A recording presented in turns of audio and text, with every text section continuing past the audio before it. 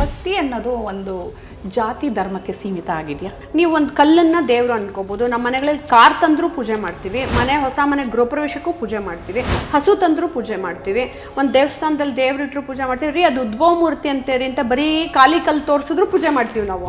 ಭಕ್ತಿಗೂ ಆಚರಣೆಗೂ ಏನು ವ್ಯತ್ಯಾಸ? Spirituality is different from rituality. ಭಕ್ತಿಗೆ ಮೈಲ್ಗೆ ನಾಚಿಕೆ ಅಡ್ಡ ಆಚರಣೆ ಆ ಥರದ್ದು ಏನೂ ಇರಲ್ಲ. ಈ ರೀತಿಯ ದೊಡ್ಡ ವಿಗ್ರಹಗಳನ್ನ ಮನೆಯಲ್ಲಿ ಯಾರು ಇಡೋದಿಲ್ಲ, ಹೆದರ್ಕೊಳ್ತಾರೆ. ಮನೇಲಿ ಇಟ್ಕೊಳ್ಳಲ್ಲ ಅಂತ ಹೇಳಿದ್ರೆ ನಾನು ಈ ಮನೇನ ನನ್ನ ಮನೆ ಅಂತ ಕನ್ಸಿಡರ್ ಮಾಡಲ್ಲ, ಅವ್ರ ಮನೇಲಿ ನಾನಿದ್ದೀನಿ ಅಂತ ಕನ್ಸಿಡರ್ ಮಾಡ್ಕೊಳ್ತೀನಿ. ಸೊ ಅವ್ರು ಎಲ್ಲಿ ಇರಬೇಕು ಅಂತ ಚೂಸ್ ಮಾಡ್ತಾರೋ ಅವ್ರು ಅಲ್ಲಿಗೆ ಬರ್ತಾರೆ. ಜನಗಳೇನು ಗೊತ್ತಾ, ಯಾರಿಗೆ ಪೂಜೆ ಮಾಡಕ್ ಆಗಲ್ವೋ ಅವ್ರಿಗೆ ಬೇಕಾದಂಗೆ ಎಸ್ಕೇಪಿಸಮ್ ಅಲ್ಲಿ ಏನೇನು ಬೇಕಾದ್ರೂ ರೀಸನ್ಸ್ ಕೊಟ್ಕೊಳ್ತಾರೆ. ಕೆಲವ್ರ ಮನೇಲಿ ಅಪ್ಪಂದ್ರು ಪೂಜೆ ಮಾಡ್ತಿದ್ರಂತೂ ಇನ್ನೂ ಓವರ್ ಸ್ಟ್ರಿಕ್ಟ್. ನೀನು ಅದು ಮುಟ್ಬೇಡ, ನೀನು ಇದು ಮುಟ್ಬೇಡ, ಇದು ಮುಟ್ಬೇಡ ಅಂತಾರೆ. ಆಮೇಲೆ ಅವಳು ಒಂದಿನ ಯಾರು ಲವ್ ಮಾಡ್ಕೊಂಡು ಮದುವೆ ಮಾಡ್ಕೊಂಡೋದ್ರೆ ಅವಾಗ ನೋಡಿದ್ಯಾ ಇಷ್ಟು ಪ್ರೀತಿಯಿಂದ ನೀನು ನೋಡ್ಕೊಂಡೆ ಹೊರಟೋದೆ ಅಂತ ಕಣ್ಣೀರ್ ಹಾಕೋತಾರೆ. ಫಸ್ಟ್ ನೀವು ದೇವರ ಜೊತೆ ಎಮೋಷನಲ್ ಬಾಂಡೇಜ್ ಬೆಳೆಸದಿದ್ರೆ ದೇವ್ರಿಗೆ ಬೆಲೆ ಕೊಡದೇ ಇರೋ ಮಕ್ಕಳು ನಿಮಗೂ ಕೊಡುವುದಿಲ್ಲ. ಇದನ್ನ ಅರ್ಥ ಮಾಡ್ಕೊಂಬಿಡಿ. ದೇವಾನುದೇವತೆಗಳೇ ಹಾಕೋತಿದ್ರು.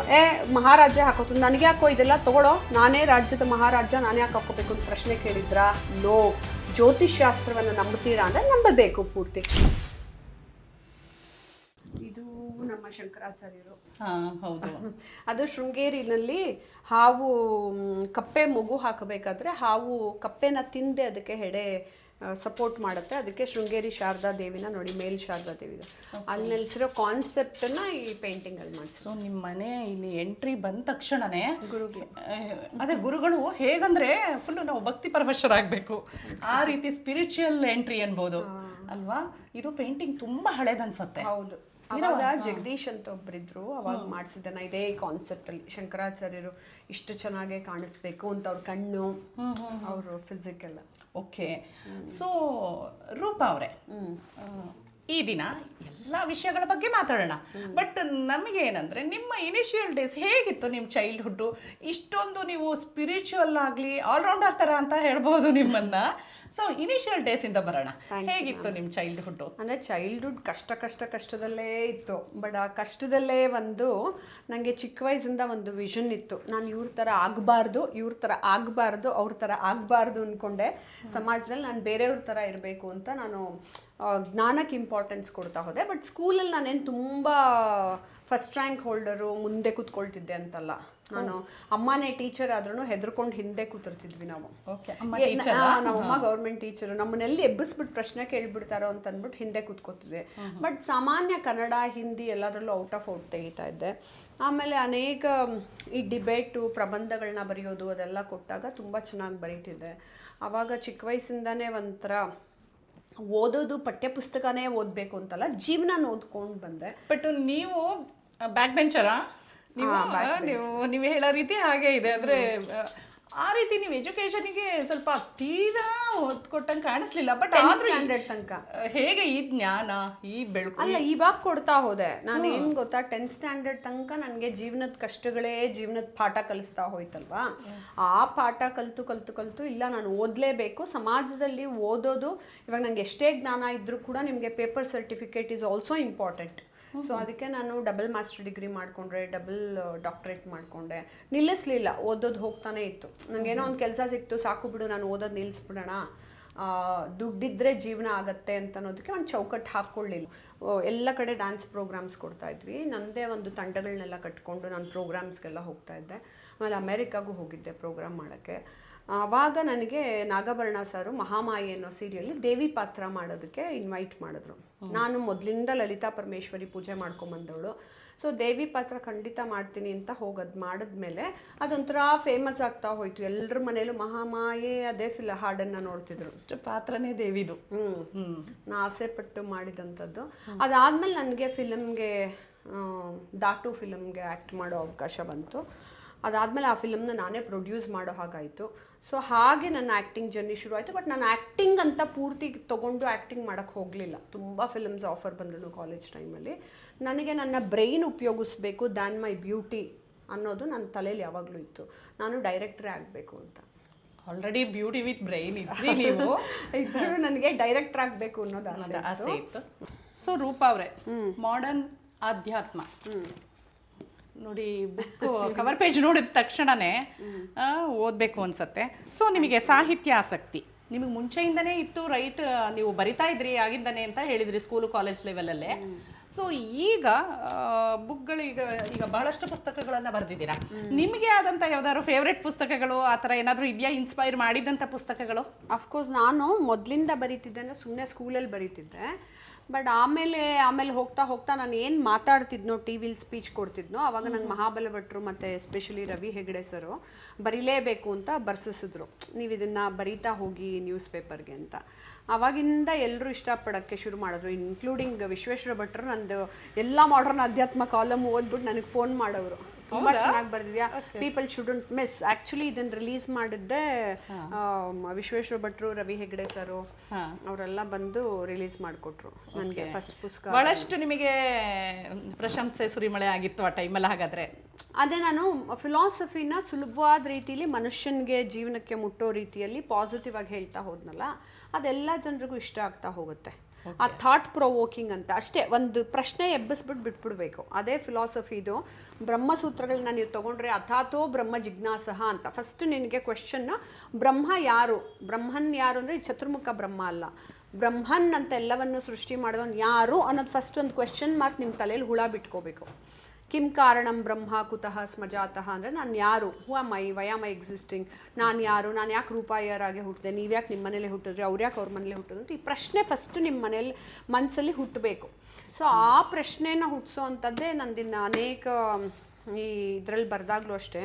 ಉಪೇಂದ್ರ ಸರ್ ಅದೇ ಹೇಳೋರು, ಏನು ಎಲ್ಲದಕ್ಕೂ ಪ್ರಶ್ನೆ ಕೇಳ್ಬಿಟ್ಟು ಸುಮ್ಮನೆ ಬಿಟ್ಬಿಡ್ತೀರಾ ಸರ್? ಹೌದು, ಅವರೇ ಹುಡುಕೊಳ್ಳಿ ಅಂತ ಇದ್ರ ಹಿಂದೆ ಅವರೇ ಬರ್ತಿದಾರಲ್ಲ ಉಪೇಂದ್ರ ಸರ್, ಇದಕ್ಕೆ ಕೊಟ್ಟಿದ್ದಾರ. ಓಕೆ, ನಂದು ಒಂದು ಪ್ರಶ್ನೆ ಏನಂದರೆ, ಕತೆ ಬರೆಯೋದು ಈಸಿ ಅಂತ ಅಲ್ಲ, ಕತೆ ಕಾದಂಬರಿ ಅಂಥದ್ದೆಲ್ಲ ಬರೀತಾರೆ. ನೀವು ಈ ಸ್ಪಿರಿಚುವಲ್ ಆಗಿ ಈ ಜ್ಞಾನ ಈ ರೀತಿ ಬರವಣಿಗೆ ಅಟ್ರಾಕ್ಟ್ ಮಾಡೋದು ಬಹಳ ಕಷ್ಟ. ಇಲ್ಲ, ಅದು ಅಥೆಂಟಿಕ್ ನೀವೇ ಚೂಸ್ ಮಾಡ್ಕೊಂಡಿದ್ದ ಅಥವಾ ನೀವು ಅದರಲ್ಲೇ? ನನ್ನನ್ನ ದೇವ್ರು ಚೂಸ್ ಮಾಡ್ಕೊಂಡಿದ್ದು ಹಾಗಂತೀರಾ? ಏನಾಗ ಗೊತ್ತಾ, ನೀವು ಹೇಳಿದ್ ನಿಜ. ಫಿಕ್ಷನಲ್ ಕತೆ ಬರೆಯೋದು ತುಂಬಾ ಸುಲಭ. ತಂಗಾಳಿ ಬೀಸ್ತಾ ಇತ್ತು, ಮರಗಳಿತ್ತು, ಅಲ್ಲಿ ತೆಂಗಿನ ಮರನಾದ್ರೂ ಬರಿಬೋದು, ಮಾವಿನ ಮರನಾದ್ರೂ ಬರಿಬೋದು. ಬಟ್ ಈ ಥರ ಫಿಲಾಸಾಫಿಕಲ್ ತಗೊಂಡಾಗ ನನಗಿಷ್ಟ ಬಂತು ಅಂತ ನಾನು ತಾತ್ಪರ್ಯ ಬರೆಯೋಕ್ಕಾಗಲ್ಲ. ಅದನ್ನ ನಾವು ಅಪೌರುಷೇಯ ಗ್ರಂಥಗಳು ಅಂತ ಕರಿತೀವಿ, ವೇದ, ಉಪನಿಷತ್ತು, ಭಗವದ್ಗೀತೆ, ಬ್ರಹ್ಮಸೂತ್ರಗಳು. ಸೊ ಅದು ಹೇಗೆ ಸೈಂಟಿಫಿಕಲಿ, ಅದಕ್ಕೆ ನಾನು ಅಧ್ಯಾತ್ಮ ಮತ್ತು ವಿಜ್ಞಾನ ಬರೆದು ಸೈಂಟಿಫಿಕಲಿ ಕೂಡ ಕೋಆರ್ಡಿನೇಟ್ ಆಗಬೇಕು. ಮತ್ತೆ ಇಲ್ಲ, ಅದರಲ್ಲಿ ಎಕ್ಸ್ಪರ್ಟ್ ಆಗಿರ್ಬೇಕು, ತಿಳ್ಕೊಂಡಿರ್ಬೇಕು, ಆ ಮಟ್ಟಿಗೆ ಜ್ಞಾನ ಅನ್ನೋದು ನಿಮ್ಮನ್ನ ಆವರಿಸ್ಕೊಂಡಿರ್ಬೇಕಷ್ಟೇ. ಇಲ್ಲ, ಅದು ಒಂದೊಂದೇ ದೇವರು ಥಾಟ್ಸ್ ಕೊಡ್ತಾ ಹೋದ್ರು, ಅದನ್ನ ಸುಲಭವಾಗಿ ಜನರಿಗೆ ಅರ್ಥೈಸೋಕ್ಕೆ. ಬಿಕಾಸ್ ಜನ ಏನು ಅನ್ಕೊಂಡ್ಬಿಡ್ತಾರೆ ಗೊತ್ತಾ, ವೇದಗಳು ಅಂದರೆ ತುಂಬ ಕಾಂಪ್ಲಿಕೇಟೆಡ್, ಸಹಸ್ರ ಶೀರ್ಷ ಪುರುಷಾಹ ಸಹಸ್ರಾಕ್ಷ ಸಹಸ್ರಪದ, ಹಿಂಗೇ ಮಂತ್ರ ಹೇಳೇ ದೇವ್ರನ್ನ ಅಟ್ರಾಕ್ಟ್ ಮಾಡ್ಕೋಬೇಕಂತಾರೆ. ಇಲ್ಲ, ನಿನ್ನ ಜೀವನದ ಕರ್ಮ ಮಾರ್ಗದಲ್ಲೂ ಕೂಡ ನೀನು ಹೇಗೆ ಸತ್ಕರ್ಮಗಳನ್ನು ಮಾಡಿ, ನಿಷ್ಕಾಮ ಕರ್ಮಗಳನ್ನು ಮಾಡಿ ನೀನು ಹೇಗೆ ದೇವ್ರಿಗೆ ಹತ್ತಿರವಾಗಿ ಹೋಗ್ಬೋದು, ಮತ್ತು ಹೇಗೆ ಸಾಮಾನ್ಯ ಭಾಷೆಯಲ್ಲಿ ಕೂಡ ದೇವ್ರನ್ನ ನೀನು ಪೂಜಿಸಬಹುದು, ಪ್ರೀತಿಸಬಹುದು. ನಾನು ದೇವ್ರನ್ನ ಪೂಜೆ ಮಾಡೋದೆಲ್ಲ ಪ್ರೀತಿಯಿಂದ ಮಾಡ್ತೀನಿ ಹೊರತು ಭಯದಿಂದ ಮಾಡಲ್ಲ. ಸೊ ಗಾಡ್ ಫಿಯರಿಂಗ್ ಆಗಿರು ಕೂಡ್ದು, you should love them. So that is your inner energy and external energy. ಅದು ಭಯ ಇದ್ದಾಗ ದೇವರು ಏನು ಒಲಿಯಲ್ವಾ ಅಂತನಾ? ಹಂಗಂತಲ್ಲ, ನೀವೊಂದು ಭಯದಲ್ಲೇ ಬದುಕ್ತಿರ್ತೀರ, ಪ್ರೀತಿಯಿಂದ ಶರಣಾಗತಿ ತೊಗೊಂಡು ಮಾಡಲ್ಲ. ಈಗ ರೂಮಲ್ಲಿ ದೇವ್ರ ಫೋಟೋ ಇಟ್ಕೊಬಿಡ್ರಿ, ಭಯ ಆಗುತ್ತೆ, ಅವ್ರು ನೋಡ್ಬಾ, ಇಲ್ಲಿ ನೀನು ಇಟ್ಕೊಳ್ದಿದ್ರು ದೇವ್ರು ನಿಮ್ಮನ್ನು ನೋಡ್ತಿರಲ್ವಾ, 24 hours ಎಲ್ಲ ಕಡೆ ಅವನಿದ್ದಾನೆ ಅಂದಾಗ. ನೀವು ಫೋಟೋ ಇಟ್ಕೊಳ್ದಿದ್ರು ದೇವ್ರು ನಿಮ್ಮನ್ನು ನೋಡ್ತಿರ್ತಾರೆ. ನೀವು ಕದ್ದು ಮುಚ್ಚಿ 4 ಗೋಡೆ ಮಧ್ಯೆ ಏನೋ ಮಾಡಿದ್ರು ದೇವ್ರು ನೋಡ್ತಿರ್ತಾರೆ. ಹೌದು. ಸೊ ಅದನ್ನು ಹಿಂಗಿರ್ಬಾರ್ದು ಹಂಗಿರ್ಬಾರ್ದು ಕಟ್ಟುಪಾಡುಗಳನ್ನು ಮನುಷ್ಯ ಹಾಕ್ಕೊಂಡಿರೋದು. ಎಲ್ಲ ಸಮಯದಲ್ಲೂ ದೇವರಿದ್ದಾನೆ ಅನ್ನೋ ಕಾನ್ಷಿಯಸ್ನೆಸ್, ಪ್ರಜ್ಞಾನಂ ಬ್ರಹ್ಮ, ಮಹಾವಾಕ್ಯಗಳಲ್ಲಿ ಅದನ್ನೇ ಹೇಳ್ತೀವಿ. ಅಹಂ ಆತ್ಮ ಬ್ರಹ್ಮ ತತ್ವಮಸಿ, ಪ್ರಜ್ಞಾನಂ ಬ್ರಹ್ಮ, ಅಹಂ ಬ್ರಹ್ಮಾಸ್ಮಿ, ಈ ಮಹಾವಾಕ್ಯಗಳು ಉಪನಿಷತ್ತುಗಳಿಂದ ಬಂದಿರೋದು. ಸೊ ಅದರಲ್ಲಿ ಪ್ರಜ್ಞಾನಂ ಬ್ರಹ್ಮ ನೀವು ಇಟ್ಕೊಂಡ್ಬಿಟ್ರೆ ಎಷ್ಟು ಚೆನ್ನಾಗಿ ನೀವು ಎಲ್ಲಿ ಹೋದ್ರೂ ಕಾನ್ಷಿಯಸ್ನೆಸ್ಸಲ್ಲಿ ನಾನು ಅನ್ನೋದು ನನ್ನ ಬಾಡಿ ಅಲ್ಲ, ನನ್ನ ಜೀವಾತ್ಮವನ್ನು ನಾನು ಅನ್ನೋದು ಹಿಂಗೆ ವಾಕ್ ಮಾಡ್ಕೊಂಡು ಹೋಗ್ತಾ ಇದೆ ಅಂದರೆ ಅದು ಕಾನ್ಷಿಯಸ್ ಆಗಿರಬೇಕು. ಲೆಥಾರ್ಜಿಕ್ಕಾಗಿ ಅವ್ರು ಯಾರೋ ಹೋದ್ರು ನಂಗೆ ಗೊತ್ತಾಗಲಿಲ್ಲ, ಅವ್ರಿಗೆ ಯಾರಿಗೋ ಏನೋ ಆಯಿತು ನಂಗೆ ಗೊತ್ತಾಗಲಿಲ್ಲ. ನಾವು ಎಷ್ಟೋ ಜನರ ಮನೇಲಿ ಅಪ್ಪ ಅಮ್ಮಂಗೆ ತೊಂದರೆ ಆಗ್ತಿದ್ರು ಮಕ್ಳಿಗೆ ಗೊತ್ತಾಗಿರಲ್ಲ. ಯಾಕಂದ್ರೆ ಅಷ್ಟು ಮೈ ಮರೆತು ಬಿಹೇವ್ ಮಾಡ್ತಾರೆ. ಓಕೆ, ಇಲ್ಲಿ ಇನ್ನೊಂದು ಪ್ರಶ್ನೆ, ಮಂತ್ರದಿಂದ ದೇವರನ್ನ ಹೋಲಿಸ್ಕೊಳಕ್ಕಾಗಲ್ವಾ? ಹಾಗಾದ್ರೆ ನೀವು ಹೇಳಿದ ಪ್ರಕಾರ ಹೋಲಿಸ್ಕೋಬಹುದು, ಅದು ಭಕ್ತಿ ಮಾರ್ಗ. ಅದಕ್ಕೆ ಹೋಗೋಣ ನೆಕ್ಸ್ಟ್ ಸ್ಟೆಪ್. ಇವಾಗ ಫಸ್ಟ್ ಜ್ಞಾನ ಮಾರ್ಗ, ಜ್ಞಾನ ಯೋಗದಲ್ಲಿದ್ದೀವಿ. ನೀವು ವೆರಿ ನೈಸ್, ಎಲ್ಲ ಭಗವದ್ಗೀತೆ ಎಪಿಸೋಡ್ಗಳೇ ಕೇಳ್ತಾ ಇದ್ದೀರಾ. ಸೊ ಕೃಷ್ಣ ಹೇಳ್ದಂಗೆ ಒಂದೊಂದೊಂದೊಂದು ಎಲ್ಲವೂ ಮುಖ್ಯ. ನೀನು ಒಂದು ಬಿಟ್ಬಿಟ್ರೂ ನಾವು ಎಲ್ಲೋ ಒಂದು ಚೈನ್ ಲಿಂಕನ್ನು ಬಿಡಿಸ್ಕೊಂಡ್ಬಿಟ್ಟಂಗಾಗುತ್ತೆ. ಸೊ ಒಂದೇ ಜನ್ಮದಲ್ಲಿ ಪ್ಯಾರಲಲಿ ಎಲ್ಲ ಮಾಡಬಹುದು. ಹೇಗೆ ನಮಗೆ ಪ್ಯಾರಲಲಿ ಪಂಚೇಂದ್ರಿಯಗಳನ್ನು ಕೊಟ್ಟಿದ್ದಾನೆ, ಕಣ್ಣು ನೋಡುತ್ತೆ, ಕಿವಿ ಕೇಳುತ್ತೆ, ಬಾಯಿ ಮಾತಾಡುತ್ತೆ, ಪ್ಯಾರಲಲಿ ನನ್ನ ಕೈ ನೋಡಿ ಹಿಂಗೆ ಬಿಹೇವ್ ಮಾಡ್ತಿದೆ. ಸೊ ನಾವೆಲ್ಲ ಮಲ್ಟಿ ಟಾಸ್ಕ್ ಮಾಡಲಿ ಅಂತಲೇ ಪ್ರಿಪೇರ್ ಆಗಿರೋ ಬಾಡಿ ನಮ್ಮದು. ಹೌದಾ? ನಾನು ಒಂದೇ ಮಾಡ್ತೀನಿ ಅಂತ ಫೋನಲ್ಲಿ ಹಿಂಗೆ ಅಂತ ಇದ್ದರೆ ಅದಕ್ಕಲ್ಲ. ಮನುಷ್ಯನ ಸೃಷ್ಟಿ ಮಾಡಿರೋದೇ ಪರಮಾತ್ಮ. ಉಪನಿಷತ್ತುಗಳಲ್ಲಿ ಎಷ್ಟು ಚೆನ್ನಾಗಿ ನಮ್ಮ ಪಂಚೇಂದ್ರಿಯಗಳು ಅದ್ರ ಕೆಲಸ ಅದು ಮಾಡ್ಕೋತಾ ಇದೆ. ನೀನು ಅಟ್ಲೀಸ್ಟ್ ನೀನು ಯೋಚನೆ ಮಾಡಿ ನೀನು ಮುಂದಿನ ಕೆಲಸ ಮಾಡು ಅಂತ ಹೇಳ್ತಾರೆ. ಓಕೆ ಓಕೆ ಓಕೆ, ಇದಿಷ್ಟು ಹೇಳಿದ್ರಿ. ಈಗ ನೀವಿಷ್ಟು ಪುಸ್ತಕಗಳನ್ನು ಬರೆದಿದ್ದೀರಾ, ನಿಮಗೆ ಯಾವುದಾದ್ರೂ ಇಷ್ಟವಾದ ಪುಸ್ತಕಗಳಿದೆಯಾ? ರೈಟರ್ಸ್ ಇದ್ದಾರಾ? ಖಂಡಿತ ಮ್ಯಾಮ್. ನನಗೆ ಕೃಷ್ಣನಿಂದ ಹಿಡಿದು ಎಲ್ಲರೂ ಇಷ್ಟ. ದಾರಾ Bendre sir one of my role models. Nalvadi Krishnaraja ಒಡೆಯರು ನನಗೆ ತುಂಬ ಇಷ್ಟ. ಮತ್ತು ಮಹಾರಾಜರ ಸಂತತಿಯಿಂದ ಬರೆದಿರುವಂಥ ಅನೇಕ ಕೃತಿಗಳನ್ನ ನಾನು ಇಷ್ಟಪಡ್ತೀನಿ. ಶಂಕರಾಚಾರ್ಯರು, ಮಧ್ವಾಚಾರ್ಯರು, ರಾಮಾನುಜಾಚಾರ್ಯರದ್ದು ಎಲ್ಲ ಕೃತಿಗಳು ನನಗಿಷ್ಟ. ಅವರ ಭಾಷ್ಯಗಳಿಷ್ಟ. ಮತ್ತು ಅವ್ರ ಭಗವದ್ಗೀತೆಗೆ ಬರೆದಿರೋಂಥ ತಾತ್ಪರ್ಯಗಳಿಷ್ಟ. ಮೇಯ್ನಾಗಿ ನಾನು ಏನು ಮಾಡ್ಕೊಂಡೆ ಗೊತ್ತಾ, ಎಲ್ಲರದ್ದು ಓದೋಕ್ಕೆ ಹೋಗಲ್ಲ. ಫಸ್ಟು ಮೂಲ ಗುರುಗಳದ್ದು ಓದ್ತಾ ಹೋಗ್ತೀನಿ. ಬಿಕಾಸ್ ಏನಾಯ್ತು, ಒಂದು ಜನ್ಮದಲ್ಲಿ ಎಲ್ಲ ಓದೋಕ್ಕೆ ಸಾಧ್ಯ ಇಲ್ಲ, ಇಂಪಾಸಿಬಲ್. ಆಮೇಲೆ ಏನಾಗ್ಬಿಡುತ್ತೆ, ಎಲ್ಲ ಓದ್ತಿದ್ದಾಗಲೂ we get into confusion. ಇವ್ರದ್ದು ನಂಬಲ ಅಂತ. ಅದಕ್ಕೆ ನಾವು ಅಪೌರುಷೇಯ ಗ್ರಂಥದ ತಳಹದಿಯನ್ನು ಮೊದಲು ಓದ್ಕೊಂಡ್ಬಿಡ್ಬೇಕು. ಆಮೇಲೆ ಜೀವನ ಶುರು ಮಾಡಿಬಿಡ್ಬೇಕು. ಆಮೇಲೆ ಮಿಕ್ಕಿದ್ದು ನೀವು ಕಲೆಕ್ಟಿವ್ ಇನ್ಫಾರ್ಮೇಷನ್ ಥರ ತೊಗೊಂಡು ಹೋಗಬೇಕು. ನೀವು ಕೆಲವ್ರು ನೋಡಿ ಓದೋದಕ್ಕೆ ಕೂತ್ರೆ ಅಲ್ಲೇ ಸಿಕ್ಕಾಕೊಂಡ್ಬಿಡ್ತಾರೆ. ಕರ್ಮ ಮಾರ್ಗಕ್ಕೆ ಹೋಗಿರೋದೇ ಇಲ್ಲ. ಕರ್ಮ ಮಾರ್ಗನೂ ಇಂಪಾರ್ಟೆಂಟ್. ನಿಮಗೆ ಯಾರು ದುಡ್ಡು ತಂದು ಕೊಡಲ್ಲ. ನಿಮ್ಮ ಜೀವನಕ್ಕೆ ನೀವೇ ದುಡ್ಕೋಬೇಕು. ಬರೀ ನಾವು ಓದ್ತಿದ್ದೀನಿ, ನಾನು ಪಂಡಿತನ ಥರ ಮನೇಲೇ ಕೂತಿರ್ತೀನಿ ಅಂದರೆ ಇಟ್ ವಾಂಟ್ ವರ್ಕ್. ಹೌದು. ಆಮೇಲೆ ಜವಾಬ್ದಾರಿಗಳಿಂದ ಎಸ್ಕೇಪ್ ಆಗಿಬಿಡ್ತೀವಿ ನಾವು. ಸೊ ಒಬ್ಬ ಮನುಷ್ಯ ಹುಟ್ಟಿದ ಮೇಲೆ ಅವ್ನು ಹೆಂಡತಿ ಆಗಿರ್ತಾನೋ, ತಂಗಿ, ಅಣ್ಣ, ತಮ್ಮ, ಎಲ್ರಿಗೂ ಮಲ್ಟಿಪಲ್ ರೋಲ್ಸ್ ಇರುತ್ತೆ ನಿಭಾಯಿಸೋಕ್ಕೆ. ಓಕೆ, ಈಗ ನೀವು ಲೇಖಕರು ಅಂದರೆ ಲೇಖಕಿ ಆಗ್ಬೋದು, ಲೇಖಕರಾಗ್ಬೋದು, ನೀವು ಹೇಳ್ದಂಗೆ ಮಲ್ಟಿ ಟಾಸ್ಕಿಂಗ್ ಇದ್ರೆ ಒಳ್ಳೇದು ಅಂತೀರಾ? Yes, exactly ma'am. ನಮ್ಮದೇ ನೋಡಿ, ಇವಾಗ ಮೈಂಡ್ ಥಾಟ್ ಪ್ರಾಸೆಸ್ ಇದ್ರೂ ಕೈ ಬರ್ಕೋತಾ ಇರುತ್ತೆ. ಆ ಮಲ್ಟಿ ಟಾಸ್ಕ್ ಇದ್ದಾಗಲೇ ನಾವು ಜೀವನದಲ್ಲಿ ಬೇಗ ರನ್ನಿಂಗ್ ರೇಸಲ್ಲಿ ಹೋಗಿ ಮುಟ್ಟೋದು. ಓಕೆ, ಏನು ಹೇಳ್ತೀರಾ ಈ ಪುಸ್ತಕ ಪ್ರೇಮಿಗಳಿಗೆ? ಹೇಗೆ ಎಸ್ಪೆಷಲಿ ನಾನು ಹೇಳಿದ್ನಲ್ಲ, ಈಗ ಕತೆ ಆಗ್ಬೋದು, ಕವನ ಆಗ್ಬೋದು, ಕಾದಂಬರಿಗಳಾಗ್ಬೋದು, ಅದೇ ಬೇರೆ ದಾರಿ. ಈ ಸ್ಪಿರಿಚುವಲ್ ಬುಕ್ಸ್ ಓದೋದಿದೆಯಲ್ಲ, ಅದನ್ನ ಓದೋ ಅಂಥವ್ರಿಗೆ ನೀವು ಏನು ಹೇಳ್ತೀರಾ? ಅಥವಾ ಹೇಗೆ ಅವ್ರನ್ನ ಅಟ್ರಾಕ್ಟ್ ಮಾಡಬೇಕು? ಅಟ್ರಾಕ್ಷನ್ನೇ ಫಸ್ಟ್ ಭಗವದ್ಗೀತೆ. ಆಮೇಲೆ the easiest way of reading Bhagavad Gita. ನೀವು ಇನಿಷಿಯಲಿ ಮೊದಲಿಂದ ಬೋರ್ ಆಗುತ್ತೆ ಅಂದರೆ ರ್ಯಾಂಡಮ್ ಆಗಿ ಹಿಂಗೊಂದು ತೊಗೊಳ್ಳಿ, ಒಂದನ್ನು ಓದಿ. ಅದರಲ್ಲೇ ಎಷ್ಟೋ ಮೀನಿಂಗ್ ಇರುತ್ತೆ. ಆ್ಯಕ್ಚುಲಿ ನಿಮಗೆ ಲೈಫ್ ರಿಲೇಟೆಡೇ ಅಲ್ಲಿ ಏನೋ ಒಂದು ಸಿಕ್ಬಿಟ್ಟಿರುತ್ತೆ. ತಿರುಗಿ ಇನ್ನೊಂದು ದಿನ ರ್ಯಾಂಡಮ್ ಆಗಿ ಒಂದು ತೊಗೊಳ್ಳಿ, ಅದನ್ನು ಓದಿ. ನಿಮ್ಗೆ ಎಷ್ಟು ಇಂಟ್ರೆಸ್ಟಿಂಗ್ ಆಗಿ ಅಟ್ರಾಕ್ಷನ್ ಮಾಡ್ತಾ ಹೋಗುತ್ತೆ, ಅಟ್ರಾಕ್ಟ್ ಮಾಡುತ್ತೆ ಅಂದರೆ ನಿಮ್ಮನ್ನು ಕನ್ಸ್ಯೂಮ್ ಮಾಡ್ಕೊಳ್ಳುತ್ತೆ. ಭಗವದ್ಗೀತೆ ನಾನು ಎಲ್ರಿಗೂ ಅದು ಹೇಳ್ತೀನಿ, ರಾತ್ರಿ ಮಲ್ಗಕ್ಕೆ ಮುಂಚೆ ಒಂದಷ್ಟು ಶ್ಲೋಕಗಳು ಓದ್ಕೊಂಡು ಮಲ್ಕೊಳ್ಳಿ. ಸೊ ಅದು ನಿಮಗೆ ಬ್ರೈನ್ಗೆ ಹೋಗುತ್ತೆ. ನಾಳೆ ನಿಮಗೆ ಕೆಲಸ ಮಾಡೋಕ್ಕೆ ಈಸಿ ಆಗುತ್ತೆ, ಥಾಟ್ ಪ್ರೊಸೆಸ್ಸು. ಈ ವಿಷಯದಲ್ಲಿ ನಾನು ಪ್ರೌಡ್ ಫೀಲ್ ಮಾಡ್ತೀನಿ. ಯಾಕಂದರೆ ನನ್ನ ಮಗನಿಗೆ ನಾನು ಒಂದು ಸರಿ ಭಗವದ್ಗೀತೆನೇ ಗಿಫ್ಟ್ ಕೊಟ್ಟಿದ್ದೆ. ಅವನಿಗೆ ಅರ್ಥ ಆಗ್ತಿರ್ಲಿಲ್ಲ. ಆ್ಯಕ್ಚುಲಿ ಮಕ್ಕಳಿಗೆ ಅರ್ಥ ಆಗೋದು ಕಷ್ಟನೇ ಅಲ್ವಾ, ಸ್ವಲ್ಪ ಸಂಸ್ಕೃತ ವರ್ಡ್ಗಳಾಗ್ಬೋದು ಅದೆಲ್ಲ. ಆದ್ರೂ ನಮಗೂ ಇರುತ್ತಲ್ಲ ಮ್ಯಾಮ್, ಇಂಗ್ಲೀಷಲ್ಲೂ ಇದೆ, ಕನ್ನಡದಲ್ಲಿ ಆ ಥರದ್ದು ಚೂಸ್ ಮಾಡಿ ಅದನ್ನು ಓದ್ಕೊಳ್ಳಿ. ಶ್ಲೋಕ ಏನು ಓದಿದ್ರು ಪರವಾಗಿಲ್ಲ. ಹಿಂಗೆ ಪೇಜ್ ತೆಗೆದ ತಕ್ಷಣ ಏನೇ ಕಂಟೆಂಟ್ ಓದಿದ್ರು ಭಗವದ್ಗೀತೆಯಲ್ಲಿ ಅದು ನಿಮ್ಮ ಜೀವನಕ್ಕೆ ಪಾಠನೇ. ಸಿಂಪ್ಲಿಫೈ ಮಾಡ್ಕೊಳ್ಳೋದು. ಹೌದು. ಅವಾಗ ನೀವು ಫಿಲಾಸಫಿ ಓದಬೇಕು ಅಂದಾಗ ಮೊದಲು ಈಸಿಯೆಸ್ಟ್ ಬುಕ್ ಅಂದರೆ ಭಗವದ್ಗೀತೆ. ಯಾಕೆ ಅಂದರೆ ಅಗೇನ್ ಇದೇ ಥರ ಕ್ವೆಶ್ಚನ್ ಆನ್ಸರ್ ಸೆಷನ್ನು, ಕೃಷ್ಣ ಮತ್ತು ಅರ್ಜುನಂಗೆ ನಡೆಯೋ ಕ್ವೆಶ್ಚನ್ ಆನ್ಸರ್ ಸೆಷನ್ನು. ಸೊ ನೀವೆಲ್ಲೂ ಕಳೆದೋಗಲ್ಲ. ನಿಮ್ಮ ಮೈಂಡಲ್ಲಿ ಏನು ಪ್ರಶ್ನೆ ಇದೆಯೋ ಅದು ಅರ್ಜುನ ಕೇಳಿರ್ತಾರೆ, ಅಲ್ಲಿ ಉತ್ತರ ಸಿಕ್ಕಿರುತ್ತೆ, ಅಲ್ಲಿ ಉತ್ತರನೂ ಸಿಕ್ಬಿಡುತ್ತೆ. ಹೌದು. ಸೊ ನೀವೇನು ಹೇಳ್ತೀರಾ, ಎಲ್ಲರ ಮನೇಲೂ ಒಂದೊಂದು ಭಗವದ್ಗೀತೆ ಇರಬೇಕು ಅಂತ ಅಲ್ವಾ? ಇಲ್ಲೇ ಹೋದ್ರೆ ನಾನು ಏನಕ್ಕಿದ್ದಾರೆ ಸಂಸಾರ ನಡೆಸ್ತಿದ್ದಾರೆ ಅನ್ನೋದೇ ವೇಸ್ಟ್. ಎಲ್ಲರ ಮನೇಲೂ ಇಟ್ಕೊಳ್ಳೇಬೇಕು. ಮತ್ತು ಅದು ಮ್ಯಾಂಡೇಟರಿ. ಮಕ್ಕಳಿಗೂ ಅಷ್ಟೇ ಅವೇರ್ನೆಸ್ ಕ್ರಿಯೇಟ್. ಆಮೇಲೆ ಓದೋದಷ್ಟೇ ಅಲ್ಲ, ನಾನು ಹೇಳಿದ್ನಲ್ಲ, ಚಿಕ್ಕ ವಯಸ್ಸಿಂದನೇ ಓದಿಸಿದಾಗ ಅಳವಡಿಸ್ಬೇಕು, ಅದನ್ನ ಆಚರಿಸ್ಬೇಕು. ಇಲ್ಲ ಅಂದರೆ ಸುಮ್ಮನೆ ಓದೋದು ವೇಸ್ಟು, ಸುಮ್ಮನೆ ಹಿಂಗಿಟ್ಟು. ಆಮೇಲೆ ಇಲ್ಲಿ ಇಷ್ಟೇ ಬುಕ್ ಇಟ್ಟಿದ್ದೀನಿ, ಆ ಕಡೆ ಪೂರ್ತಿ ಹೋಲ್ ರೂಮ್ ನನ್ನ ಲೈಬ್ರರಿ ಥರ ಎಲ್ಲ ಬುಕ್ಸು ಅಲ್ಲೇ ಹಾಕ್ಬಿಟ್ಟಿದ್ದೀನಿ. ಇದು ಸುಮ್ಮನೆ ಇಲ್ಲಿ ತಂದಿಟ್ಕೊಂಡ್ರು. ಈಗೆಲ್ಲ ಯಾವ ಥರ ಅಂದರೆ ಟೆಕ್ನಾಲಜಿ ತುಂಬ ಮುಂದುವರೆದ್ಬಿಟ್ಟಿದೆ. ಬುಕ್ಸ್ಗಳನ್ನು ಜೊತೆಲಿ ಕೊಂಡೊಯ್ಯೋಕ್ಕಾಗಲ್ಲ. ಈಗ ಎಲ್ಲೋ ಒಂದು ಫ್ಲೈಟಲ್ಲಿ ಇರ್ಬೋದು, ಅಥವಾ ಯಾವುದೋ ಒಂದು ಟ್ರೈನಲ್ಲಿ ಇರ್ಬೋದು, ಅಥವಾ ಕಾರಲ್ಲಿ ಇರ್ಬೋದು, ಎಲ್ಲ ಟ್ಯಾಬ್ ತೆಗೆದುಬಿಟ್ಟು ಓದೋ ಅಂಥ ಅಭ್ಯಾಸಗಳಾಗಿದೆ. ಅದೇನು ಉತ್ತಮ ಬೆಳವಣಿಗೆನಾ ಅಥವಾ ಬುಕ್ಸೇ ಬೆಸ್ಟ್ ಅಂತೀರಾ? ಅಂದರೆ ಬಟ್ ಡಾಕ್ಟರ್ಸ್ ಏನು ಹೇಳ್ತಾರೆ, ನಿಮಗೆ ತುಂಬ ಅದು ನಿಯಾನ್ ಲೈಟ್ ಅಂದರೆ ಇದ್ರ ಲೈಟ್ ಬರ್ತಿದ್ದಾಗ ಕಣ್ಣಿಗಾಗಲಿ ಸ್ಕಿನ್ಗಾಗಲಿ ತುಂಬ ಎಫೆಕ್ಟ್ ಮಾಡುತ್ತೆ. ಈವನ್ ಬ್ರೈನ್ಗಾಗಲಿ ಸೆಲ್ಸ್ಗೆ even that cells will affect your brain ಅಂತ. ಬಟ್ ಬುಕ್ಸ್ ತುಂಬ ಸುಲಭ, ಒಂದು ಬ್ಯಾಗಲ್ಲಿ ಇಟ್ಕೊಂಡು ಹೋಗ್ಬೋದು. ನೀವೇನು 10 ಪುಸ್ತಕ ಓದ್ಬಿಡಲ್ಲ ಒಂದು ಜರ್ನಿಲಿ, ಫ್ಲೈಟಲ್ಲಾಗಲಿ ಟ್ರೈನಲ್ಲಾಗಲಿ. ಒಂದೊಂದು ಪುಸ್ತಕ ಇಟ್ಕೊಂಡು ಹೋಗಿ ಅದನ್ನ ಅನಲೈಸ್ ಮಾಡ್ಕೊಳ್ಳಿ. ಭಗವದ್ಗೀತೆನಂತೂ 100 ಸತಿ ಓದಿದ್ರು ನಿಮ್ಗೇನೋ ಹೊಸ ಕಂಟೆಂಟ್ ಸಿಗ್ತಾ ಇರುತ್ತೆ. ಮೋಟಿವೇಶನಲ್ ಒಂದು ಇನ್ಸ್ಪೈರ್ ಆಗ್ತಿರ್ತೀವಿ ಅನ್ಸತ್ತೆ.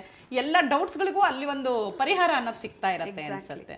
ಓಕೆ ರೂಪಾ ಅವರೇ, ನಿಮ್ ಪುಸ್ತಕ ಪ್ರೇಮದ ಬಗ್ಗೆ ಮಾತಾಡಿದ್ದಾಯ್ತು. ನೀವು ನೆಕ್ಸ್ಟ್ ನಮಗೆ ಜ್ಞಾನದ ಬಗ್ಗೆ ಹೇಳ್ತೀನಿ ಅಂತಿದ್ದೀರಾ. ಆಯ್ತು, ಭಕ್ತಿಗೆ ಹೋಗೋಣ.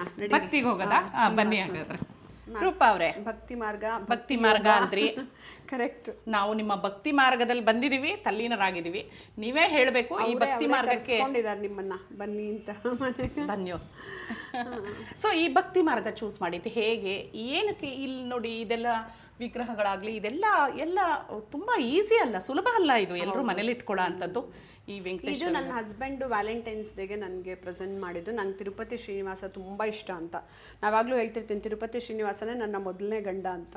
ಒಂದು ನಿಮಿಷ, ಎಲ್ಲರೂ ವ್ಯಾಲೆಂಟೈನ್ಸ್ ಡೇಗೆ ರೋಸ್ ಆಗಲಿ ಅಥವಾ ಇನ್ನೇನೋ ಗಿಫ್ಟ್ ಕೊಟ್ಟರೆ, ರೂಪಾ ಅವರ ಹಸ್ಬೆಂಡು ಗೌತಮ್ ಅವರು ಸೊ ತಿರುಪತಿ ವೆಂಕಟೇಶ್ವರನ ದೊಡ್ಡ ಮೂರ್ತಿನ ಡಿಸೈನ್ ಮಾಡಿರೋ ಅಂತ ಒಂದು ಫ್ರೇಮನ್ನೇ ಗಿಫ್ಟ್ ಮಾಡಿದ್ದಾರೆ. ಏನು ವಿಶೇಷ, ಇನ್ನೇನೇನು ವಿಶೇಷ ಇದ್ರದ್ದು? ಅಂದರೆ ಅವನಿಗೆ ಗೊತ್ತಿತ್ತು ನನಗೆ ಬೇರೆ ಏನು ಮಟೀರಿಯಲ್ ಥಿಂಗ್ಸ್ ಕೊಟ್ಟರು ನಾನು ಖುಷಿ ಪಟ್ಕೊಳ್ಳಲ್ಲ ಅಂತ. ಶ್ರೀನಿವಾಸನ್ ಕೊಟ್ಬಿಟ್ರೆ ಅಷ್ಟು ಖುಷಿ ಪಟ್ಕೊತೀನಿ ಅಂತ, ಸದಾ ನಿಂಬಳಿನೇ ಇರುತ್ತೆ ಇರಲಿ ಅಂತ ಅಂದ್ಬಿಟ್ಟು. ಇದೆರಡು ತಿರುಪತಿಯಿಂದನೇ ಬಂದಿರೋದು, ಶ್ರೀದೇವಿ ಭೂದೇವಿ.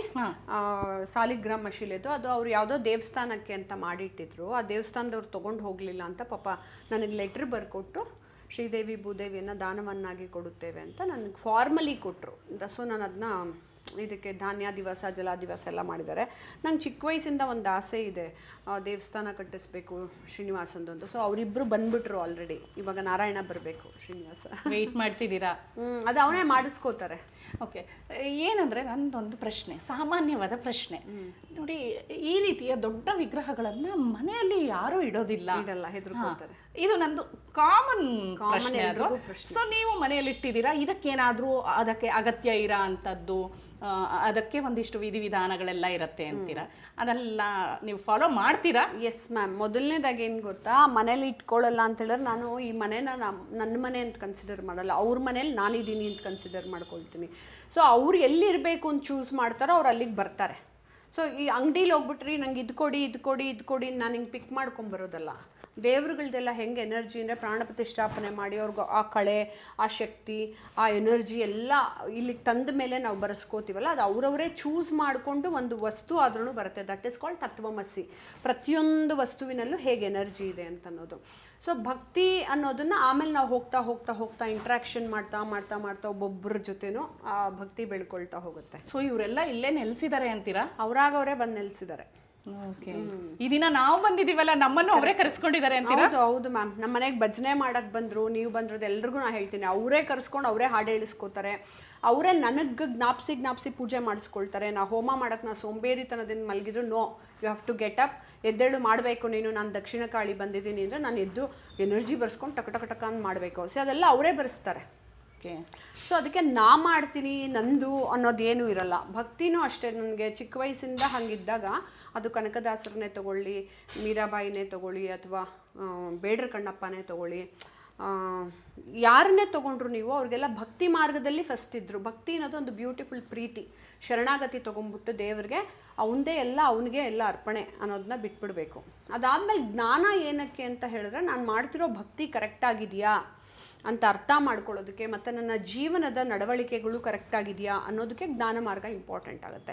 ಭಕ್ತಿ ಬೈ ಡಿಫಾಲ್ಟ್ ಎಲ್ಲ ಮನುಷ್ಯರಿಗೂ ಇರಲೇಬೇಕು. ಅದು ತಂದೆ ತಾಯಿ ಮೇಲೆ ಭಕ್ತಿ ಆಗಿರಬಹುದು, ಮನುಕುಲದ ಮೇಲೆ ಭಕ್ತಿ ಆಗಿರಬಹುದು, ಪ್ರಕೃತಿ ಮೇಲೆ ಭಕ್ತಿ ಆಗಿರ್ಬೋದು, ಗ್ರಹಗಳ ಮೇಲೆ ಭಕ್ತಿ ಆಗಿರಬಹುದು, ಪರಮಾತ್ಮನ ಮೇಲೆ ಭಕ್ತಿ ಆಗಿರ್ಬೋದು. ಎಲ್ಲ ಆದಮೇಲೆ ನನ್ನ ಜೀವಾತ್ಮಕ್ಕೆ ನಾನೇ ತೋರಿಸ್ಕೊಳ್ಳೋಂಥ ಭಕ್ತಿ. ಓಕೆ, ಒಂದೊಂದು ಸರಿ ಈ ಪ್ರಶ್ನೆ ಏನಂದರೆ, ಭಕ್ತಿ ಅನ್ನೋದು ಒಂದು ಜಾತಿ ಧರ್ಮಕ್ಕೆ ಸೀಮಿತ ಆಗಿದೆಯಾ? No ma'am, no. ಜೀವಾತ್ಮಕ್ಕೆ ಜಾತಿ ಇಲ್ಲ, ಜೀವಾತ್ಮಕ್ಕೆ ಜೆಂಡರೂ ಇಲ್ಲ, ಅಂದರೆ ಅದಕ್ಕೆ ಲಿಂಗ ಪದ್ಧತಿನೂ ಇಲ್ಲ ಜೀವಾತ್ಮಕ್ಕೆ. ಹಾಗೆ ಭಕ್ತಿಗೂ ಕೂಡ ನಂದೊಂದು ಒನ್ ಆಫ್ ದ ಆರ್ಟಿಕಲ್ಸ್ ಅದೇ ಇರೋದು, ಭಕ್ತಿಗೆ ಲಿಂಗ ಭೇದವಿಲ್ಲ, ಭಕ್ತಿಗೆ ಜಾತಿ ಭೇದವಿಲ್ಲ, ಆ ಥರ ಏನೂ ಇಲ್ಲ. ಇವನ್ ಧರ್ಮವೂ ಇಲ್ಲ ಮ್ಯಾಮ್. ಅವ್ರವ್ರ ಧರ್ಮದಲ್ಲೇ ಅವ್ರವ್ರು ಎಷ್ಟೋ ಭಕ್ತಿಲಿ ಇರ್ತಾರಲ್ಲ. ಹೌದಾ? ಇಟ್ಸ್ ಅ ಡೆಡಿಕೇಶನ್, ಶ್ರದ್ಧೆ. ನೀವು ಒಂದು ಕಲ್ಲನ್ನು ದೇವರು ಅನ್ಕೋಬೋದು. ನಮ್ಮ ಮನೆಗಳಲ್ಲಿ ಕಾರ್ ತಂದರೂ ಪೂಜೆ ಮಾಡ್ತೀವಿ, ಹೊಸ ಮನೆ ಗೃಹಪ್ರವೇಶಕ್ಕೂ ಪೂಜೆ ಮಾಡ್ತೀವಿ, ಹಸು ತಂದರೂ ಪೂಜೆ ಮಾಡ್ತೀವಿ, ಒಂದು ದೇವಸ್ಥಾನದಲ್ಲಿ ದೇವ್ರಿಟ್ರು ಪೂಜೆ ಮಾಡ್ತೀವಿ. ರೀ ಅದು ಉದ್ಭವ ಮೂರ್ತಿ ಅಂತೀರಿ ಅಂತ ಬರೀ ಖಾಲಿ ಕಲ್ಲು ತೋರಿಸಿದ್ರು ಪೂಜೆ ಮಾಡ್ತೀವಿ ನಾವು. ಹೌದು ಉದ್ಭವ ಮೂರ್ತಿ ಮಾರಮ್ಮ ನೆಲೆಸಿದ್ದಾರೆ ಅಂತಂದ್ರೂ ನಾವು ಪೂಜೆ ಮಾಡ್ತೀವಿ. ಅದು ನಮ್ಮ ಭಾವನೆ. How do we get connected with that ಅಂತ. ಭಕ್ತಿಗೂ ಆಚರಣೆಗೂ ಏನು ವ್ಯತ್ಯಾಸ? ಅದು ಸಂಪ್ರದಾಯ, ಆಚರಣೆಯನ್ನು. ಅದಕ್ಕೆ ನಾನು ಎಲ್ರಿಗೂ ಹೇಳ್ತೀನಿ, ನೀವು ತುಂಬ ರಿಚುವಲ್ಸಲ್ಲಿ ಇದ್ದೀರಾ ಅಂತ ಹೇಳ್ತಾರೆ. Spirituality is different from ರಿಚುಯಾಲಿಟಿ.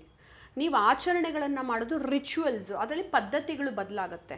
ಇವಾಗ ಜೈನರದ್ದೇ ಪದ್ಧತಿ ಬೇರೆ, ಲಿಂಗಾಯತರದ್ದೇ ಪದ್ಧತಿ ಬೇರೆ, ನಂದೇ ಪದ್ಧತಿ ಬೇರೆ, ನಮ್ಮದ್ರಲ್ಲೇ ಮಾಧ್ವರದೇ ಪದ್ಧತಿ ಬೇರೆ, ಶ್ರೀ ವೈಷ್ಣವರದೇ ಬೇರೆ, ಸ್ಮಾರ್ತರದೇ ಬೇರೆ, ಇವಾಗ ನಿಮ್ಮದೇ ಬೇರೆ, ಗೌಡ್ರ ಮನೆ ಪದ್ಧತಿನೇ ಬೇರೆ.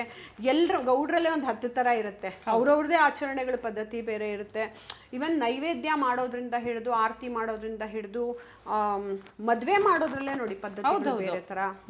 ಸೊ ಒಬ್ಬೊಬ್ಬರದ್ದು ಪದ್ಧತಿ ಅನ್ನೋದೇನು ಗೊತ್ತಾ, ಅವರವರ ಗುರುಗಳು ಹೇಗೆ ಆಚರಣೆ ಮಾಡ್ಕೊಂಬಂದ್ರು ಆ ಗುರುಗಳನ್ನ ಅನುಸರಿಸ್ತಾ ಹೋಗ್ತಾರೆ.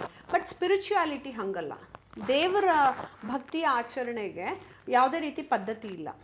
ಅವನು ಅದನ್ನೇ ಭಗವದ್ಗೀತೆಯಲ್ಲಿ ಹೇಳ್ತಾನೆ, ನೀನು ಒಂದು ಲೋಟ ನೀರು ಕೊಟ್ಟರು ನನಗೆ ಪ್ರೀತಿಯಿಂದ ಅದೇ ನೈವೇದ್ಯ. ಸೊ ಇಲ್ಲಿ ಧರ್ಮಕ್ಕೆ ಸೀಮಿತ ಅಲ್ಲ ಭಕ್ತಿ. ನಾನಂತೂ ಎಷ್ಟೋ ದಿನ ನಂಗೆ ಅರ್ಜೆಂಟ್ ಆಯಿತು ಓಡ್ತಿದ್ದೀನಿ ಅಂದಾಗ ಅಲ್ಲಿ ಡಬ್ಬದಲ್ಲಿ ಪ್ರಸಾದ ಇದೆ ತಿನ್ಕೊಂಡು ಎಲ್ರಿಗೂ ಮುತ್ತು ಕೊಟ್ಬಿಟ್ಟು ಓಡೋಗ್ತೀನಿ.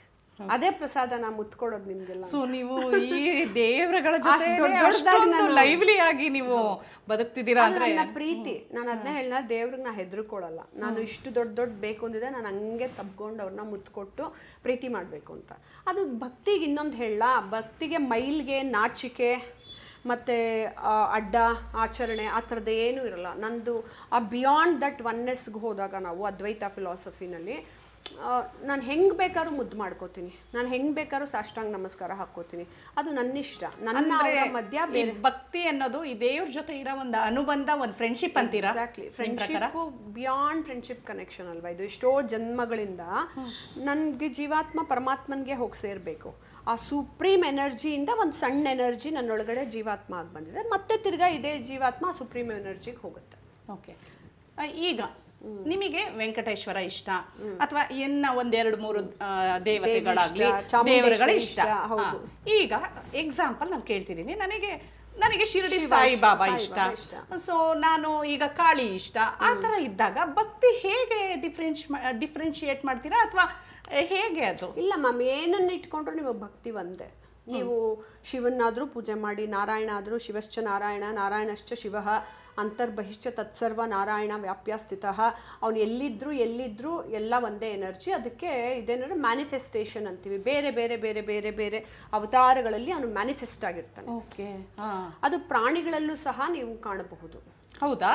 ಈ ವಿಷಯದ ಬಗ್ಗೆನೂ ನಾವು ಮಾತಾಡೋಣ. ಮ್ಯಾನಿಫೆಸ್ಟೇಷನ್ ಹೇಗೆ ಅದ್ರ ಬಗ್ಗೆನೂ ನಮಗೆ ಡೀಟೇಲ್ ಆಗಿ. ದೇವ್ರ ಮ್ಯಾನಿಫೆಸ್ಟ್ ಆಗಿರೋದು ಅಂದ್ರೆ ವಿಧದ ಕೆಲವರಿಗೆ ಹೆಣ್ಣು ದೇವತೆಗಳೇ ತುಂಬಾ ಇಷ್ಟ, ಆರಾಧನೆ ಮಾಡ್ತಾರೆ. ಕೆಲವರಿಗೆ ಗಂಡು ದೇವತೆಗಳು ಅವ್ರ ಇಷ್ಟ. ಅವ್ರಿಗೆ ಇಷ್ಟ ದೇವತಾ ಒಂದಿರುತ್ತೆ, ಕುಲದೇವತಾ ಒಂದಿರುತ್ತೆ, ಒಂದು ಗ್ರಾಮ ದೇವತೆ ಇರುತ್ತೆ, ಮನೆ ದೇವರು, ಗ್ರಾಮ ದೇವತೆ, ರಾಜ್ಯ ದೇವತೆ ನಮಗೆ ಚಾಮುಂಡೇಶ್ವರಿ. ಆ ರೀತಿ ಅವ್ರದ್ದೇ ಒಂದೊಂದು ನಿಯಮಗಳಿರುತ್ತೆ. ಅದೆಲ್ಲಾನು ಮೀರಿ ಕೆಲವರಿಗೆ ಗಣೇಶನೇ ತುಂಬಾ ಪ್ರೀತಿ, ಕೆಲವ್ರಿಗೆ ಸುಬ್ರಹ್ಮಣ್ಯ ತುಂಬಾ ಪ್ರೀತಿ. ನೀವು ಇಷ್ಟೆಲ್ಲ ಭಕ್ತಿ ಮಾರ್ಗದಲ್ಲಿ ನಡೀತಿದ್ದೀರಾ, ಯಾಕೆ ಒಂದು ಭಕ್ತಿ ಅಂದ್ರೆ ಈ ಮೈಥಾಲಜಿಕಲ್ ಅಂದ್ರೆ ಈಗ ಯಾಕೆ ಇನ್ನು ಪ್ಲಾನ್ ಮಾಡಿಲ್ವಾ? ಹೇಗೆ ಒಂದು ಭಕ್ತಿ ಆಧಾರಿತ ಸಿನಿಮಾ ಮಾಡ್ತಾ ಇದ್ದೀನಿ. ನಮ್ಮ ರಾಜ್ಯ ದೇವತೆ, ನಾಡ ದೇವತೆ ಶ್ರೀ ಚಾಮುಂಡೇಶ್ವರಿ ಅಂತ ಚಾಮುಂಡಿ ದೇವಿ ಇದ್ದಾನೆ. ಯಾಕೆ ನಾನು ಫಸ್ಟ್ ಮಾಡಿದ್ದು ಆಲ್ರೆಡಿ ಇನ್ ಪ್ರೊಸೆಸಿಂಗ್, ನಿಮ್ಗಾಗ್ಲೇ ಹೇಳಿದ್ನಲ್ಲ, ನಾ ಫಸ್ಟ್ ಮಹಾಮಾಯೆ ದೇವಿ ಪಾತ್ರದಲ್ಲೇ ಮಾಡಿದ್ದು ಅಂತ. ಈಗ ಅದಕ್ಕೆ ಚಾಮುಂಡೇಶ್ವರಿದು ಅವಳೇ ಪ್ರೇರಣೆ ಕೊಟ್ಟು ಮಾಡಿಸ್ತಾ ಇದ್ದಾಳೆ.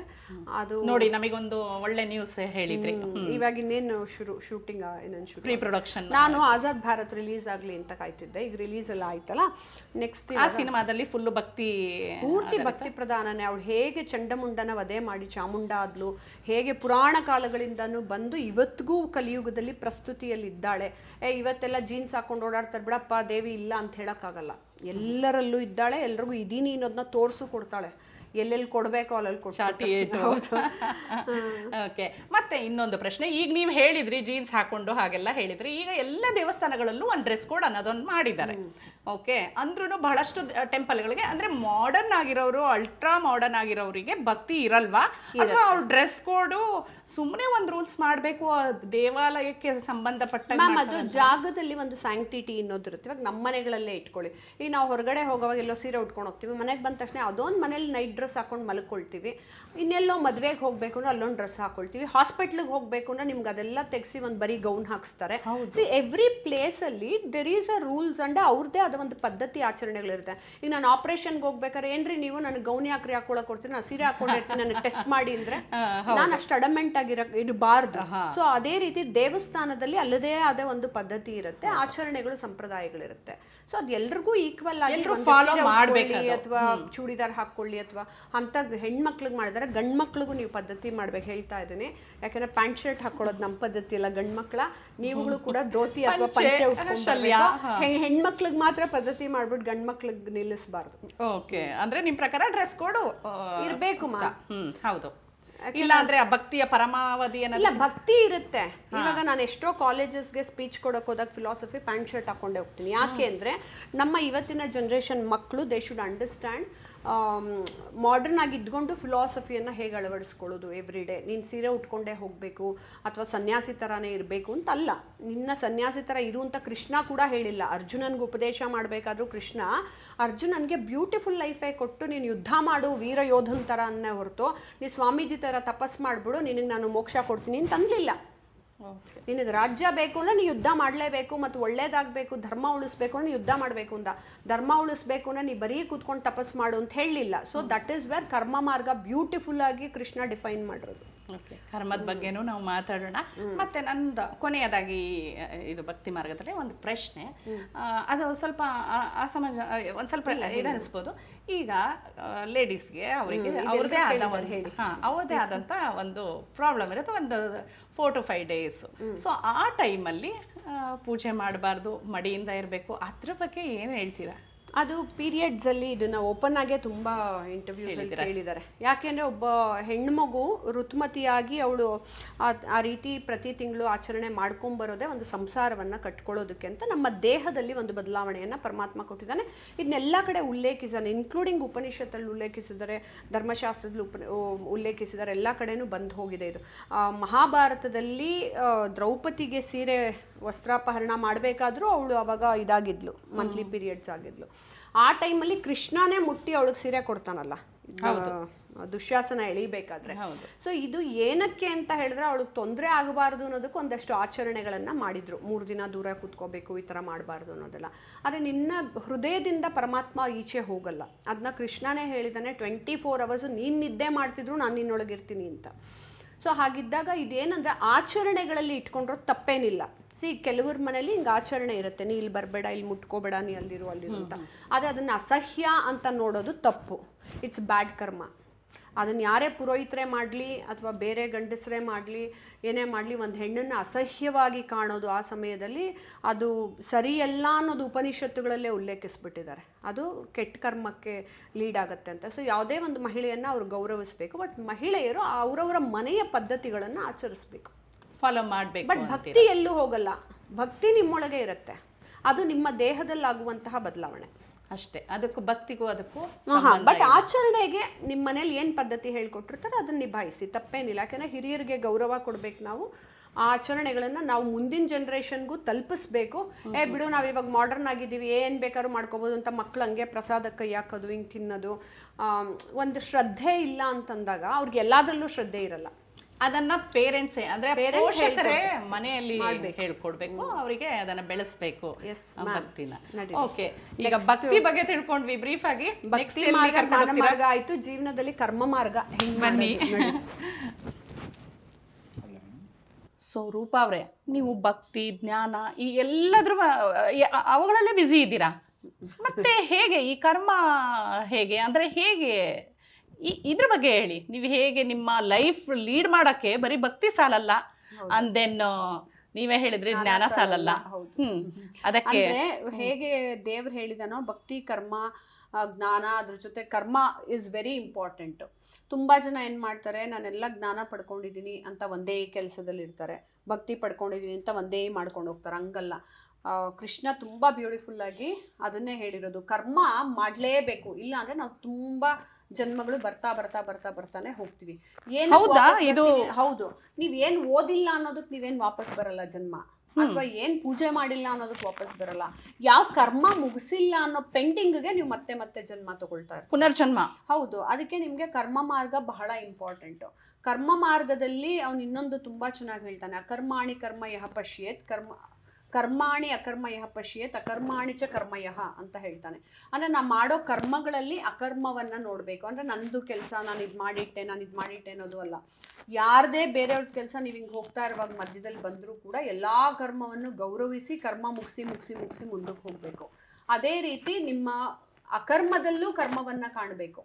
ಈಗ ಯಾವುದೋ ನಮ್ದು ಅಲ್ಲದೆ ಇರೋದು ಯಾರೋ ಒಬ್ರು ಸಡನ್ ಆಗಿ ಒಂದು ರೂಪಾಯಿ ಒಂಚೂರು ಇದು ಮಾಡಿಕೊಟ್ಬಿಡಿ ಅಂತ ಹೇಳಿದಾಗ, ನಂದಲ್ಲ ಅದು ಹೋಗ್ರಿ ಕೆಲಸ, ನನ್ನ ಲೈಫಿಗೆ ಸಂಬಂಧ ಇಲ್ಲ ಅಂತ ಹೇಳಲ್ಲ. ನಾನು ಅದನ್ನೇ ಮೈಂಡ್ ಕಾನ್ಷಿಯಸ್ನೆಸ್ ಅವಾಗಲೇ ಹೇಳಿದ್ರಲ್ಲ, ಪ್ರಜ್ಞಾನಂ ಬ್ರಹ್ಮ, ಪ್ರಜ್ಞೆ ಇದ್ದಾಗ ನಾವೇನು ಮಾಡ್ತೀವಿ, ಇದು ಯಾಕೋ ದೇವ್ರ ಈ ಕೆಲಸ ನನ್ನ ಹತ್ರ ಕಳಿಸಿದ್ದಾನೆ, ಏನೋ ನನ್ನ ಟೆಸ್ಟ್ ಮಾಡ್ತಿದ್ದಾನೆ, ಲೆಟ್ ಮಿ ಫಿನಿಶ್ ದಿಸ್ ಅಂತ ಅದನ್ನು ತಗೊಂಡು ಮಾಡ್ತೀನಿ.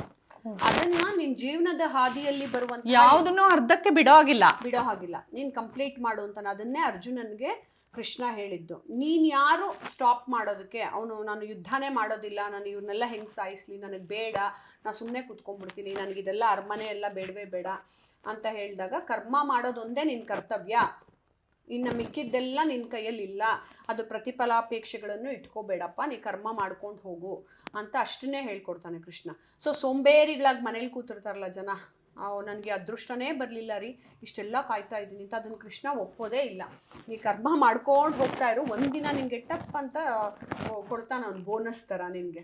ಓಕೆ, ನೀನು ಕೆಲಸನೇ ಶುರು ಮಾಡಲಿಲ್ಲ ಅಂತ ಹೇಳಿದ್ರೆ, ಈಗ ಫಾರ್ ಎಕ್ಸಾಂಪಲ್ ನೀವು ಇಲ್ಲಿಂದ ನಡ್ಕೊಂಡು ಜಯನಗರಕ್ಕೆ ಹೋದ್ಮೇಲೆ ನಿಮಗೆ ದೊಡ್ಡ ಸಕ್ಸಸ್ ಕೊಡ್ತೀನಿ ಅಂತ ನಿಮ್ಗೆ ಬರೆದಿರ್ತಾನೆ ಅಂತ ಇಟ್ಕೊಳ್ಳಿ. ನೀವು ಮನೇಲೇ ಕೂತ್ಕೊಂಡು ನನಗೇನೋ ಸಕ್ಸಸ್ ಬರಬೇಕು ಅಂದರೆ ನೀನು ಎದ್ದು ನಡೆಯೋಕ್ಕೆ ಶುರು ಮಾಡಿದ್ರೆ ತಾನೇ ಅಲ್ಲಿ ಹೋದಾಗ ನಿಂಗೆ ಸಿಗೋದು. ಹೌದೌದು, ಮನುಷ್ಯ ಕರ್ಮ ಶುರು ಮಾಡ್ಕೊಂಡ್ಬಿಡ್ಬೇಕು. ನಂಗೆ 100 ರೂಪಾಯಿ ಆದರೂ ಸಿಗಲಿ, 1000 ರೂಪಾಯಿ ಆದರೂ ಸಿಗಲಿ, ಆಮೇಲೆ ಅದನ್ನು ಎಕ್ಸ್ಪೆಕ್ಟ್ ಮಾಡದೆ ಕರ್ಮ ಮಾಡೋಕ್ಕೆ ಶುರು ಮಾಡ್ತಾ ಹೋಗ್ತಾ ಇದ್ದಂಗೆ ಬೆಳ್ಕೋತಾರೆ. ನನ್ನ ಜೀವನ ನಾನು ಹಾಗೆ ಮಾಡಿದ್ದು. ಸೊ ನಾನು ತುಂಬ ಚಿಕ್ಕ ವಯಸ್ಸಲ್ಲೇ ಚಾರಿಟಿ ವರ್ಕನ್ನು ಶುರು ಮಾಡಿದೆ. ಅಂದರೆ ಸೇವೆ ಮಾಡೋದು, ಜನಗಳಿಗೆ ದಾನ ಧರ್ಮ ಕೊಡೋದು, ತುಂಬ ಈ ಸ್ಪೆಷಲ್ ಮಕ್ಕಳಿಗೆ ಡ್ಯಾನ್ಸ್ ಪ್ರೋಗ್ರಾಮ್ಗಳನ್ನು ಮಾಡಿಸೋದು, ಅವ್ರಿಗಾಗಿ ಎಜುಕೇಷನ್ನು ಅದು ಇದೆಲ್ಲ ನೋಡ್ಕೊಳ್ಳೋದು, ಮತ್ತು ಈ ಗೌರ್ಮೆಂಟ್ ಹಾಸ್ಪಿಟ್ಲಲ್ಲಿರೋರಿಗೆಲ್ಲ ಸೇವೆ ಮಾಡೋದು, ಪ್ರಿಸನ್ ಇನ್ಮೇಟ್ಸು, ರಿಮ್ಯಾಂಡ್ ಹೋಮ್ ಅವ್ರಿಗೆಲ್ಲ ಮಾಡೋದು. ಸೊ ಅದಕ್ಕೇನು ನಾನು ಎಕ್ಸ್ಪೆಕ್ಟ್ ಮಾಡ್ತಿರ್ಲಿಲ್ಲ. ನಾನು ಬೆಳಗ್ಗೆ 6 ಗಂಟೆಗೆ ಎದ್ದಿದ್ರು ತುಂಬ ಚೆನ್ನಾಗಿ ನಿದ್ದೆ ಮಾಡೋ ಏಜಲ್ಲಿ, 18-19 ವರ್ಷದಲ್ಲಿ, ಆ ಟೈಮಲ್ಲಿ ಬಿಡು ನಾನು ಚೆನ್ನಾಗಿ ನಿದ್ದೆ ಮಾಡ್ಕೊಂಡು ಬ್ಯೂಟಿಫುಲ್ಲಾಗಿ ಡ್ರೆಸ್ ಮಾಡ್ಕೊಂಡು ನನ್ನ ಪಾಡಿಗೆ ನಾನು ಎಂಜಾಯ್ ಮಾಡೋಣ ಲೈಫು ಅಂತಲ್ಲ. ಪಾಪ ದೇವ್ರಿಗೆ I am thankful to them. ನನಗೆ ಆ ಥಾಟ್ನ ಕೊಟ್ಟು ನನ್ನ ಎಬ್ಸಿ ಕಳಿಸಿ ಕೆಲಸ ಮಾಡಿಸೋರು. ಅಷ್ಟೆಲ್ಲ ಮಾಡ್ಕೊಂಬಂದಿದ್ದು ಏನಾಯ್ತು ಗೊತ್ತಾ, ನಾನು ಹೋದ ಜನ್ಮದಲ್ಲಿ ಏನೋ ಎಷ್ಟೊಂದು ಬ್ಯಾಡ್ ಕರ್ಮ ಮಾಡಿದ್ದೆ ಅಂತ ಇಟ್ಕೊಳ್ಳಿ. ಸೊ ಇಲ್ಲಿ ಮಾಡಿದ ಒಳ್ಳೆ ಕರ್ಮ ನಾನು ಸ್ವಲ್ಪ ಬ್ಯಾಲೆನ್ಸ್ ಆಯಿತು ಲೈಫಲ್ಲಿ. ಅದಕ್ಕೆ ಮುಂದೆ ಹೋಗೋಕ್ಕೆ ದೇವ್ರು ನನಗೆ ಸಹಾಯ ಮಾಡಿದ್ರು.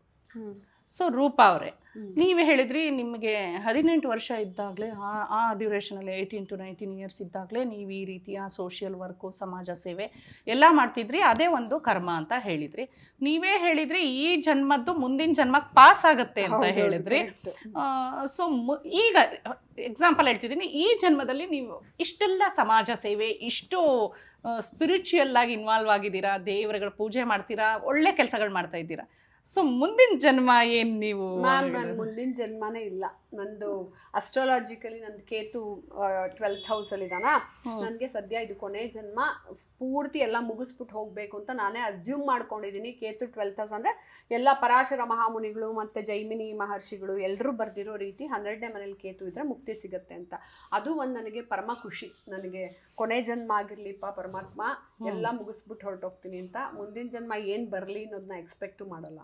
ಸದ್ಯ ಎಲ್ಲ ನಾ ಮಾಡೋ ಕೆಲಸಗಳನ್ನ ಅವ್ರು ಇಷ್ಟಪಟ್ಕೊಂಡು ದೇವರು ಸ್ವೀಕರಿಸಿದ್ರೆ ಸಾಕು. ಇನ್ನೂ 100 ಕೆಲಸ ಕೊಟ್ಟರು ಮಾಡ್ತಾನೇ ಇರ್ತೀನಿ. ನಾನು ಇಷ್ಟು ಬ್ಯುಸಿ ಆಗಿದ್ರು ಮ್ಯಾಮ್, ಯಾರಿಗಾರ ಫೋನ್ ಮಾಡಿದ್ರೆ ಸರ್ ಏನಾದರೂ ಕೆಲಸ ಇದ್ದರೆ ಹೇಳಿ ಸರ್, ನಿಮಗೆ ಮಾಡಿಕೊಡ್ತೀನಿ ಅಂತಲೇ ಹೇಳ್ತೀನಿ. ನಾನು ಯಾವತ್ತೂ ಐ ಡೋಂಟ್ ಸೇ ನಾನು ತುಂಬ ಬ್ಯುಸಿ, ನಾ ಮಾಡ್ಕೊಳ್ಳ. ಆಮೇಲೆ ನಮ್ಮ ಮನೆ ಬಾಗಿಲಿಗೆ ಯಾರೇ ಬಂದ್ರೂ ನನಗಿಷ್ಟು ಕಷ್ಟ, ಹಿಂಗೆ ಪ್ರಾಬ್ಲಮ್ ಅಂದರೆ ಅವ್ರಿಗೊಂದು ಸಲ್ಯೂಷನ್ಗೆ ಏನೋ ಒಂದು ವ್ಯವಸ್ಥೆಗಳನ್ನು ಮಾಡಿಕೊಟ್ಟೇನೆ ನಾನು ಮುಂದಕ್ಕೆ ಹೋಗ್ತೀನಿ. ಯಾಕೆಂದರೆ ದೇವ್ರು ನನ್ನನ್ನು ಟೆಸ್ಟ್ ಮಾಡೋಕ್ಕೆ ಯಾರನ್ನೋ ಕಳಿಸಿದ್ದಾರೆ ಅನ್ನೋದನ್ನು ನಾನು ಯಾವಾಗಲೂ ನಂಬ್ತೀನಿ. ಐ ಬಿಲೀವ್ ಇನ್ ಕರ್ಮ. ನಾನು ಹೋದ ಜನ್ಮದಲ್ಲಿ ಏನೋ ಬ್ಯಾಡ್ ಕರ್ಮ ಗುಡ್ ಕರ್ಮಗಳು ಹೆಂಗಿತ್ತೋ ಅದಕ್ಕೆ ನಮ್ಗೆ ಈ ಜನ್ಮದಲ್ಲಿ ಕಷ್ಟದಿಂದ ನಮ್ಮನ್ನು ಬೆಳೆಸ್ಕೊಂಬಂದರು. ಸೊ ಇವಾಗ ಜ್ಞಾನ ಕೊಟ್ಮೇಲೆ ಆ ಜ್ಞಾನನ ಹೆಂಗೆ ಉಪಯೋಗಿಸ್ಕೋತೀರಾ ಅಂದರೆ ನೀವು ಕರ್ಮ ಮಾರ್ಗದಲ್ಲೇ ಉಪಯೋಗಿಸ್ಕೋಬೇಕು. ಸುಮ್ಮನೆ ನಾನು ಜ್ಞಾನಿ ಓಕೆ ಒಂದು ಕಾಲೇಜ್ಗೆ ಹೋಗ್ಬಿಟ್ಟು ಸ್ಪೀಚ್ ಕೊಟ್ಬಿಡೋಣ, ಲೆಕ್ಚರರ್ ಆಗಿಬಿಡೋಣ, ಇಷ್ಟೇ ಸಾಕು, ನಾನೊಂದು ಪಬ್ಲಿಕ್ ಇವೆಂಟಲ್ಲಿ ಸ್ಪೀಚ್ ಕೊಟ್ಬಿಡೋಣ, ನಾನು ಫೇಮಸ್ ಆಗಿ ಹೋಗ್ತೀನಿ, ಅದಲ್ಲ ಕರ್ಮ. ರಿಯಲ್ ಕರ್ಮ ಕೆಲಸಗಳನ್ನು ಮುಗಿಸ್ತಾ ಹೋದ್ಮೇಲೆ ದೇವರೇ ಒಂದೊಂದನ್ನು ಹೇಳ್ತಾ ಹೋಗ್ತಾರೆ, ನೆಕ್ಸ್ಟ್ ಇದು ಮಾಡು ಅಂತ. ಅದಕ್ಕೆ ನಿಮಗೆ ಭಕ್ತಿ ಕನೆಕ್ಷನ್ನು ಬೇಕೇ ಬೇಕು. 10 ವರ್ಷದಲ್ಲಿ ಅಚೀವ್ ಮಾಡೋದನ್ನ 5 ವರ್ಷದಲ್ಲಿ ಅಚೀವ್ ಮಾಡಬಹುದು ಅಂತಂದ್ರೆ that happens only through spirituality. ಅದನ್ನು ಯಂಗ್ಸ್ಟರ್ಸ್ಗೆ ಎಲ್ರಿಗೂ ಹೇಳ್ತೀನಿ ನಾವು ಇನ್ನೂ ಸೆಟ್ಲ್ ಆಗಿಲ್ಲ ಮೇಡಮ್, ನಾನು ಎಲ್ಲ ಕೆಲಸ ಶುರು ಮಾಡಿದೆ ಮೇಡಮ್, ಮಧ್ಯದಲ್ಲಿ ಸಿಕ್ಕಾಕೊಂಡ್ಬಿಡ್ತು ಮೇಡಮ್, ನನ್ನ ಹತ್ರ ದುಡ್ಡಿಲ್ಲ ಮೇಡಮ್. ಇದೇ ಕಾರಣ 5 ವರ್ಷದ ಹಿಂದೆನೂ ಹೇಳ್ತಿರ್ತಾರೆ, ಈಗಲೂ ಹೇಳ್ತಾರೆ, 5 ವರ್ಷ ಆದಮೇಲೂ ಹೇಳ್ತಾರೆ. ಯಾಕೆ ಅಂದರೆ ಅವರು ಸ್ಟ್ರಾಂಗಾಗಿ ದೇವ್ರನ್ನ ಹಿಡ್ಕೊಂಡಿರಲ್ಲ. ಸೊ ಭಕ್ತಿನೂ ಬೇಕು, ನಿನ್ನ ಎಫರ್ಟು ಬೇಕು. ಎಫರ್ಟೇ ಹಾಕ್ದೆ ನಾನು ಸುಮ್ಮನೆ ಭಕ್ತಿ ಮಾಡ್ತಿದ್ದೀನಿ ಅಂದರೆ ಮೇಲಿಂದ ಬಂದು ಮಾವಿನಕಾಯಿ ಹಿಂಗೆ ಉದ್ರಲ್ಲ. ಅದೇನೆ ನಮಗೆ ಅಲ್ಲೇ ಒಂದು ಪ್ರಶ್ನೆ ಮೂಡಿದ್ದೇನೆಂದರೆ, ಈಗ ಭಕ್ತಿ ಜ್ಞಾನ ಅದೆಲ್ಲದ್ರ ಮಧ್ಯೆ ಈಗ ಸ್ವಲ್ಪ ಏನಂದರೆ ಯಂಗ್ಸ್ಟರ್ ಹೇಳಿದ್ರು, ಯಂಗ್ಸ್ಟರ್ಸು ಅಂದರೆ ಅವಕಾಶ ಸಿಗ್ತಾ ಇದೆ, ಬಟ್ ಈಗ ಫಾರ್ ಎಕ್ಸಾಂಪಲು ಸ್ಯಾಲ್ರಿ ಟ್ರೈನಿಯಾಗಿ ಹೋಗ್ತಾರೆ, ಸ್ಯಾಲ್ರಿ ಜಾಸ್ತಿ ಇರಲ್ಲ, ಆ ಸಂಬಳ ಜಾಸ್ತಿ ಆಗಬೇಕಂದ್ರೆ ಒಂದಿಷ್ಟು ವರ್ಷ ಕೆಲಸ ಮಾಡಬೇಕು, ಅದ್ರ ಮಧ್ಯೆ ಭಕ್ತಿಗೆ ಸಮಯ ಇರಲ್ಲ, ಅದಕ್ಕೆಲ್ಲ ಸಮಯ ಇರಲ್ಲ. ಸ್ಪಿರಿಚುಯಾಲಿಟಿ ಆಗ್ಬೋದು, ಅದಕ್ಕೆ ಅಂತ ಟೈಮ್ ಇರಲ್ಲ. ಮಾಡ್ಕೋಬೇಕು ಮ್ಯಾಮ್. ಹೇಗೆ ಏನ್ ಸಲಹೆ ಏನ್ ಕೊಡ್ತೀರಾ? ನಾನೇ ಸಲಹೆ, ನಂದೇ ಎಕ್ಸಾಂಪಲ್, ನಾನು ಸ್ಟಡಿ ಮಾಡ್ಕೊಂಡು ಹೋದ್ರು every day I'm like an open book. ಬೆಳಗ್ಗೆ 8 ಗಂಟೆಯಿಂದ ಎಲ್ಲೆಲ್ಲಿ ಹೋಗ್ತೀನಿ, ಏನೇನು ಮಾಡ್ತೀನೋ it's like an open book. ನಾ ಬೆಳಗ್ಗೆ 3 ಗಂಟೆಗೆ ಎದ್ದು ಹೋಮ ಮಾಡಿದ್ರೆ ನಾನು ಯಾವುದ್ರಲ್ಲೂ ಏನೇನೂ ಕಾಂಪ್ರಮೈಸ್ ಮಾಡ್ಕೊಳ್ಳಲ್ಲ. ಬೆಳಗ್ಗೆ 3 ಗಂಟೆಗೆ ಎದ್ದು ಆ ಕೆಲಸ ಮಾಡಿ ನಾನು ಜಿಮ್ಗೂ ಹೋಗ್ತೀನಿ, ವರ್ಕೌಟ್ ಮಾಡ್ತೀನಿ, ನಂದು ಬ್ಯೂಟಿ ಪಾರ್ಲರ್ಗೆ ಹೋಗಿ ಹೇರ್ ಸೆಟ್ಟು ಮಾಡ್ಕೋತೀನಿ, ನನ್ನ ಸ್ಕಿನ್ನು ನೋಡ್ಕೋಬೇಕು, ಕರೆಕ್ಟಾಗಿ ಪರ್ಫೆಕ್ಟಾಗೂ ಇರಬೇಕು, ಹೆಲ್ತಿಯಾಗೂ ಇರಬೇಕು, ಆನ್ ಟೈಮ್ ಊಟಗಳನ್ನು ಮಾಡಬೇಕು, ಪೂಜೆನೂ ಮಾಡಬೇಕು, ಅದರಲ್ಲಿ ಮಧ್ಯದಲ್ಲಿ ಜ್ಞಾನನೂ ಪಡ್ಕೋಬೇಕು, ಅದ್ರ ಜೊತೆ ದುಡ್ಕೋಬೇಕು. ನನ್ನ ಜೀವನಕ್ಕೆ ಸರ್ ನಾನು ಕಷ್ಟಪಟ್ಬಿಟ್ಟಿದ್ದೀನಿ, ನೀವು ಕೊಡಿ ಅಂತೆಲ್ಲ ಕೇಳಿದ್ರೆ ಚೀಪಾಗಿ ನೋಡ್ತಾರೆ ಜನ. ಸೊ ನಮ್ಮ ಜೀವನಕ್ಕೆ ನಾವು ದುಡ್ಕೊಳ್ಳೋದಲ್ದಿರ ನನ್ನ ಚಾರಿಟೇಬಲ್ ಆರ್ಗನೈಸೇಷನ್ಗೂ ನಾನು ದುಡ್ಕೋಬೇಕು. ನಾನು ಯಾರ ಹತ್ರನೂ ಡೊನೇಷನ್ ತೊಗೊಳ್ಳಲ್ಲ. ಸೊ ಆ ಎಲ್ಲವನ್ನು ಕೆಲಸ ನಿಭಾಯಿಸೋದೇ ಫಸ್ಟ್. ನಿಮ್ಮ ಜೀವನ ಎಲ್ಲಿಂದ ಶುರುವಾಗುತ್ತೆ ಗೊತ್ತಾ? ನೀವು ಜವಾಬ್ದಾರಿಗಳನ್ನು ತಗೊಳ್ಳೋದಕ್ಕೆ ಪ್ರಾರಂಭಿಸಬೇಕು. ನಿಮ್ಮನ್ನು ನೀವು ನೋಡ್ಕೊಳ್ಳೋದಕ್ಕೆ ಅಯ್ಯೋ ನನಗೆ ಬರ್ತಿಲ್ಲ, ನಾನು ಹೆಂಗೆ ಜವಾಬ್ದಾರಿ ತೊಗೊಳ್ತಾರೆ. ಮೊದಲೆಲ್ಲ ನಾವು ಹಳೆ ಕಾಲದಲ್ಲಿ ಹೆಂಗೆ ಗೊತ್ತಾ, ನಾವೆಲ್ಲ ಎಲ್ಲ ಜವಾಬ್ದಾರಿ ತೊಗೋತಿದ್ವಿ. ಈಗ ನಮ್ಮ ಮನೆಗೆ ಒಂದು ಫ್ರಿಡ್ಜ್ ತೊಗೋಬೇಕು ಅಂದರೆ ನಾವು ಪ್ಲ್ಯಾನ್ ಮಾಡಿ, ನನಗೆ ಇಷ್ಟು ಸಂಬಳ ಬರುತ್ತೆ ಹಿಂಗೆ ಅಂತ, ಒಂದು ಫೋನ್ ತೊಗೋಬೇಕು, ಒಂದು TV ತೊಗೋಬೇಕು ಅಂದ್ರೆ ನಾನು ಪ್ಲ್ಯಾನ್ ಮಾಡ್ತಿದ್ದೆ ಮನೆಗೆ ಹೆಂಗೆ ಮಾಡಬೇಕು ಅಂತ. ಈಗಿನ ಕಾಲದ ಮಕ್ಕಳು ಅವ್ರು ಓದಿ ಅವ್ರದ್ದೊಬ್ಬರು ಜೀವನ ನಡೆಸ್ಕೊಳ್ಳೋದಕ್ಕೆ ನಮ್ಮ ಹತ್ರ ದುಡ್ಡಿಲ್ಲ ಅಂತಾರೆ. ಇನ್ನು ಫ್ಯಾಮಿಲಿ ಜವಾಬ್ದಾರಿ ಹೆಂಗೆ ತೊಗೋತಾರೆ, ಸಮಾಜದ ಜವಾಬ್ದಾರಿ ಹೆಂಗೆ ತೊಗೊಳ್ತಾರೆ, ರಾಜ್ಯದ ಜವಾಬ್ದಾರಿ ಹೆಂಗೆ ತೊಗೋತಾರೆ. ಆಮೇಲೆ ಎಲ್ಲವೂ ದುಡ್ಡಿಂದ ವರ್ಕ್ ಆಗುತ್ತೆ ಅಂತಲ್ಲ, ಆದರೆ ನೀವು ದುಡ್ಕೋಬೇಕು. ದುಡ್ಡು ಇಲ್ಲದೇನೂ ಏನಾಗಲ್ಲ. ಇನ್ನೊಬ್ರು ಫ್ರೀ ಕೊಡಲಿ ದುಡ್ಡು, ನಾನು ಮಾಡ್ತೀನಿ ಚಾರಿಟಿ ವರ್ಕು ಅನ್ನೋದಲ್ಲ. ನೀವೇ ದುಡಿದು ನೀವೇ ಮಾಡಬೇಕು. 24 ಅವರ್ಸಲ್ಲಿ ನೋಡಿ ಮ್ಯಾಮ್, 8 ಅವರ್ಸ್ ನಿದ್ದೆ ಮಾಡಿ ನೆಮ್ಮದಿಯಾಗಿ. ಇನ್ನು ನಿಮಗೆ 8 ಅವರ್ಸ್ ಕೆಲಸ ಮಾಡಿ, ಇನ್ನೂ 8 ಅವರ್ಸ್ ಇರುತ್ತಲ್ಲ ನಿಮ್ಮ ಹತ್ರ. 1 ಅವರ್ ಪೂಜೆ ಮಾಡಿ, 1 ಅವರ್ ಜಿಮ್ಗೆ ಹೋಗಿ, 1 ಅವರ್ ನಿಮ್ಮ ಬ್ಯೂಟಿ ನೋಡ್ಕೊಳ್ಳಿ, 1 ಅವರ್ ಸೋಷಿಯಲ್ ಸರ್ವಿಸ್ ಮಾಡಿ, ಇನ್ನೂ 4 ಅವರ್ಸ್ ಇರುತ್ತೆ. ಸೊ 1 ಅವರ್ ಪಾರ್ಟಿಗೆ ಹೋಗಿ, ಇನ್ನೂ 3 ಅವರ್ಸ್ ಇರುತ್ತೆ. ಅದು ಟೈಮ್ ಮ್ಯಾನೇಜ್ಮೆಂಟು. ಆಮೇಲೆ ಎಷ್ಟೋ ಜನ ನೋಡಿ 6 ಅವರ್ಸ್ ನಿದ್ದೆ ಮಾಡಿದೆ ಅಂತ ಹೇಳ್ತಾರೆ. ನೀನೇನು 14 ಅವರ್ಸ್ ಕೆಲಸ ಮಾಡಿರಲ್ಲ, ಸುಳ್ಳದು. ಫೋನಲ್ಲಿ ಆನ್ಲೈನಲ್ಲಿ you will be wasting your time 3 to 4 hours, 2 hours. ಬೇರೆ ಯಾರನ್ನೋ ಅನ್ನೋನ್ ಫೇಸ್ಗಳಿಗೆ ಇಂಪ್ರೆಸ್ ಮಾಡೋದಕ್ಕೆ you are doing that. So ನೀವೆಲ್ಲೂ ಲೀಡರ್ ಆಗು ಹೋಗ್ತಿಲ್ಲ, ನಿಮ್ಮ ಫ್ಯಾಮಿಲಿಯನ್ನು ಕೂಡ ನೀವು ಜವಾಬ್ದಾರಿ ತೊಗೊಂಡು ನೋಡ್ಕೋತಿಲ್ಲ, ನಿಮಗೆ ನೀವೇನು ದುಡ್ಕೋತಿಲ್ಲ, ಜ್ಞಾನನೂ ಸಂಪಾದಿಸ್ತಿಲ್ಲ. ಆಮೇಲೆ ನಿಮಗೆ ನೀವೇ ಪ್ರೆಸ್ಟೀಜಿಯಸ್ ಲೆವೆಲಲ್ಲೂ ತಂದಿಟ್ಕೊಳ್ತಾ ಇಲ್ಲ, ಭಕ್ತಿ ಮಾರ್ಗದಲ್ಲೂ ಇರಲ್ಲ. ಆನ್ಲೈನ್ ಸೋಷಿಯಲ್ ಮೀಡಿಯಾದಿಂದ ನಿಮ್ಗೇನು ಸಿಗಲ್ಲ ನಯಾ ಪೈಸೆ. ನಿಮ್ಮ ಆರೋಗ್ಯನೂ ಹಾಳು ಮಾಡ್ಕೋತಿರ್ತೀರ. ಅದರಲ್ಲಿ ಹೋಗಿ ಸಿಕ್ಕಾಕೊಂಬಿಟ್ಟು ನೀವು ರಾತ್ರಿ ಲೇಟಾಗಿ ಮಲ್ಕೋತೀರ, ಬೆಳಗ್ಗೆ ಎದ್ದೇಳೋದು ಲೇಟ್ ಆಗುತ್ತೆ, ಮತ್ತು ನೀವು ಸೂರ್ಯ ನಮಸ್ಕಾರನೂ ಮಾಡೋದಿಲ್ಲ.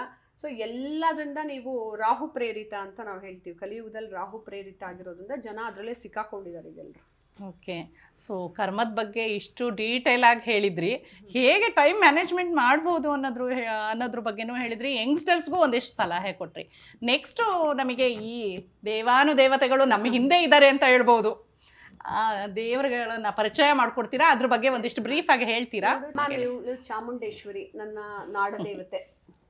ಸೊ ನಾನು ತುಂಬ ಆಸೆಪಟ್ಟು ತುಂಬ ಹೋಮ ಪೂಜೆಗಳನ್ನೆಲ್ಲ ಕಲಿತು ನವರಾತ್ರಿಲಿ ಮತ್ತೆಲ್ಲ ಟೈಮಲ್ಲೂ ದುರ್ಗಾದೇವಿ ಹೋಮ ಪೂಜೆ ಎಲ್ಲ ಮಾಡ್ತಾ ಲಲಿತಾ ಸಹಸ್ರನಾಮದ್ದು ಅದೆಲ್ಲ ಮಾಡ್ಕೊಂಬರೋವಾಗ ಯಾವಾಗಲೂ ಬೇಡ್ಕೊಳ್ವೆ ದೇವಿನ, ನಾನು ತಬ್ಕೊಳ್ಳೋ ಅಷ್ಟು ದೊಡ್ಡ ವಿಗ್ರಹ ನೀನು ನನಗೆ ಬೇಕು, ಐ ಶುಡ್ ಫೀಲ್ ದಟ್ ನನ್ನ ಮುಂದೆ ನೀನೇ ಕೂತಿದ್ಯಾ ಅನ್ನೋಷ್ಟು ಅಂತ ನಾನು ತುಂಬಾ ಬೇಡ್ಕೊಂಡಾಗ ಮೊದಲೆಲ್ಲ ಈ ಪುಟ್ಟ ವಿಗ್ರಹ ಇತ್ತು.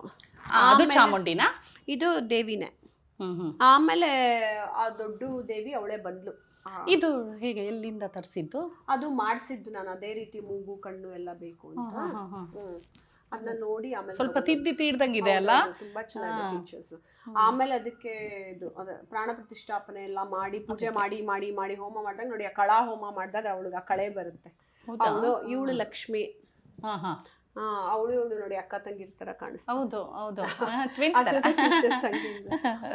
ಆಮೇಲೆ ಇಲ್ಲಿ ಸರಸ್ವತಿ ಪುಟ ಆಡಿದಿದೆ. ಇಲ್ಲಿ ಹಯಗ್ರೀವ ಸರಸ್ವತಿ, ಹಯಗ್ರೀವರ ತೊಡೆ ಮೇಲೆ ಸರಸ್ವತಿ ಹೇಗೆ ಅವಳು ಜ್ಞಾನದೇವತೆ ಆದ್ಲು ಅಂತ ಅನ್ನೋದನ್ನ ನಾನು ವಿವರಿಸಿದ್ದೆ. ಹಯಗ್ರೀವರ ತೊಡೆ ಮೇಲೆ ಕೂಡಿಸ್ಕೊಂಡು ಅವಳಿಗೆ ವೇದಗಳನ್ನೆಲ್ಲ ಉಲ್ಲೇಖಿಸ್ತಾರೆ, ಹೇಳ್ತಾರೆ ಅದ್ರದ್ದು. ಮತ್ತಿದೆಲ್ಲ ಯೋಗ ನರಸಿಂಹನ, ನರಸಿಂಹಸ್ವಾಮಿ, ಲಕ್ಷ್ಮಿ, ಅಲ್ಲಿ ಫುಲ್ಲು ಶಿವ ಎಲ್ಲ ಇದೆ ಅಲ್ಲ. ಇದೆಲ್ಲ ನಾನು ಅಭಿಷೇಕಕ್ಕೆ ಅಂತ ಚಿಕ್ಕದು ಇಟ್ಕೊಳ್ತೀನಿ ತಟ್ಟೆನಲ್ಲಿ. ಎಲ್ಲಾ ದೇವರುಗಳು ನಿಮ್ಮನೆ ಪ್ರತಿಷ್ಠಾಪನೆ ಆಗ್ಬಿಟ್ಟಿದ್ದಾರೆ. ಇದು ಗಣೇಶ ಮಣ್ಣಿನ ಗಣೇಶ ಮೈಸೂರು ಮಹಾರಾಜರದು ಒಂದು ಅಡ್ವರ್ಟೈಸ್ಮೆಂಟ್ ಮಾಡ್ತಾ ಇದ್ದೆ ಪೊಲ್ಯೂಷನ್ ಡಿಪಾರ್ಟ್ಮೆಂಟ್ಗೆ, ಮಣ್ಣಿನ ಗಣಪತಿಯನ್ನೇ ಉಪಯೋಗಿಸ್ಬೇಕು ಅಂತ. ಇದು ಒಂದು 2 years ಆಯ್ತು. ಅದರಲ್ಲಿ ಒಂದನ್ನು ನಾನೇ ಇಟ್ಕೊಂಡು ಆ್ಯಡ್ ಕ್ಯಾಂಪೇನ್ ಆಯ್ತಾ. ಸೊ ಮಣ್ಣಿನ ಗಣಪತಿನ ಮನೆಯಲ್ಲಿ ಇಡಬಾರ್ದು, ಹಬ್ಬ ಏನಿರುತ್ತೆ ಆ ಟೈಮಲ್ಲೇ ಮುಳುಗಿಸ್ಬಿಡ್ಬೇಕು ಅಂತ ಹೇಳ್ತಾರೆ.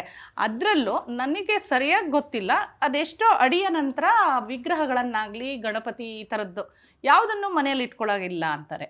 ಸೊ ನೀವು ಏನಕ್ಕೆ ಅಂತ ನಾವಾಗ್ಲೇನು ವಿವರಿಸ್ತಿದ್ದೆ. ಜನಗಳೇನ್ ಗೊತ್ತಾ, ಯಾರಿಗೆ ಪೂಜೆ ಮಾಡಕ್ ಆಗಲ್ವೋ ಅವ್ರಿಗೆ ಬೇಕಾದಂಗೆ ಎಸ್ಕೇಪಿಸಮ್ ಅಲ್ಲಿ ಏನೇನ್ ಬೇಕಾದ್ರೂ ರೀಸನ್ಸ್ ಕೊಟ್ಕೊಳ್ತಾರೆ. ನೀವು ಇಟ್ಕೊಂಡ್ರೆ ಪೂಜೆ ತಾನೇ ಮಾಡ್ಬೇಕು, ಮಾಡಿ. ಪೂಜೆ ಮಾಡೋಕ್ಕಾಗಲ್ಲ ಅಂತ ತಾನೇ ನೀವು ತಂದಿಟ್ಕೊಳ್ಳಲ್ಲ. ಓಕೆ, ಇವಾಗ ಚಿಕ್ಕದು ಇಟ್ಕೊಂಡ್ಬಿಟ್ರೆ ನೀವೇನೋ ಸಣ್ಣದ ಪೂಜೆ ಮಾಡ್ಬಿಟ್ಟು ಹೋಗ್ಬೇಕು ಅಂತ. ನೀವು ದೊಡ್ಡದು ಇಟ್ಕೊಂಡ್ರೆ ದಿನ ನೈವೇದ್ಯ ಕೊಡಬೇಕು ಅವ್ರಿಗೆ, ಮತ್ತೆ ದಿನ ಪೂಜೆ ಮಾಡಬೇಕು ಅಂತ ಮಾಡಬೇಕು. ಮಾಡಿದ್ರೆ ತಪ್ಪೇನಿದೆ, ಮಾಡ್ತಾ ಹೋಗಬೇಕು.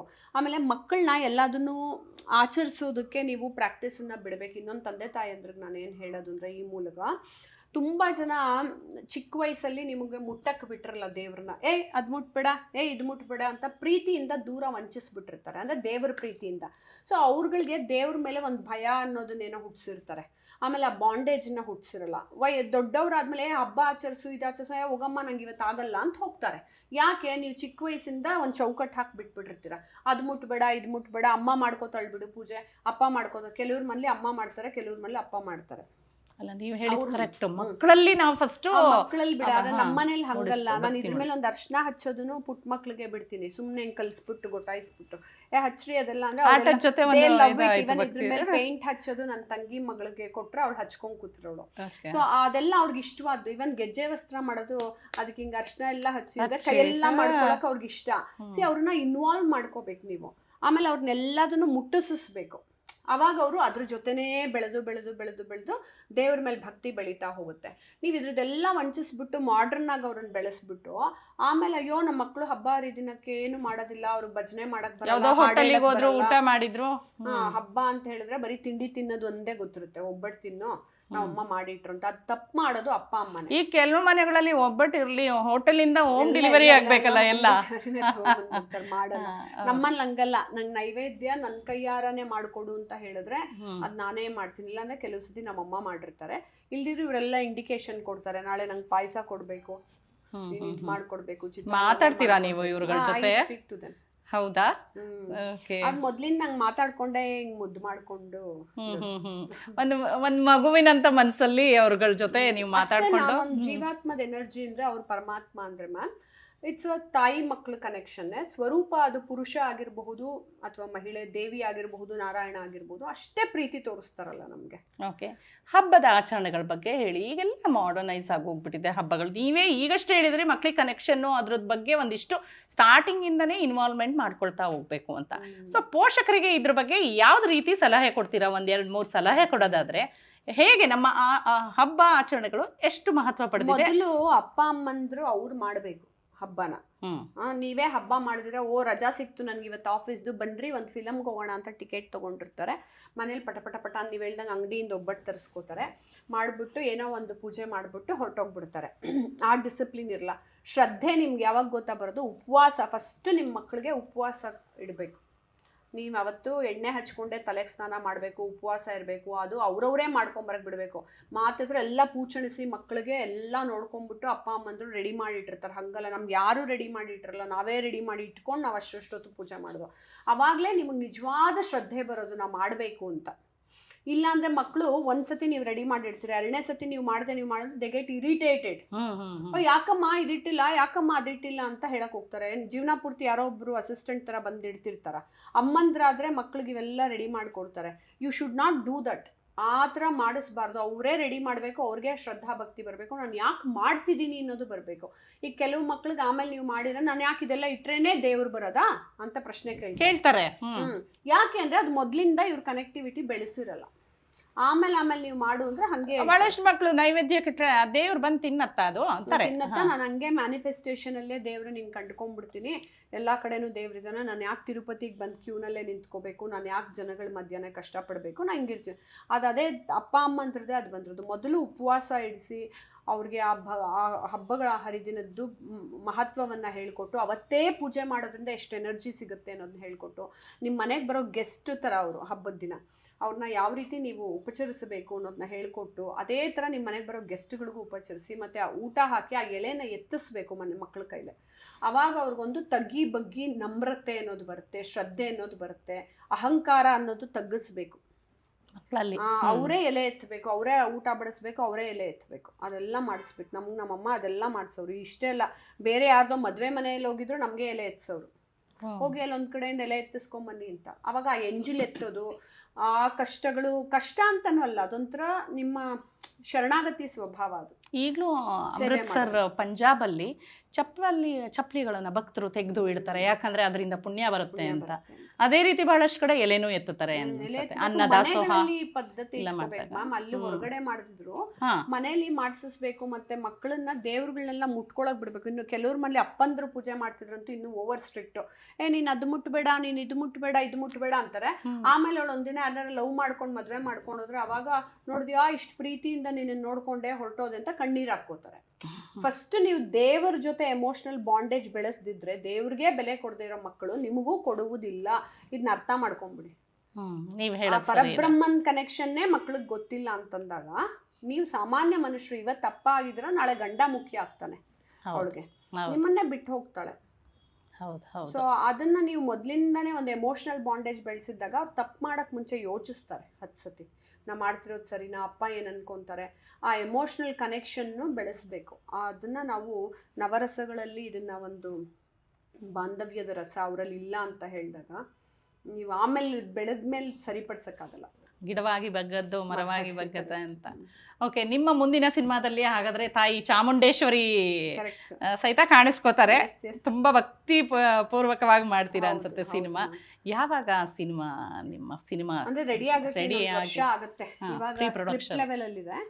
ಅದಾದ್ಮೇಲೆ ಶೂಟ್ ಮಾಡಿ ಪೋಸ್ಟ್ ಪ್ರೊಡಕ್ಷನ್ ಎಲ್ಲ ಮಾಡಬೇಕು. ಚಾಮುಂಡೇಶ್ವರಿದೆಲ್ಲ ಪುರಾಣೋಕ್ತವಾದ ಎಲ್ಲ ಕಥೆಗಳನ್ನು ತರ್ತಿದ್ದೀನಿ. ಎಲ್ಲ ನೀವೇ ಅದನ್ನ ಸ್ಕ್ರಿಪ್ಟ್ ಇಂದ ಹಿಡಿದು ಎವ್ರಿಥಿಂಗ್ ನೀವೇ ಮಾಡ್ತಾ ಇದ್ದೀರಾ. ನನಗೆ ಇಷ್ಟವಾದ ಸಬ್ಜೆಕ್ಟ್ ಅಲ್ಲ.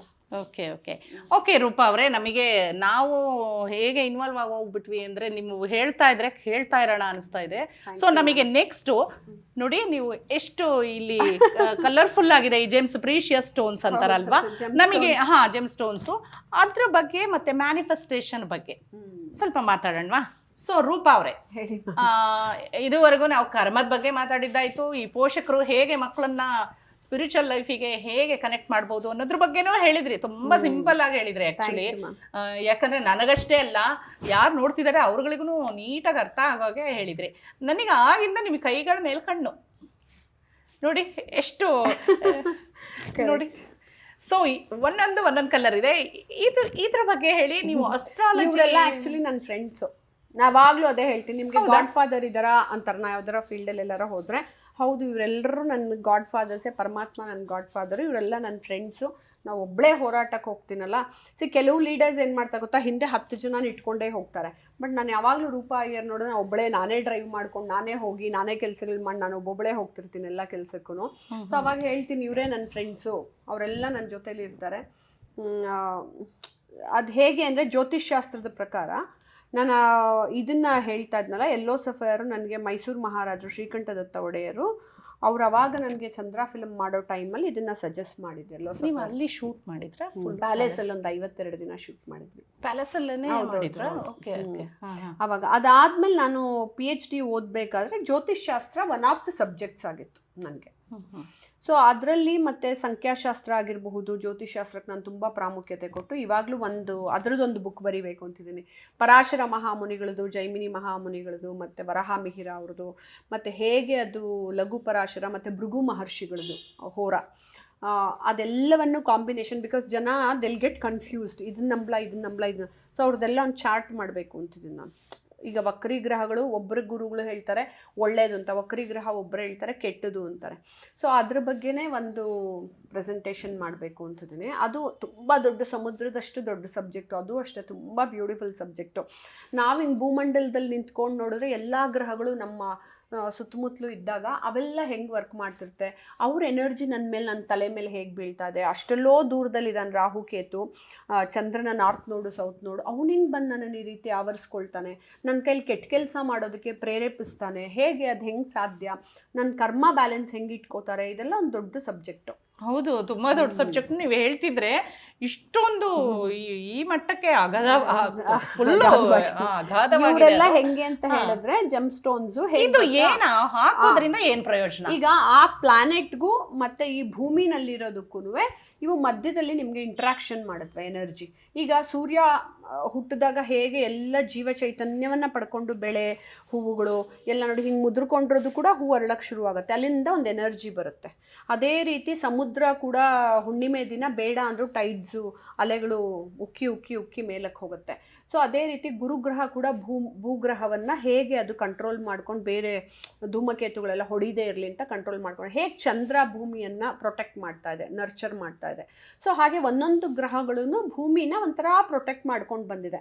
ಅದಕ್ಕಾಗಿ ಭೂಮಿಗೆ ಗುರುತ್ವಾಕರ್ಷಣ ಬಲನೂ ನಾವು ಹೇಳೋದು ಅದರಿಂದನೇ, ಗುರು ಹೇಗೆ ನಮಗೆ ಸಪೋರ್ಟ್ ಮಾಡ್ತಾ ಇದ್ದಾನೆ ಅಂತ. ಸೊ ಇದು ಏನಂದರೆ, ಒಂದೊಂದು ಗ್ರಹಗಳು ಹಂಗೆ ಸಪೋರ್ಟ್ ಮಾಡಿದಾಗ ಅವ್ರ ಎನರ್ಜಿಗೂ ಇವ್ರ ಎನರ್ಜಿಗೂ ನನಗೆ ಮಧ್ಯ ಇದು ಸಪೋರ್ಟ್ ಮಾಡುತ್ತೆ. ಓಕೆ, ಈಗ ಒಂದೊಂದು ಕಲರಿಗೂ ಏನೇನು ಅದ್ರದ್ದು ಎನರ್ಜಿ ಇದೆ ಅಂತ ಹಾಗೆ ಹೇಳ್ತೀರಾ ಬ್ರೀಫ್ ಆಗಿ? ನನಗೆ ನನ್ನ ಜಾತಕದ ಪ್ರಕಾರ ಹಾಕೊಂಡಿದ್ದೀನಿ. ನಂದು ಮೇಷ ಲಗ್ನ ಅಂದಾಗ ನಾನು ಹವಳ ಹಾಕೋಬೇಕು. ನನಗೆ ಬುಧ ಅಂದರೆ ನನಗೆ ಇಲ್ಲಿ ಶುಕ್ರನ್ ಬೆರಳಿಗೆ ನಾನು ಬುಧಾನ್ ಹಾಕ್ಕೊಂಡಿದ್ದೀನಿ, ನಂದು ಬೇರೆ ಒಂದು ಯೋಗಕ್ಕೋಸ್ಕರ ಅದು ಹಾಕ್ಕೊಂಡಿದ್ದೀನಿ. ಇದು ನನಗೆ ಸೂರ್ಯ ಪಂಚಮದಲ್ಲಿದ್ದಾನೆ ಶನಿನಲ್ಲಿ. ಸೊ ಶನಿ ಬೆರಳಿಗೆ ಇವನ್ ನೋಡಿ ಅದೇ ಬೆರಳಿಗೆ ಹಾಕ್ಕೊಂಡಿಲ್ಲ, ನಾನು ಬೇರೆ ಥರ ಕಾಂಬಿನೇಷನ್ ಮಾಡಿ ಹಾಕ್ಕೊಂಡಿದ್ದೀನಿ. ಆ್ಯಕ್ಚುಲಿ ಸೂರ್ಯನ ಇಲ್ಲಿ ಹಾಕ್ಕೋಬೇಕು, ಬುಧಾನ್ ಇಲ್ಲಿ ಹಾಕ್ಕೋಬೇಕು. ನಾನು ಸೂರ್ಯನ ನನಗೆ ಶನಿ ಮಹಾದಶೆಯಲ್ಲಿ ನಡೀತಿರೋದ್ರಿಂದ ನನಗೆ ಸೂರ್ಯ ಅದರ ಮನೆ ಅಧಿಪತಿ ಅನ್ನೋದ್ರಿಂದ ನಾನು ಬೇರೆ ಥರ ಒಂದು ಕಾಂಬಿನೇಷನ್ ಮಾಡಿ ವರ್ಕೌಟ್ ಮಾಡ್ಕೋತೀನಿ ನಮ್ದೇನೆ. ಗುರು ಎಲ್ಲರ ಜೀವನದಲ್ಲೂ ಬೇಕೇ ಬೇಕು. ಒಂದು ಮನೆ ಕಟ್ಟಕ್ಕೂ ಗುರು ದೆಸೆ ಇದೆಯಾ ಅಂತಾರೆ, ಗುರುಬಲ, ಗುರುಬಲ ಇದೆಯಾ ಜೀವನದಲ್ಲಿ, ಎಲ್ಲದಕ್ಕೂ ಸತ್ಕರ್ಮಗಳನ್ನ ನಡೆಯೋದಕ್ಕೆ ಮತ್ತೆ ಶುಭ ಕಾರ್ಯಗಳನ್ನ ನಡೆಸೋದಕ್ಕೆ ಗುರು ಬೇಕೇ ಬೇಕು. ಸೊ ಗುರು ತತ್ವ ನಮ್ಮೊಳಗೆ ಅಳವಡಿಸ್ಕೊಂಡಿರ್ಬೇಕಾಗಿದ್ರಿಂದ ಗುರು ಬೇಕೇ ಬೇಕು ಎಲ್ರಿಗೂ, ಎಲ್ಲರ ಜೀವನದಲ್ಲೂ. ಓಕೆ, ಅವಾಗ ನಿಮ್ಗೆ ಶುಭ ಕರ್ಮಗಳು ನಡೀತಾ ಹೋಗುತ್ತೆ. Okay okay. ಇದೆಲ್ಲ ನನಗೆ ಶುಕ್ರ ಇದೆರಡು ನನಗೆ ಫಿಲ್ಮ್ ಇಂಡಸ್ಟ್ರಿಯಲ್ಲಿ ಇರೋದ್ರಿಂದ, ಮತ್ತು ನಂಗೆ ಹಾಡು, ಸಂಗೀತ, ಡ್ಯಾನ್ಸು ಎಲ್ಲ ಇಷ್ಟ ಇರೋದ್ರಿಂದ, ದಟ್ ಇಸ್ ಆಲ್. ಶುಕ್ರ ನನ್ನ ವೃಷಭ ರಾಶಿಗೆ ಅಧಿಪತಿ, ಅದಕ್ಕೆ ನನ್ನ ಚಂದ್ರ ಇರೋ ಮನೆಯಲ್ಲಿ. ಮತ್ತು ನನಗೆ ಶನಿ ಮಹಾದಶೆ ನಡೀತಿರೋದ್ರಿಂದ ಶನಿ ಇದು. ಮತ್ತು ಯಾವ ರಾಶಿ ನಿಮ್ಮದು? ಮೃಗಶಿರ ನಕ್ಷತ್ರ, ವೃಷಭ ರಾಶಿ, ಪಾರ್ವತಿದು. ಅವಳದೇ ಎಲ್ಲ ಅವಳು ತಂದು ಕೊಟ್ಕೊಂಡಿದ್ದಾಳೆ ನನಗೆ. ಆ ಎನರ್ಜಿ ನಿಮಗೆ ಬಂದ್ಬಿಟ್ಟಿದೆ ಅಂತ. ಓಕೆ, ಜನರಲ್ ಆಗಿ ನೀವು ಒಂದಿಷ್ಟು ಟಿಪ್ಸ್ ಕೊಡೋದಾದ್ರೆ, ಈ ತರ ಒಬ್ಬೊಬ್ರು ಏನ್ ಮಾಡ್ತಾರೆ, ಎಲ್ಲೋ ಒಂದಿಷ್ಟು ಆನ್ಲೈನಲ್ಲಿ ಆಗ್ಬೋದು ಅಥವಾ ಇನ್ನೆಲ್ಲೋ ಆಗ್ಬೋದು, ಈ ಈ ಪ್ರೀಶಿಯಸ್ ಸ್ಟೋನು ಈ ಕಲರ್ದು ಹಾಕೊಂಡ್ರೆ ನಿಮಗೆ ಇದು ಒಳ್ಳೇದಾಗತ್ತೆ ಅದು ಒಳ್ಳೇದಾಗತ್ತೆ ಅಂತ, ಅದ್ರ ಬಗ್ಗೆ ನೀವು ಅವೇರ್ನೆಸ್ ಕ್ರಿಯೇಟ್ ಅದಕ್ಕೆ ಮಾಡೋದಕ್ಕೆ ನೀವೇನ್ ಮಾಡಿ ಗೊತ್ತಾ, ಜನಗಳು ಅವ್ರ ಜಾತಕನ ತೋರಿಸ್ಕೊಂಡು ಒಂದು ಲಗ್ನಾಧಿಪತಿ, ಒಂದು ಪಂಚಮಾಧಿಪತಿ, ಒಂದು ಭಾಗ್ಯಾಧಿಪತಿ ನೋಡ್ತೀವಿ. ಅದನ್ನ ಬಿಟ್ಟು ಇನ್ನೊಂದು ಕಾಂಬಿನೇಷನ್ನ ನೋಡ್ತೀವಿ. ಅವ್ರಿಗೆ ಧನಸ್ಥಾನದಲ್ಲಿ ಯಾರು ಕೂತ್ಕೊಂಡಿದ್ದಾರೆ ಮತ್ತೆ ಕುಟುಂಬ ಸ್ಥಾನದಲ್ಲಿ ಯಾರು ಕೂತ್ಕೊಂಡು. ಕೆಲವರಿಗೆ ಹೆಲ್ತ್ ಅಪ್ಸೆಟ್ ಆಗಿದ್ರೆ ಹೆಲ್ತ್ ರಿಲೇಟೆಡ್ ಡೇ ಮಾಡ್ಕೋಬೇಕಾಗುತ್ತೆ. ಕೆಲವರಿಗೆ ದುಡ್ಡು ಬೇಕು ಅಂದ್ರೆ ದುಡ್ಡು ರಿಲೇಟೆಡ್ ಡೇ ಮಾಡ್ಕೋಬೇಕಾಗುತ್ತೆ. ಕೆಲವರಿಗೆ ಎಲ್ಲ ಇರುತ್ತೆ, ಮನಸ್ಥಿತಿ ಸರಿಗಿರಲ್ಲ, Chandra Ketu combination they get into depression, suicide ಮಾಡ್ಕೋಬೇಕು, ಆತ್ಮಹತ್ಯೆ ಮಾಡ್ಕೋಬೇಕು ಅಂತ ಹೋಗ್ತಿರ್ತಾರೆ. ಸೊ ಅವ್ರಿಗೆ ಸ್ಟ್ರಾಂಗ್ ವ್ಯಕ್ತಿತ್ವ ಬರೆಸ್ಕೋಬೇಕು ಅಂದರೆ ಹೇಗೆ ಮಂಗಳನ ಎನರ್ಜಿನ ತಂದ್ಕೋಬೇಕು ಅನ್ನೋದು. ಕೆಲವರಿಗೆ ಮಂಗಳ ದೋಷನೇ ಇರುತ್ತೆ, ಅದನ್ನು ಹೆಂಗೆ ಹೋಗಿಸ್ಕೋಬೇಕು ಅಂತ ಅನ್ನೋದು. ಸೊ ಅದು ಅವ್ರು ಅಲ್ಲಲ್ಲೇ ಜಾತಕ ತೋರಿಸ್ಕೊಂಡು ಅಡ್ವೈಸ್ ತೊಗೊಂಡು ಹಾಕೋಬೇಕು. ಬಟ್ ಎಲ್ರಿಗೂ ಗುರು ಬೇಕೇ ಬೇಕು. ಅದು ಕಾಮನ್ ಯೂನಿವರ್ಸಲ್. ಜೀವನದಲ್ಲಿ ಏನೇ ಕಷ್ಟ ಇರಲಿ, ಇನ್ನು ಕೆಲವು ಅಸ್ಟ್ರಾಲಜರ್ಸ್ ಹೇಳ್ತಾರೆ ನೀ ಗುರುದ್ ಹಾಕೋಬೇಡ, ನಿಂಗೆ ಹೆಲ್ತ್ ಹಿಂಗಾಗತ್ತೆ, ನಿಂಗೆ ರೋಗ ಋಣ ಶತ್ರು ಮನೆ ಅದು ಇದು ಅಂತೆಲ್ಲ. ಅದೇನೇ ಇದ್ರೂ ಲೈಫಲ್ಲಿ ಗುರು ಬೇಕೇ ಬೇಕು. ಸೊ ಗುರು ಅದು ಯಾವುದು? ಎಲ್ಲೋ ಸಫೈರ್, ಕನಕ ಪುಷ್ಪ, ಅದನ್ನ ಯಾರು ಬೇಕಾದ್ರೂ ಹಾಕೋಬಹುದು. ಯಾರು ಬೇಕಾದ್ರೂ ಹಾಕೋ.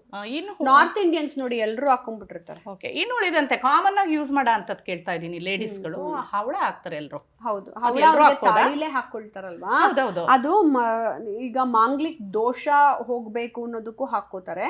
ಕೆಲವರಿಗೆ ತುಂಬ ಸೋಬರ್ ಆಗಿ ಅಂದರೆ ತುಂಬ ಡಲ್ ವ್ಯಕ್ತಿತ್ವ, ಸೋಬರ್ ಸಾಂಬಾರ್ ಎರಡು ಇದೆ. ಸೊ ವ್ಯಕ್ತಿತ್ವ ಇರುತ್ತೆ ಅನ್ನೋದಕ್ಕೆ, ಮದುವೆ ಆಗೋವಾಗ ಒಳಗೊಂದು ಎನರ್ಜಿ ಬರಲಿ ಅನ್ನೋದಕ್ಕೆ ಹವಳನ ಹಾಕಿ ಮುಂಚೆಯಿಂದನೂ ಮಾಂಗಲ್ಯದಲ್ಲಿ ತಾಳಿ ಜೊತೆ ಹಾಕ್ತಾರಲ್ವಾ. ಆಮೇಲೆ ಇನ್ನೊಂದು ಕಾಮನ್ ಕ್ವಶನ್, ಅದು ಈಗ ಎಲ್ಲಿ ನೋಡಿದ್ರು ಡೈಮಂಡ್ ಸ್ವಲ್ಪ ಎಲ್ಲರಿಗೂ ಕ್ರೇಜ್. ಲೇಡೀಸ್ಗೆ ಡೈಮಂಡ್ ಎಲ್ಲರೂ ಹಾಕ್ಬೋದಾ? ಅದೇನಕ್ಕೆ ಗೊತ್ತಾ, ಹೆಣ್ಮಕ್ಳಿಗೆ ಶುಕ್ರಂದು ಪ್ರಭಾವ ನಮ್ಮಲ್ಲೇ ಇರುತ್ತೆ. ಶುಕ್ರ ಇಸ್ ಅ ವೀನಸ್. ಯಾವುದೇ ಪುರುಷ ಮಹಿಳೆನ ಮದುವೆ ಮಾಡ್ಕೊಂಡ್ರು ಅವಳು ವೀನಸ್ಸು, ಇವನು ಮದುವೆ ಆಗಕ್ಕೆ ಮುಂಚೆ ಮಂಗಳ, ಮದುವೆ ಆದ್ಮೇಲೆ ಗುರು. ಸೊ ಅದು ವೀನಸ್ ತತ್ವ ಎಲ್ಲ ಮಹಿಳೆಯರಲ್ಲೂ ಇದೆ. ನಮ್ಮಲ್ಲಿ ಫೆಮಿನೈನ್ ಕ್ವಾಲಿಟಿ ಚೆನ್ನಾಗಿ ಇಲ್ಲ. ಅವ್ರಿಗೆ 6th ಹೌಸ್ ಲಾರ್ಡ್ ಏನಾದ್ರು ರೋಗ ಋಣ ಶತ್ರು ಮನೆ ಆಗಿದ್ರೆ ಅವನ್ ಹಾಕೊಳ್ಳೋಂಗಿಲ್ಲ. ಸಿಂಪಲ್ ಆಗಿ ಹೇಗೆ ಅರ್ಥ ಮಾಡ್ಕೋಬಹುದು? ಅವರು ಯಾವ ಲಗ್ನ ಅನ್ನೋದು ನೋಡ್ಕೊಂಡು 6ನೇ ಮನೆ ನೋಡ್ಕೋಬೇಕು. ಅದನ್ನ ನೋಡೇ ಹಾಕೋಬೇಕು. ಇಲ್ದಿದ್ರು ಅದೇ ಇರಲ್ಲ ಬಿಡಿ ನಿಮ್ಮ ಹತ್ರ. ಈಗ ಫಾರ್ ಎಕ್ಸಾಂಪಲ್ ಒಬ್ಬೊಬ್ರು 10 ವರ್ಷದಿಂದನೂ ಹಾಕಿರ್ತಾರೆ, ಅವ್ರಿಗೆ ಒಳ್ಳೇದಾಗಿರುತ್ತೆ. ಹೌದಾ? ಅವ್ರಿಗೆ ತಮ್ಗೆ ಗೊತ್ತಾಯ್ತು ಅವ್ರ ಮನೆಗೆ ಡೈಮಂಡ್ ಬಂದ ತಕ್ಷಣನೇ ಮನಸ್ಸಿನ ಮನಸ್ಥಿತಿ ಒಳ್ಳೇದಾಯ್ತಾ ಕೆಟ್ಟದಾಯ್ತಾ ಅನ್ನೋದು ಅದೇ ಇರುತ್ತೆ, ಅಥವಾ ಅದೇ ಹೊರಟೋಗುತ್ತೆ. ಆ ರೀತಿನೂ ಇದೆಯಾ? Okay okay okay. ಅದೇ ಮಾಡಿಸ್ಕೊಳುತ್ತೆ ಮ್ಯಾಮ್. ನೀವು ನಂಬಲ್ಲ, ನಾನು ಇದೆಲ್ಲ ಹಾಕ್ಕೊಂಡಾಗ ಅಂದರೆ ಯಾಕೆ ಹಾಕ್ಕೋಬೇಕು ಅಷ್ಟೆಲ್ಲ ಇಲ್ಲದೇನು ನಾವು ಮಾಡ್ಬೋದು ಜ್ಞಾನದಲ್ಲಿ ಅಂತಂತಾರೆ. ದೇವಾನುದೇವತೆಗಳೇ ಹಾಕ್ಕೋತಿದ್ರು. ಮಹಾರಾಜ ಹಾಕೋತಿದ್ರು. ನನಗೆ ಯಾಕೋ ಇದೆಲ್ಲ ತಗೊಳ್ಳೋ, ನಾನೇ ರಾಜ್ಯದ ಮಹಾರಾಜ, ನಾನೇ ಯಾಕೆ ಹಾಕ್ಕೋಬೇಕು ಅಂತ ಪ್ರಶ್ನೆ ಕೇಳಿದ್ರಾ? ನೋ. ಜ್ಯೋತಿಷ್ ಶಾಸ್ತ್ರವನ್ನು ನಂಬ್ತೀರಾ ಅಂದರೆ ನಂಬಬೇಕು ಪೂರ್ತಿ. ದೇವಾನುದೇವತೆಗಳೇ ತಗೊಳ್ಳೋ, ನಾನೇ ದೇವರು, ನಾನು ಯಾಕೋ ಇದೆಲ್ಲ ಹಾಕ್ಕೊಳ್ಳಿ ಅಂತಂತಿದ್ರಾ? ಇಲ್ಲ, ಎಲ್ಲವೂ ನಿಮಗೆ ಬೇಕಾಗತ್ತೆ. ಎಲ್ಲ ಸಪೋರ್ಟು ಬೇಕು. ಇಡೀ ಮಂಡಲದಲ್ಲಿ ಎಲ್ಲ ಏನೇನೇನೇನು ಎನರ್ಜಿ ಇದೆಯೋ ಎಲ್ಲ ಸಪೋರ್ಟು ಬೇಕು. ನಾವು ಒಂದು ಕಡೆ ಉಸಿರಾಡ್ತೀವಿ, ಒಂದು ಕಡೆ ಕೇಳಿಸ್ಕೊಳ್ತೀವಿ, ಒಂದು ಕಡೆ ಊಟನೂ ಮಾಡ್ತೀವಿ. ಬರೀ ಉಸಿರಾಡ್ಕೊಂಡು ಬದುಕಿರಬೇಕು ಅಂದರೆ ಆಗಲ್ಲ. ಸೊ ಎಲ್ಲ ರೀತಿ ಎನರ್ಜಿನೂ ಬೇಕಾದರೆ ಈ ಎನರ್ಜಿಗಳು ಬೇಕು. ಓಕೆ, ಈಗ ಈ ಎಲ್ಲ ಹರಳುಗಳಿಗೆ ಒಂದೊಂದು ವಿಷಯ ಹೇಳಿದ್ರಿ. ಚಿನ್ನ ಎಲ್ರಿಗೂ ಆಗತ್ತೆ ಹೇಗೆ? ಚಿನ್ನ ಬೆಳ್ಳಿ ಅಂದ್ರೆ ಯಾರು ಬೇಕಾದ್ರೂ ಹಾಕೋಬಹುದು. ತತ್ವ ಬೆಳ್ಳಿ ಚಂದ್ರ. ಓಕೆ, ಯಾರು ಬೇಕಾದ್ರೂ ಹಾಕೋಬಹುದು. ಚಿನ್ನ ಬೆಳ್ಳಿಗೆ ದೇವತೆಗಳು ಹಾಕೋತಿದ್ರಲ್ಲ ಎಲ್ರು. It's precious metal. ಈಗ ಯಾರೋ ಒಬ್ರು ಈಗ ಹಾಕೋಬೇಕಾದ್ರೆ ಕೇಳ್ಸಿ ಹಾಕೋಬೇಕು, ಅದರಿಂದ ಕೆಟ್ಟದಾಗ್ಬಿಟ್ರೆ ಇಲ್ಲ. ಚಿನ್ನ ಎಲ್ರಿಗೂ ಯಾಕೆ ಬಂದಿದೆ ಅಂದ್ರೆ ಗುರುತತ್ವ. ಬೇರೆ ಹಾಕೋಬೇಕಾದ್ರೆ ಕೇಳಿಸಿ ಹಾಕೋಬೇಕು ಅಂತಾರಲ್ಲ. ಓನ್ಲಿ ಸ್ಟೋನ್, ಎಸ್ಪೆಷಲಿ ಶನಿ ಮತ್ತೆ ಬುಧದೆಲ್ಲ ನೋಡ್ಬಿಟ್ಟು ಹಾಕೋತಾರೆ. ತುಂಬಾ ಜನಕ್ಕೆ ಶನಿ ಆಗಿ ಬರಲ್ಲ. ಓಕೆ, ಸೊ ರೂಪಾ ಅವರೇ, ಈಗ ನಮಗೆ ಇದ್ರ ಬಗ್ಗೆ ಹೇಳಿದ್ರಿ. ಬಟ್ ಇನ್ನೊಂದು ಲೊಕೇಶನ್ ತೋರಿಸ್ತಾ ನಮಗೆ ಮ್ಯಾನಿಫೆಸ್ಟೇಷನ್. ಈಗಿನ ಯಂಗ್ಸ್ಟರ್ಸ್ ಎಸ್ಪೆಷಲಿ ಜೆನ್ಜಿ, ಅವರು ಮ್ಯಾನಿಫೆಸ್ಟೇಷನ್ ಅಲ್ಲಿ ಬಿಲೀವ್ ಮಾಡ್ತಾರೆ. ನಮಗೆ ಮ್ಯಾನಿಫೆಸ್ಟೇಷನ್ ಅಂದ್ರೆ ಏನು, ಹೇಗೆ ಅದನ್ನ ನಾವು ಮ್ಯಾನಿಫೆಸ್ಟ್ ಮಾಡ್ಬೋದು, ಹೇಗೆ ಬಯಸಿದ್ದನ್ನು ಪಡ್ಕೋಬಹುದು ಅನ್ನೋದ್ರ ಬಗ್ಗೆ ಹೇಳಿ. ಸೊ ನೆಕ್ಸ್ಟ್ ಕರ್ಕೊಂಡು ಹೋಗ್ತೀರಾ? ರೂಪಾ ಅವರೇ, ಬಹಳಷ್ಟು ವಿಷಯಗಳ ಬಗ್ಗೆ ಮಾತಾಡಿದ್ವಿ. ನಮಗೀಗ ಮ್ಯಾನಿಫೆಸ್ಟೇಷನ್ ಅಂದರೆ ಏನು? ಈಗ ಅದು ಬಹಳ ಪ್ರಚಲಿತದಲ್ಲಿರುವಂಥ ವರ್ಡ್. ಅದು ವಿಚಾರ, ಕಾನ್ಸೆಪ್ಟ್. ಆನ್ಲೈನ್ ಆಗ್ಬೋದು, ಜೆನ್ಜಿ ಅವರಾಗ್ಬೋದು, ಎಲ್ಲರೂ ಅಷ್ಟೇ ಮ್ಯಾನಿಫೆಸ್ಟೇಷನ್ ಮಾಡ್ತಾ ಇದ್ದೀನಿ, ನಾನು ಮ್ಯಾನಿಫೆಸ್ಟೇಷನ್ ಮಾಡ್ತಾ ಇದ್ದೀನಿ, ಮ್ಯಾನಿಫೆಸ್ಟೇಷನ್ ವರ್ಕ್ ಆಗತ್ತೆ ಅನ್ನೋದನ್ನ ಬಹಳ ಕೇಳಿದ್ದೀವಿ. ನಾನು ಮ್ಯಾನಿಫೆಸ್ಟೇಷನ್ ಮಾಡಿದ್ದೀನಿ, ಬಟ್ ಸಾಮಾನ್ಯ ಜನರಿಗೂ ಗೊತ್ತಾಗ ಹಾಗೆ ನೀವು ಅದ್ರ ಬಗ್ಗೆ ಹೇಳ್ತೀರಾ? ನಿಮ್ಗೆ ವರ್ಕ್ ಆಗಿದೆಯಾ ಮ್ಯಾಮ್? ಎಸ್. ಮ್ಯಾನಿಫೆಸ್ಟೇಷನ್ ಅನ್ನೋದು ಏನು ಅಂತ ಹೇಳಿದ್ರೆ, ಅಫರ್ಮೇಷನ್ ಆಗಲಿ ಮ್ಯಾನಿಫೆಸ್ಟೇಷನ್ ಆಗಲಿ, ಪುರಾತನ ಕಾಲದಲ್ಲಿ ಇವಾಗ ಯಾರೋ ಪಾಶ್ಚಿಮಾತ್ಯರು ಪರಿಚಯಿಸ್ಬಿಟ್ರು ಆ ಪದಾನ ಅಂತ ಅನ್ನೋದಲ್ಲ. ಋಷಿ ಮುನಿಗಳ ಕಾಲದಿಂದನೂ ಇತ್ತು. ಇದನ್ನು ಲಲಿತಾ ಸಹಸ್ರನಾಮದಲ್ಲಿ ನೀವು ನೋಡ್ತಾ ಹೋದ್ರೂ ಇಚ್ಛಾಶಕ್ತಿ, ಜ್ಞಾನಶಕ್ತಿ, ಕ್ರಿಯಾಶಕ್ತಿ. ಯಾವುದೇ ಒಂದು ಮ್ಯಾನಿಫೆಸ್ಟೇಷನ್ನ ನೀವು ಮೈಂಡ್ಗೆ ಹಾಕ್ಕೊಂಡು ಅದನ್ನ ಮ್ಯಾನಿಫೆಸ್ಟ್ ಮಾಡ್ತಾ ಮಾಡ್ತಾ ಮಾಡ್ತಾ ಪಾಸಿಟಿವ್ ಆಗಿ ಯೋಚನೆ ಮಾಡ್ತಾ ಇರೋದು. ನೀವೊಂದು ಯೋಚಿಸಿ, ನೀವು ಸ್ಕೂಲ್ ಡೇಸಲ್ಲಿ ಇದ್ದಾಗಲಿಂದನೇ ನೀವು ಮ್ಯಾನಿಫೆಸ್ಟ್ ಏನೇನು ಮಾಡ್ಕೊಂಬಂದಿರ್ತೀರಾ ಅಂತಂದರೆ, ನಾನು ಮುಂದೊಂದು ದಿನ ಇಂಜಿನಿಯರಿಂಗ್ ಆಗಬೇಕು, ನಾನು ಮುಂದೊಂದು ದಿನ ಡಾಕ್ಟರ್ ಆಗಬೇಕು ರೀ, ನಮ್ಮ ಮಕ್ಳಿಗೆ ಅದೇ ಇಷ್ಟ ರೀ, ಡಾಕ್ಟರ್ ಓದಬೇಕು ಅಂತಿದ್ದಾಳೆ ಅಂತ ಅಪ್ಪ ಅಮ್ಮಂದ್ರ ತಲೆಗೂ ನಾವು ಹಾಕಿರ್ತೀವಿ ನಾವೇನಾಗಬೇಕು ಅನ್ನೋದು. ನಾವು ಮಾತ್ರನೇ ಇಲ್ಲ, ಅವರು ನಮ್ಮ ಬಗ್ಗೆ ಮ್ಯಾನಿಫೆಸ್ಟ್ ಮಾಡ್ಕೋತಿರ್ತಾರೆ. ಆಮೇಲೆ ನಾನು 10th ಪಾಸ್ ಆಗಲೇಬೇಕು, ಸೊಸೈಟಿ ನನ್ನನ್ನು ಏನಾರು ಅನ್ಕೊಳ್ಳುತ್ತೆ ಅನ್ನೋದನ್ನ ಪಾಸ್ ಆಗಬೇಕು ಅನ್ನೋದನ್ನ ನಾವು ಮ್ಯಾನಿಫೆಸ್ಟ್ ಮಾಡ್ತೀವಿ. ಪಾಸಿಟಿವ್ ಥಿಂಕಿಂಗ್ ಅಂತೀರಾ? ಎಸ್. ಅದನ್ನ ನೀವು ಇಡೀ ಬ್ರಹ್ಮಾಂಡದ ಜೊತೆ ನೀವು ಮಾತಾಡೋದು. ಅದು ನೀವು ನೆಕ್ಸ್ಟ್ ಲೆವೆಲ್ಗೆಲ್ಲ ಹೋದಾಗ ನಿಮ್ಮ ಚಕ್ರಗಳನ್ನ ಕೂಡ ಕನೆಕ್ಟ್ ಮಾಡ್ಕೊಂಡು ಮಾತಾಡೋದು. ಯೂನಿವರ್ಸ್ ಅಂತಾರಲ್ಲ, ಅದೇ ಹೋಲ್ ಯೂನಿವರ್ಸ್ ಜೊತೆ you have to get connected. ಅದರಲ್ಲೂ ನೆಕ್ಸ್ಟ್ ಸ್ಟೆಪ್ ಹೋಗ್ತೀರಾ ಅಂದ್ರೆ ಬೆಳಗಿನ ಜಾವ 3 ಗಂಟೆಗೆ ಎದ್ಬಿಟ್ಟು ಮಾಡ್ತೀರಾ ಬ್ರಾಹ್ಮಿ ಮುಹೂರ್ತದಲ್ಲಿ. ಸುಮ್ಮನೆ ನೀವು ಜನರಲ್ ಆಗಿ ಮ್ಯಾನಿಫೆಸ್ಟ್ ಮಾಡ್ಕೊಳ್ಳೋದು, ದಿನನಿತ್ಯ ನೀವು ಹೇಳ್ಕೊಳ್ಳೋದು. ಅಫರ್ಮೇಷನ್ ಮ್ಯಾನಿಫೆಸ್ಟೇಷನ್ ಏನು ಅಂದ್ರೆ, ಕೆಲವರು ಬರ್ದಿಟ್ಕೊಂಡು ಮಾಡ್ತಾರೆ. ಇದನ್ನು ಹಳೆಯ ಕಾಲದಲ್ಲೂ ಇತ್ತು. ಬರ್ದಿಟ್ಬಿಟ್ಟು ಹಿಂಗೆ ಅಂಟಿಸ್ಕೊಡಿ ಗೋಡೆ ಮೇಲೆ. ಇದು ನನ್ನ ಕೆಲಸಗಳು ಅಂಟಿಸ್ಕೊಂಡಿದ್ದೀನಿ. ನಿಮ್ಮ ಹೋಮ್ ಟೂರ್ ಮಾಡ್ತಾ ನಾನು ಅದೇ ಅನ್ಕೊಂಡೆ, ಏನಿದು ಇಷ್ಟೊಂದು ಟೈಮ್ ಟೇಬಲ್ ಅಥವಾ ಏನಂತ. ಫಿಲಂ ರಿಲೀಸ್ ಆಯ್ತಲ್ಲ, ಆ ಟೈಮಲ್ಲಿ ನನ್ನ ಕೆಲಸಗಳೆಲ್ಲ ಅಂಟಿಸ್ಕೊಂಡಿದ್ದೆ ಹಿಂಗೆ. ಇದು ಬುಕ್ಕಲ್ಲಿ ಬರ್ದಿಟ್ಕೋ, ಫೋನಲ್ಲಿ ಇಟ್ಕೋಲ್ಲ. ನಾನು ನೋಡಿದಾಗೆಲ್ಲ ನನ್ನ ಮೈಂಡ್ ಜ್ಞಾಪಿಸ್ಬೇಕು. ನೀನು ಸುಮ್ಮನೆ ಕೂತ್ಕೊಳ್ಳೋಕ್ಕಾಗಲ್ಲ, you have to work this ಅಂತ, ವರ್ಕ್ ಆನ್ ದಿಸ್ ಅಂತ. ಸೊ ಮ್ಯಾನಿಫೆಸ್ಟೇಷನ್ನು ಹಾಗೇನೆ. ನೀವು ಒಂದು ವಿಚಾರವನ್ನು ಇಟ್ಕೊಂಡಾಗ ಟ್ರಾಫಿಕ್ ಜಾಮ್ ಮಾಡ್ದಿರಾ, ಒಂದೇ ವಿಚಾರವನ್ನು ಇಟ್ಕೊಂಡು ಆ ಎನರ್ಜಿನ ಪುಷ್ ಮಾಡಿ ಅಲ್ಲಿಗೆ ಹೋಗೋದು. ರನ್ನಿಂಗ್ ರೇಸ್ ಥರ ಅದು. You have to go and ತಲುಪು. ಇದು ಫಿಸಿಕಲ್ ಎನರ್ಜಿಲಿ you are going and reaching. ಇದು ಬ್ರಹ್ಮಾಂಡಕ್ಕೆ ನೀವು ನಿಮ್ಮೊಳಗಿರುವ ಅಂತಃಶಕ್ತಿಯಿಂದ ಆ ಕನೆಕ್ಟ್ ಮಾಡಿ, ಇಡೀ ಬ್ರಹ್ಮಾಂಡನ ಇವಳಿಗಿದು ಬೇಕಂತೆ, ನಾವೆಲ್ಲ ತೊಗೊಂಡೋಗಿ ಕೊಡೋಣ ಅಂತ ತೊಗೊಂಬಂದು ಕೊಡುತ್ತೆ ನಿಮಗೆ. ಬಟ್ ಆದರೆ ಇಚ್ಛಾಶಕ್ತಿ ಜೊತೆ ಕ್ರಿಯಾಶಕ್ತಿ ಬಹಳ ಇಂಪಾರ್ಟೆಂಟು. ನೀವು ಕ್ರಿಯೆಗೆ ಒಳಪಡಲಿಲ್ಲ ಅಂತಂದ್ರೆ, ಈಗ ಅಲ್ಲೊಂದು ಗ್ಲಾಸಲ್ಲಿ ನೀರು ಇರುತ್ತೆ ಟೇಬಲ್ ಮೇಲೆ, ನೀರು ಇಲ್ಲಿಗೆ ಬಂದ್ಬಿಡು ಅಂತಂದ್ರೆ ಬರಲ್ಲ. ಕೈ ಹಾಕಿ ಹಿಂಗೆ ತಗೋಬೇಕು. ಸೊ ಅದು ನಿನ್ನ ಬ್ರೈನು ನಿನಗೆ ಕೊಡುತ್ತೆ. ನಾನು ಕಾಫಿ ಕುಡಿಲೇಬೇಕಪ್ಪ ಅಂತ ಆಸೆ ಪಡ್ತೀರಾ, ಕಾಫಿ ನೀವು ಮಾಡ್ಕೊಂಡು ಕುಡಿಬೇಕು ಅಥವಾ ಅಂಗಡಿಗೆ ಹೋಗಿ ತೊಗೊಂಡು ಕುಡಿಬೇಕು. ಸೊ ನೀವು ಏನನ್ನೇ ಮ್ಯಾನಿಫೆಸ್ಟೇಷನ್ ಮಾಡಬೇಕು ಅಂದಾಗಲೂ ಋಷಿ ಮುನಿಗಳು ತಾವು ಮ್ಯಾನಿಫೆಸ್ಟ್ ಮಾಡ್ಕೊಂಡೇ ಒಂದು ಲೋಕದಿಂದ ಇನ್ನೊಂದು ಲೋಕಕ್ಕೆ ಟ್ರಾವೆಲ್ ಮಾಡೋರು. ಆಮೇಲೆ ಅವ್ರು ಎಷ್ಟು ಬ್ಯೂಟಿಫುಲ್ ಆಗಿ ಮ್ಯಾನಿಫೆಸ್ಟ್ ಮಾಡ್ಕೋತಿದ್ರು ಅಂದರೆ, ಇವತ್ತು ನೋಡಿ ಎಲ್ಲ ಗ್ರಹಮಂಡಲದೆಲ್ಲ ಒಂದು ಕಾಂಬಿನೇಷನ್ನು ಎಲ್ಲ ಹೇಗೆ ವರ್ಕ್ ಆಗುತ್ತೆ, ಗ್ರಹಣ ಆಗಿರಲಿ, ದಿನಗಳಾಗಿರಲಿ, ಆ ಪಂಚಾಂಗ ಆಗಿರಲಿ, ಎಲ್ಲವನ್ನೂ ನೀಟಾಗಿ ಬರ್ಕೊಟ್ಟಿದ್ರು. ಆಮೇಲೆ ಅವ್ರು ಎಷ್ಟು ಚೆನ್ನಾಗಿ ಮ್ಯಾನಿಫೆಸ್ಟ್ ಮಾಡಿಕೊಂಡೆ ಸೂಕ್ಷ್ಮ ಶರೀರದಲ್ಲೂ ಟ್ರಾವೆಲ್ ಮಾಡ್ಕೊಂಡು ಹೋಗೋರು. ಸೊ ನೀವು ಅದನ್ನು ತುಂಬ ಸ್ಟ್ರಾಂಗ್ ಆಗಿ ನೀವು ಬಿಲೀವ್ ಮಾಡ್ತೀರಾ, ನಿಮ್ಗೆ ಬೇಕೇ ಬೇಕು ಅಂತಂದಾಗ ಮ್ಯಾನಿಫೆಸ್ಟೇಷನ್ ಜೊತೆಗೆ ಕ್ರಿಯಾಶಕ್ತಿಯನ್ನು ಅಳವಡಿಸ್ಕೊಳ್ಳಿ. ಕ್ರಿಯಾಶಕ್ತಿ ಅಳವಡಿಸ್ಕೊಳ್ಳಿಲ್ಲ ಅಂತ ಹೇಳಿದ್ರೆ ನಿಮ್ಗೇನೂ ಸಿಗೋದಿಲ್ಲ. ಇದೇನು ಅಂತ ಹೇಳಿದ್ರೆ ಹಗಲ್ಗನ್ಸು ಕಾಣೋ ಥರ. ನೀವು ಮನೇಲೇ ಮಲ್ಕೊಂಡ್ಬಿಟ್ಟು ನಾನು ಇಂಥ ದೊಡ್ಡ ವ್ಯಕ್ತಿ ಆಗಿ ನೋಡ್ತಿರೋ, ನಾನು ಏನಾಗ್ತೀನಿ ಅಂತ ಮುಂದೊಂದು ದಿನ ನೋಡ್ತಿರೋ, ಇವತ್ತು ಮಾತಾಡು ನೀನು ನಾನು ಏನಾಗ್ತೀನಿ ತಿಂಗೆ ಮಾತಾಡ್ತಾರೆ, ಇನ್ನು 2 ವರ್ಷ ಬಂದಮೇಲೆ ಅದೇ ಹೇಳ್ತಿರ್ತಾರೆ, ನೋಡ್ತಿರೋ ನಾನು ಏನಾಗ್ತೀನಿ ಅಂತ. ಹಂಗೆ ವರ್ಕ್ ಆಗಲ್ಲ. ತುಂಬ ಜನರಿಗೆ ಯಾಕೆ ಮ್ಯಾನಿಫೆಸ್ಟೇಷನ್ ವರ್ಕ್ ಆಗಲ್ಲ ಅಂದರೆ, ಒಂದು ಸಬ್ಕಾನ್ಷಿಯಸ್ನೆಸ್ಸಲ್ಲಿ ಅವ್ರಿಗೆ ಗೊತ್ತು ತಾನಲ್ಲಿ ರೀಚ್ ಆಗಲ್ಲ ಅಂತ. ಇವಾಗ ನನಗೆ 1 ಕೋಟಿ ರೂಪಾಯಿ ಬೇಕು, 1 ಕೋಟಿ ರೂಪಾಯಿ ಬೇಕು ಅಂತ ಹಿಂಗೆ ಕೂತ್ಕೊಂಡು ಜಪ ಮಾಡ್ತಾರೆ, ಅರ್ಜೆಂಟ್ ಇದೆ ಅಂತ ಅಂದ್ಬಿಟ್ಟು. ನಂಗೆ 1 ಕೋಟಿ ರೂಪಾಯಿ ಬಂದ್ಬಿಡ್ಲಿ ಅಂದರೆ ಬಂದ್ಬಿಡಲ್ಲ. ವಸ್ತು ರೂಪದ್ದು ಯಾವುದೂ ಬರೋದಿಲ್ಲ. ಆ ವಸ್ತು ರೂಪದ್ದು ಬರಬೇಕು ಅಂದಾಗ ನೀವು ಎನರ್ಜಿನ ಬರ್ನ್ ಮಾಡಿ ನೀವು ಕೆಲಸ ಮಾಡಲೇಬೇಕು. ಅದನ್ನು ಶನಿಗ್ರಹ ನಿಮ್ಗೆ ಹೇಳುತ್ತೆ. ನಿಮ್ಮ ಮ್ಯಾನಿಫೆಸ್ಟೇಷನಲ್ಲಿ ಎಷ್ಟೇ ನಿಮಗೆ ವ್ಯಾಮೋಹಕ್ಕೆ ಒಳಪಡಿಸಿ, ರಾಹು ಆಗಿರಲಿ, ಶುಕ್ರ ಆಗಿರಲಿ, ದುಡ್ಡಿನ್ನೇನು ತೊಗೊಂಬಂದು ಇಲ್ಲಿ ಕೊಡ್ತಾ ಇದ್ರು, ಶನಿ ಬಂದು ಟಕ್ಕಂತ ಅಡ್ಡಾಗ್ತಾನೆ. ನೀವು ಒಂದು ಎನರ್ಜಿನ ನಂಬ್ತೀರಾ ಅಂದರೆ ಇನ್ನೊಂದು ಎನರ್ಜಿನೂ ನಂಬಬೇಕು. ಸೊ ನೀವು ಕ್ರಿಯಾರೂಪಕ್ಕೆ ತಗೊಳ್ಳಿಲ್ಲ ಅಂತಂದಾಗ, ಇಫ್ ಯು ಡೋಂಟ್ ಡಿಸರ್ವ್ 1 ಕೋಟಿ ಕೊಡಲ್ಲ. ಅದು ಇಡೀ ಬ್ರಹ್ಮಾಂಡ ಕೊಡ್ತಿರಬಹುದು, ಆದರೆ ನಿನ್ನ ಕರ್ಮಫಲಗಳು ಕೊಡೋದಕ್ಕೆ ಒಪ್ಕೊಳ್ಳೋದಿಲ್ಲ. ಅದಕ್ಕೆ ನಾನು ಏನು ಹೇಳ್ತೀನಿ, manifestation is a beautiful thing. Even ತುಂಬ ಜನ ಮ್ಯಾನಿಫೆಸ್ಟೇಷನ್ನ ಸಣ್ಣ ಆಗೋದಕ್ಕೂ ಉಪಯೋಗಿಸ್ತಾರೆ. ನಾನು ನಾಳೆಯಿಂದ ಸಣ್ಣ ಆಗ್ತಾ ಇದ್ದೀನಿ, ನಾನು ಪರ್ಫೆಕ್ಟ್ ಆಗಿದ್ದೀನಿ, ನಾನು ಹಿಂಗಿದ್ದೀನಿ ಅಂದ್ಬಿಟ್ಟು. ಅದು ವರ್ಕ್ ಆಗ್ತಿರುತ್ತೆ. ಅದ್ರ ಜೊತೆಗೆ ನೀವು ಇಡೀ ನೇಚರ್ನು ಉಪಯೋಗಿಸ್ಕೋಬೇಕು. You have to work on that. ಹೌದು, ನೀವು ಅದು ವರ್ಕ್ ಮಾಡಿದ್ರೆ ಖಂಡಿತ ಆಗುತ್ತೆ. ನನಗೊಂದು ಒಳ್ಳೆ ಕೆಲಸ ಸಿಗಲಿ ಅಂತ ನೀವು ಅನ್ಕೋತೀರಾ ಅಂತ ಇಟ್ಕೊಳ್ಳಿ, 1 ಲಕ್ಷ ರೂಪಾಯಿ ಸಂಬಳದ್ದು. ಆ ಕೆಲಸಕ್ಕೆ ನೀವು 100 ಕಡೆ ಅಪ್ಲೈ ಮಾಡ್ಕೋಬೇಕು. You have to try. At the same time ನಿಮ್ಮ ಮೈಂಡು ಅದನ್ನ ಅಪ್ಲೈ ಮಾಡ್ಕೊಂಡಾಗ ಮ್ಯಾನಿಫೆಸ್ಟೇಷನು ಇಡೀ ಬ್ರಹ್ಮಾಂಡ ನಿಮಗೆ ಸಪೋರ್ಟ್ ಮಾಡುತ್ತೆ. ಅದನ್ನೇ ನಾವು 100% ನಿಮ್ಮ ಮನಸ್ಸಿಂದ ಆಸೆ ಪಡೋದು ಅಂತ ಕೇಳೋದು. ನೀವು 100% ಆಸೆ ಪಟ್ಟಾಗ ಅದನ್ನ ಪಡ್ಕೊಳ್ಳೋದಕ್ಕೆ ನೀವು ಹೋಗ್ತೀರಾ. ಆಮೇಲೆ ನಮ್ಮಲ್ಲಿ ಇಂಡಿಯನ್ಸು ತುಂಬ ಚೆನ್ನಾಗಿ ಮ್ಯಾನಿಫೆಸ್ಟೇಷನ್ ಯಾವ್ದು ಗೊತ್ತಾ ಮಾಡೋದು, ಸ್ವಂತ ಮನೆ ಬೇಕು ಅನ್ನೋದು. ಹೌದಾ?